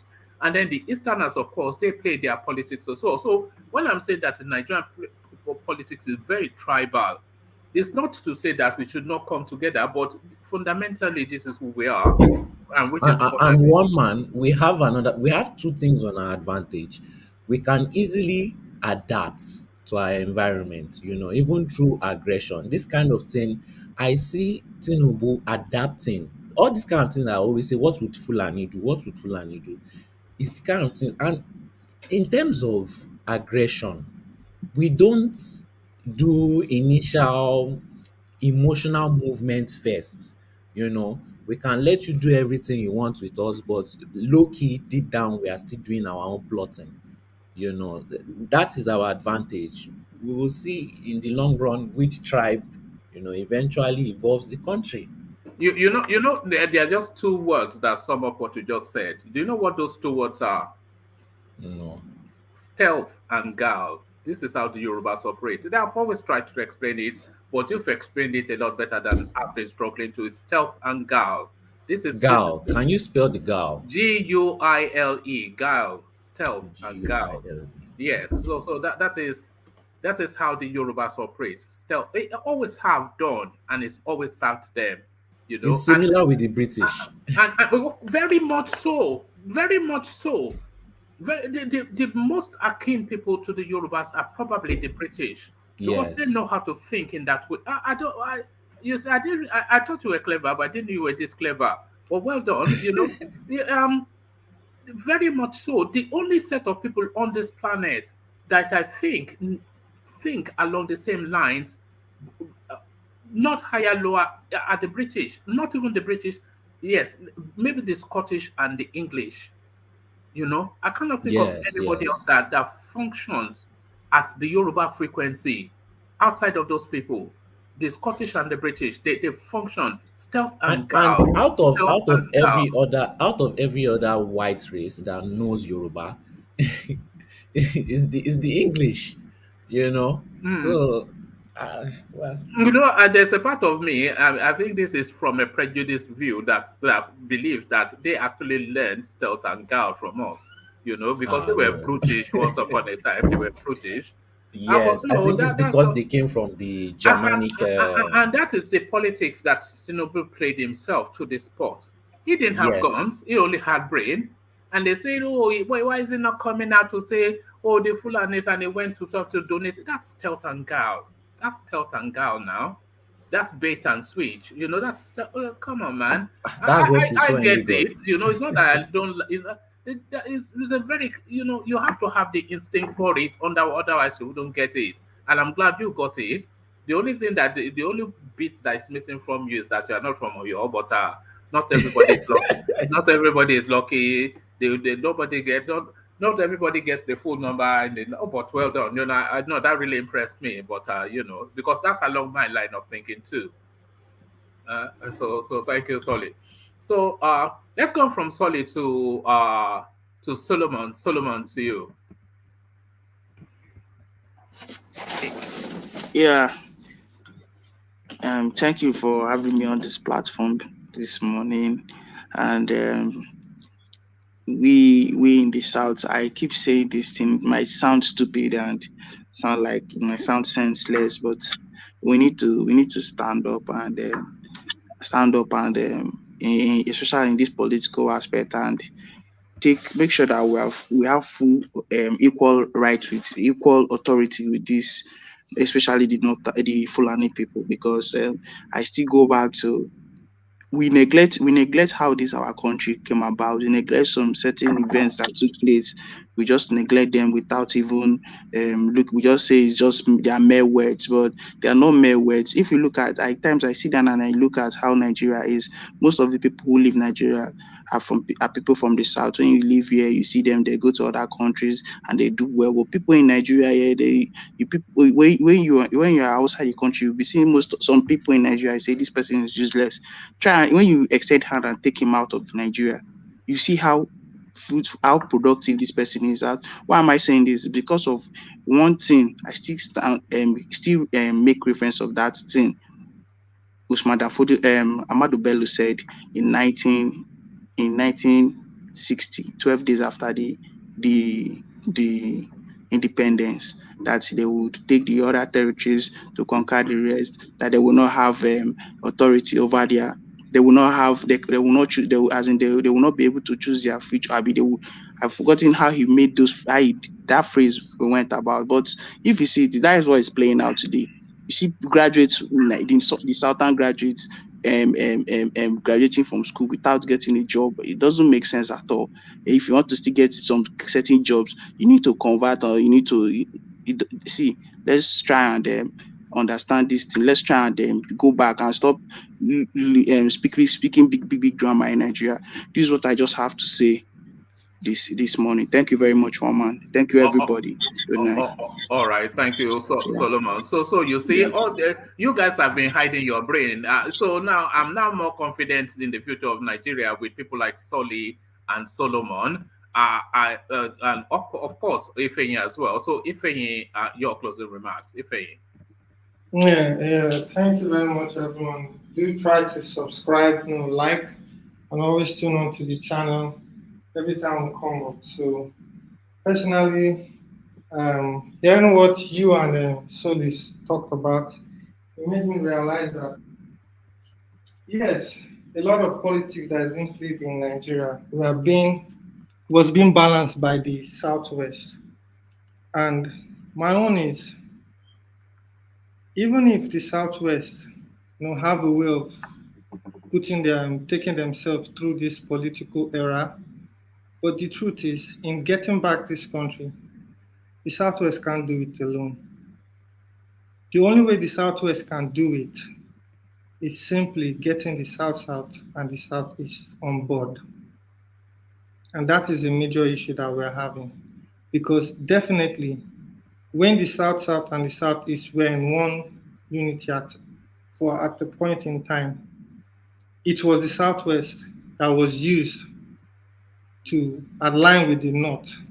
And now the North is kind of trying to turn their back on the Southwest.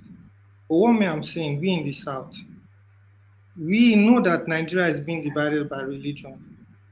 And it will take us a lot to understand and respect ourselves.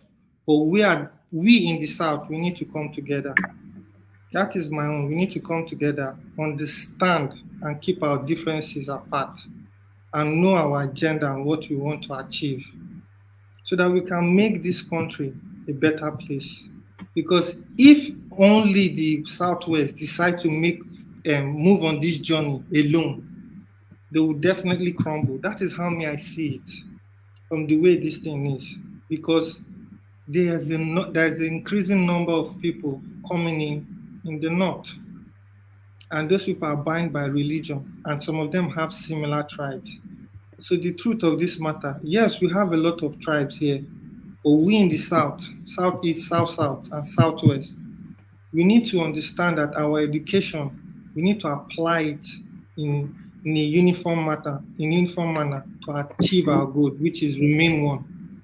So that's just it. And I really thank you for creating this platform for us to share our ideas and find a way to be one Nigeria. Because if we cannot be one Nigeria, then why are we still here? Why are we still trying? Because it will just look like a cycle, going around the cycle, and like madness is like doing something with the same activity and trying to get a different result. We just go around in circles and never find a solution. So that's unity. We need to kill that tension because the Southwest always look at the Southeast as like like superior to them in some kind of way when it comes to brain capacity and all that. But I think that is a wrong way of looking at each other. We are kind of similar. But we in the Southeast, South, and Southwest, we need to forget all these dominance we are trying to create amongst ourselves and try to favor one other tribe so that we can have relevance in the government. We need to kill that and come together because majority of the people in the South have a similar religion. So that's just what I'm saying. Thank you very much. All right, brilliant. Well put. I'm just heartened.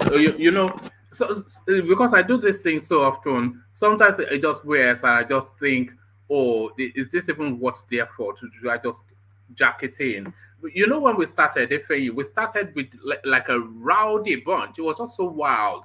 I just thought these people are too untamed. So we phased out those set of people, and then a different set of people came in, and then this conversation started to heighten.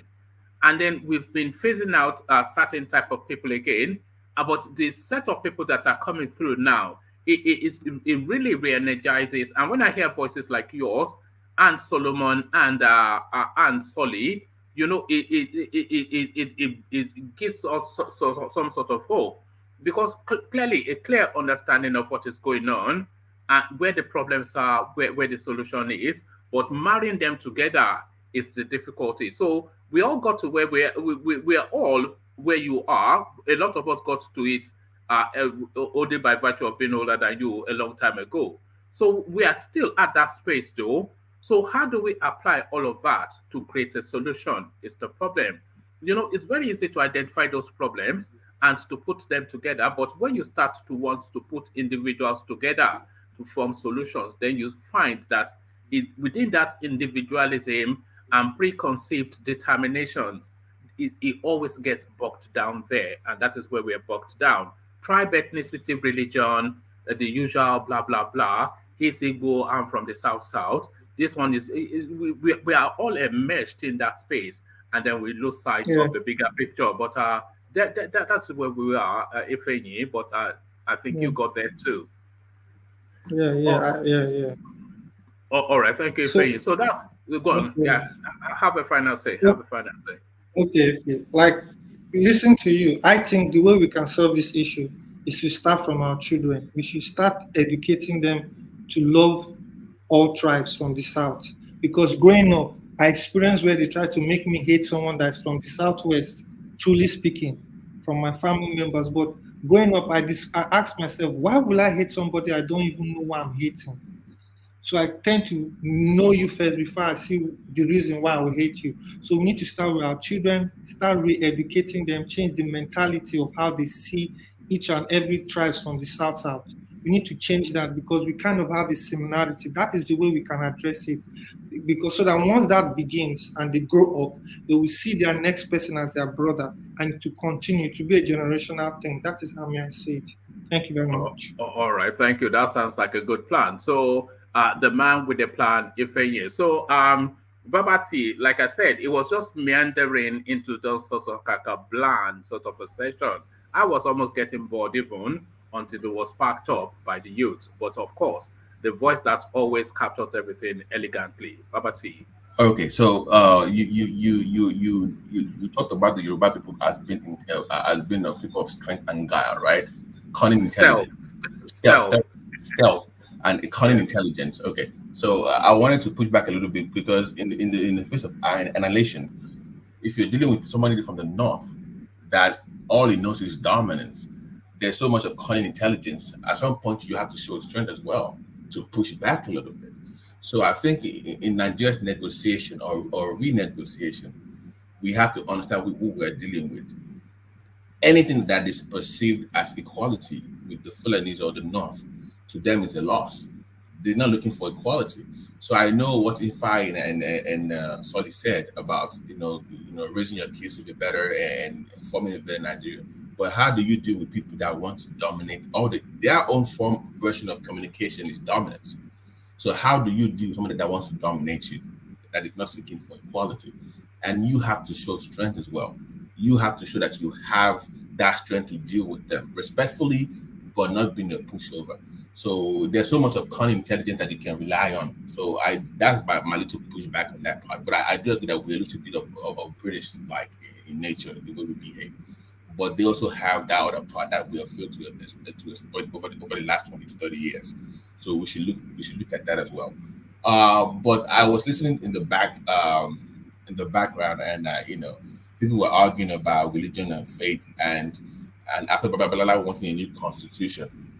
So I was going to ask Rational Mind that in a fair and balanced debate about coming up with a new constitution, the honest truth is that they do not have to give up power. There has to be equality in terms of revenue sharing, in terms of local government that you have, in terms of state government, because there's an imbalance that gives them that power. And I'm saying that they are not going to give that up willingly.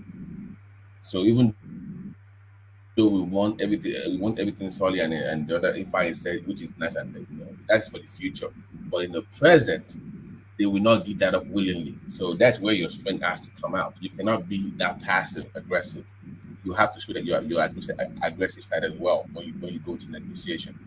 But in terms of politics, and the South not coming together to have one voice is because we're culturally different. That is just the honest truth. But I think that we can work together, not necessarily trying to come together like in terms of culture, but just understanding what we are up against. That is my own point. Forget the cultural part. Think about the politics. It's about mutual interest. It's not about believing in the same ideology necessarily, but if you have mutual interest in what you're looking for, you can achieve a great thing. So I think we should just focus on the interest of the South, not the cultural differences that we have, because we're different. Let's not let ourselves we're different. Okay, we can work together even though we're different people. If we focus on the same interest that we have, and that is to stand up to against the North and not being dominated. That would be my own submission in that regards. But it was a great debate tonight. I really enjoyed myself. I know you said you were bored a little bit, but it was funny sometimes. It dragged a little bit sometimes. But I mean, it's gotten better. One man, it's gotten better. 20 years ago, people have stabbed each other, killed each other, and just cussed each other out. But at least we are having honest conversations about Nigeria at this point. So we've improved a whole lot. And I am actually looking forward to the INEC actually having the parties put their names in finally. That way we can actually know who's running. I won't mention my Chinese name tonight. I know you guys are tired of listening to that. I won't mention his name tonight. But that's still my guy. I'm rocking with him. Great platform. I've seen the progress. I'm proud of one man. I'm proud of everybody that comes on the show.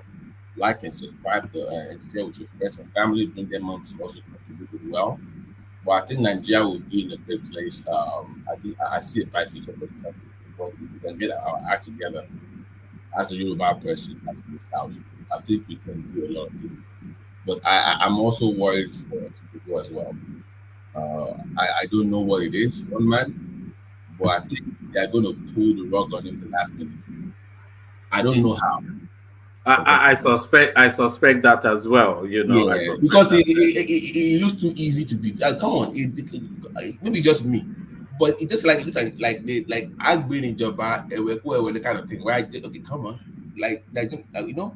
I'm like, this thing is too easy. The way this guy is carrying himself, like something is not right. It's too good to be true.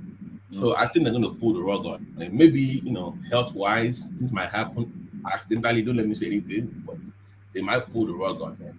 Peter will be accidentally, deliberately, Abby. Yeah, who they gonna pull the rug on? Who? Tinubu. Bioma Mutini. The Abiola tea. Yeah, just drink tea. I don't think he's going to survive. There's no, come on. Maybe just me. Then one man, you share the same opinion too. That is too good to be true. It just doesn't feel right. Something is wrong somewhere. But to Peter Obi's fans, we love your guy, but I don't like his fans. They're like a mob. They go everywhere like bees, just bullying people into submission. Even one man has been bullied into submission. Sadly, he's giving up. He's throwing up his hand like, okay, I'm for Peter Obi now. I'm like, one man, what happened? Look, what can you do now? When you are trying to explain this thing and they start to call you an ethnic this, you just want that. Okay, I think when the event will show them the folly of their ways. So you've tried to explain it to them. It's just they raise their optimism, and then it will get dashed, and we know for certain, of course, they will blame the Yorubas because this is what remember I gave you the 5 excuses. I actually downloaded the video, by the way. I told you number 1. You said that tape.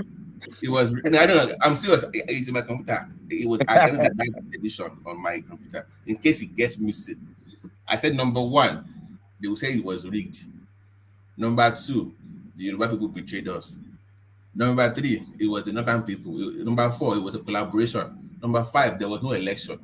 They will find a way to come up with something to tell you. And I'm saying that Atiku will still get more Igbo votes than Peter Obi. That is, I mean, look at what is going on in the kitchen again. I want to see. Do you even have the numbers for the Labour governorship candidate? What did he get? Well, we just did one polling unit and it's called 0. Tinubu scored 170 because we have to use their principles. Tinubu scored 173 in that polling unit. Atiku scored 70 something. Labour Party 0, NNPP 0. And then SDP scored about 50 something, which is Shegoni. But these are all the indicators now. Are these not the indicators?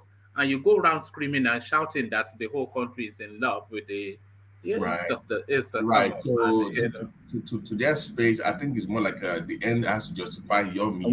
One man, were they not almost 3 cutlass at you on Niger Watch today? Oh, did you see me there? I was listening. I was driving and I was listening. I said, "This is one man." I went there to go and put. Irene, she was the one that comes here. She was the moderator. This Irene, she was the moderator there. So that was really why I got there. This lady here, so she was the moderator. But do you know that the platform is specifically for to champion Obi? Yes, I knew. That was why you know me now. I like to. So I decided that I will go there and beat them down with intelligence. But I knew they were looking for a reason to come at me, but I didn't give them the window. So I was. Yeah, you heard me now. I was just paying them like I really enjoyed myself. I think I'll go back there again. I didn't know you. I know, but did you if you go back there the next time, if you happen to go back there, just ask them. Pansat he sent a super chat that they should kick you out. Oh yes. Oh really? Wow. If you see the abuse, you see the abuse. You see what I'm saying? They call woman the Yoruba propagandist. I just love it. So I didn't know that. When did this happen? When did you go there? It was just earlier, just before I came and started my session. I was just I had no time, so I just popped in there. Because I see them, sometimes you see all these things, so one day I just went in to see what was going on there, and I saw that it was just a bunch of Bendelites, doing their doing their usual hoopla. So I thought this would be a fun place for me to go and poke some fun. So I went there and I poked some fun, and they just went wild. I thought, okay, this is meat and drink for me. So I went back today again and I poked a little bit again, and they were just, some of them were nearly jumping out of the window. It was just so wild. I just thought, look at these people. It was fun. Yeah, it was fun. But man, when you have time, maybe there's a day in a week. I'm not trying to control your show, but when you have time, you maybe make a topic and just ask the question, why have they abandoned Nnamdi Kanu? Like maybe just a day to dedicate to IPOB member. What happened to, because they are almost the same people now championing Obi now.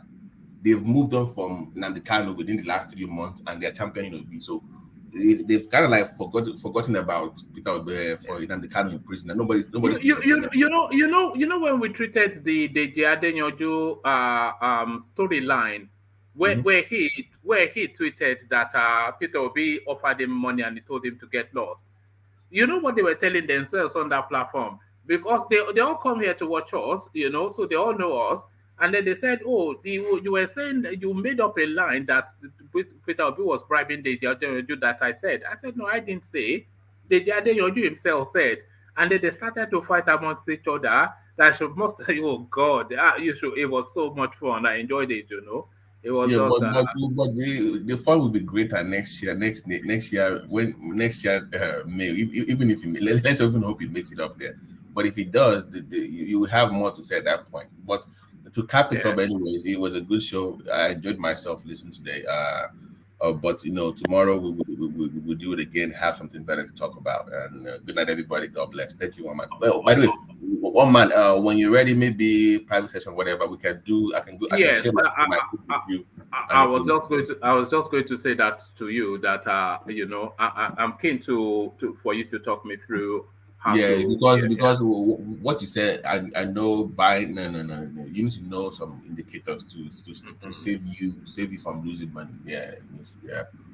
All right, brilliant. All right, thank you, Babati. So that's Babati. Ajale Koko, I didn't know you were listening to me in the background. But I was. I said, I just switched on my phone and I said, wow. I said, this is one man voice right here. So I was listening through, and I can hear all the bashing, and they ask you, the moderator said, look at people. If you look at your screen, that's the moderator there. That Irene. Irene, you should come on. Come and give me a review of my performance. Irene, she was the lady coordinating the session. Oh, she was the one coordinating. Yes. But the guy, there's another guy. Maybe he's the one that owned the one that was wearing the sunglasses. Yeah, the guy was there. He said, on my show, I don't know what you're doing wrong on the show. It was quite a forceful character, isn't he? I don't know what you're doing. A lot of people on the commenting section are passing bad comment about you. I say, what is your own business with the passing comment? They don't like you. I said, they don't like you. I said, look at this guy. And then they mentioned, this guy, this show, this platform is meant to support to be. I say, I see. Yes, what would you say that? You say your platform is there to support to be. I was so people that are of different view are not welcome there. That is what he's saying. I said, there was one day, one guy among them, I think it's one of their top... that was where Theobala came from. Theobala, that's where he came from. Oh, he returned there was a day I was listening during the week. He was talking to the guy. That guy so awful. He didn't come. He's not... he ran back there. I was listening to him the other day, and he said he was telling the moderator, maybe it's Irene that was moderating on the other. He said, thank you for... letting me in, and after all, this platform is not like the other platform where they want to tame you on what to say, where they want to guide you on what to. I say, he's referring to one man right there. I said, look at this guy. I see one man control him on what to say. What man doesn't control you? He just puts some question to you sometimes when you are running some fallacy, but they just. They just don't want people to ask hard questions. I just discovered the place not that long ago. Sometimes you just sit on the side that. It was sometimes last month that I discovered it too. So sometimes when I'm free and doing something in my office, I just put it on, be listening to them. All of the elements that we've just they were not quite up to par here. You see them there. This guy, Eastman learned something. Some guy like that has the yes. He is always there. Tony is always there. They're always there. Just doing their Osage something or the other. Since he said it's for Peter Obi, I just concluded that there's nothing there. It's just to Look at this. champion. I mean, Irene is saying he did not say. He said that. Now you don't heard him say that. He what did said you say? he said he did not say that. He said the platform is to support Peter Obi. The owner of the platform said so. So That's what he said. Yes. That's what he said. I heard him. I never knew that is for Peter, but when he said it today, I said, oh, this guy has messed everything up. Yes. There was a day I was free. I was trying to join them, but I said, let me just leave them. Let me listen to them for some weeks, and then I can know whether this is the platform I can go and contribute some little thing. But I've been seeing the direction. I see that is more for Obi. So until today, when that guy, he confirmed it, he said it loud and clear that this platform is for Obi, is to support Peter Obi. I say, oh wow, okay, yeah. There it is. Well, it was and you call it Naija wash. You want to talk about Naija? You are talking of only Peter Obi. You want people to come and champion only Peter Obi there. What kind of platform is that? Yeah. The first time I went there, I called Peter Obi. Irene is listening. Or maybe you can go and advise him to change the name to Obi's Watch. Obi's Watch. Don't call it Naija Watch. The first time I went there, that's my second time there. The first time I went there, I called Obi a non-entity just to to charge them up. Oh God! You just went boom. I just thought, God, is it that easy? Okay, if it's that easy, then thank you. I'll be coming there all the time. There's just a funny bunch. Funny bunch of people. Oh God. My goodness me. It was just fun, Yeah. So I Coco to you. Yeah. Oh, Irene, I think I've watched you moderating, and I really want to commend the good job you're doing. I watched you sometimes last week, or maybe no, I think during this week, maybe twice like that. And I see the way you conducted. I think you was quite impressive. You did a good job, and just moderated. I mean, when you are moderating, just do it well. You are doing good. I like you for a good job you're doing on that show. But maybe you need to advise the other guy who maybe is the owner of the platform, to make it open for other voices to come in. Let people come and ask questions about Obi. People that want to attack him, let them attack him. And that is the way there's somebody that wants to be our leader. You cannot be just one-sided. You can't support one man, one person, when we have a lot of them. Showore is there. Some other people from SDP are there. So let us just put every one of them before Nigerians and let Nigerians just decide on their own who they want to go for. But yeah, that's the little advice I can give you, Irene, if you're listening to me. Other than that, you see, when I listen to some of our young ones with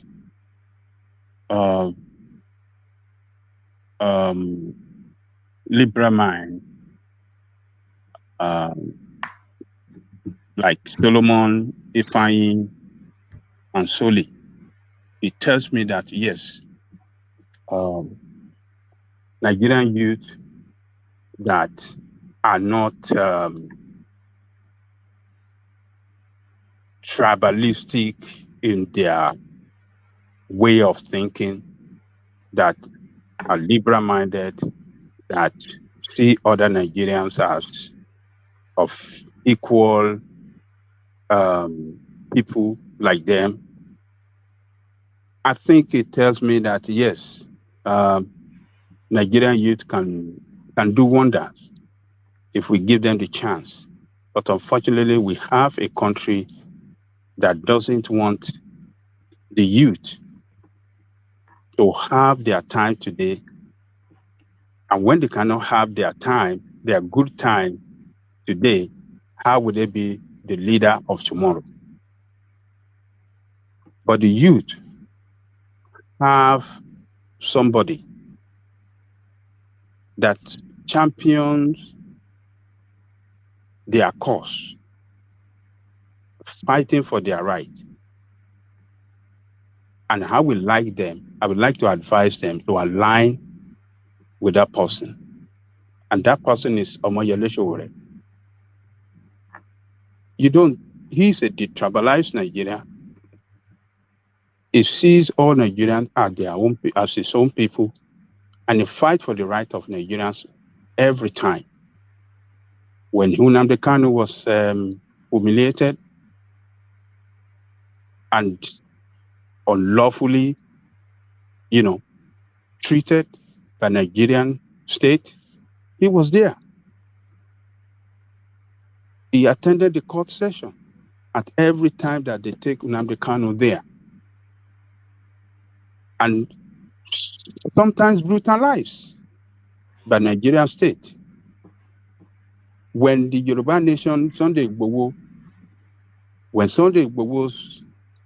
house was raided and some of his people, his aides were picked up and taken to detention, he was there fighting for them. He attended the court cases until when these guys were released. That is the person fighting for the right of you and me. So I think Nigerian youth must identify who is really fighting for them and who they should align with. Politicians, whether you like it or not, they are friends to each other. Obi is trying to align with Kwankwaso. I don't see why you want to accept that to align with Kwankwaso, but you like Obi, but you don't like Kwankwaso, but you approve him to align with Kwankwaso. It just doesn't make sense. So all the politicians jumping from one party to the other, they know each other, they are friends to each other. And all of them, I think we have to do away with them. We have to get a new set of leadership that will work well for the youth today, and we prepare ground for the youth to be leaders of tomorrow. So that's my advice for your youth. Omoyele Sowore is the one that can do the job for you. Go for him. He's the best of the best. He has his own party. He created his own party. This problem of aligning, yes, he can align with another party that have the same ideology with his own party. Yes, but he refused to align with criminals, with political parties that have destroyed your country, whether PDP, APC, NNPC, Labour is not exception. All of them together are the same people. So the same people driving all the same party, all those parties. So none of them will ever represent your interest or fight for your interest. That's my advice to Nigerian youth. Wake up, stand up, fight for your right today so that you can have a better tomorrow. And then our coming generation can come and meet a better Nigeria. Nigeria will work for them. So other than that, let me thank people that have been listening to us from the beginning to this time. I thank you all around the world. Please click on the like button, share, and subscribe if you have not subscribed. People at the commentary section, I thank you all from the beginning to this time. Keep on doing what you know to do best. You are the strength of the platform. I thank my brother Alexander Gomez, the chairman, brother Tosi, one man went to more. Kashe, Alessandra Kashe, I thank you for your good job. I thank Otis. Thank you so much for your service to our great country. I thank our sister Irene. I thank my sister Bunksma. I thank Jaja, Slash Mankind, Ask Google, every other person. Please, I don't mention your name, but I thank you all. And one man, you are the best man, driver of the platform. You're driving us well all the time. We will not desert you. We always come around to join you anytime that you land. Anytime that the eagle land, anytime that the eagle is around, we will join him. So thank you, Woman the Eagle. We'll see you tomorrow. All right, thank you, Ajan Lekoko. So well put. So that's Ajan Lekoko rounding things off as only he can. So that was Ajan Lekoko, and yes. So really, yeah. So I didn't even know that Ajan Lekoko was listening when I was on Irene's platform, just having a little bit of fun and games with the Bendelites. So that was fun, you know. So you do these things sometimes for your own personal amusement. So you amuse me greatly. I shall be there, maybe not immediately, but at some point in the future.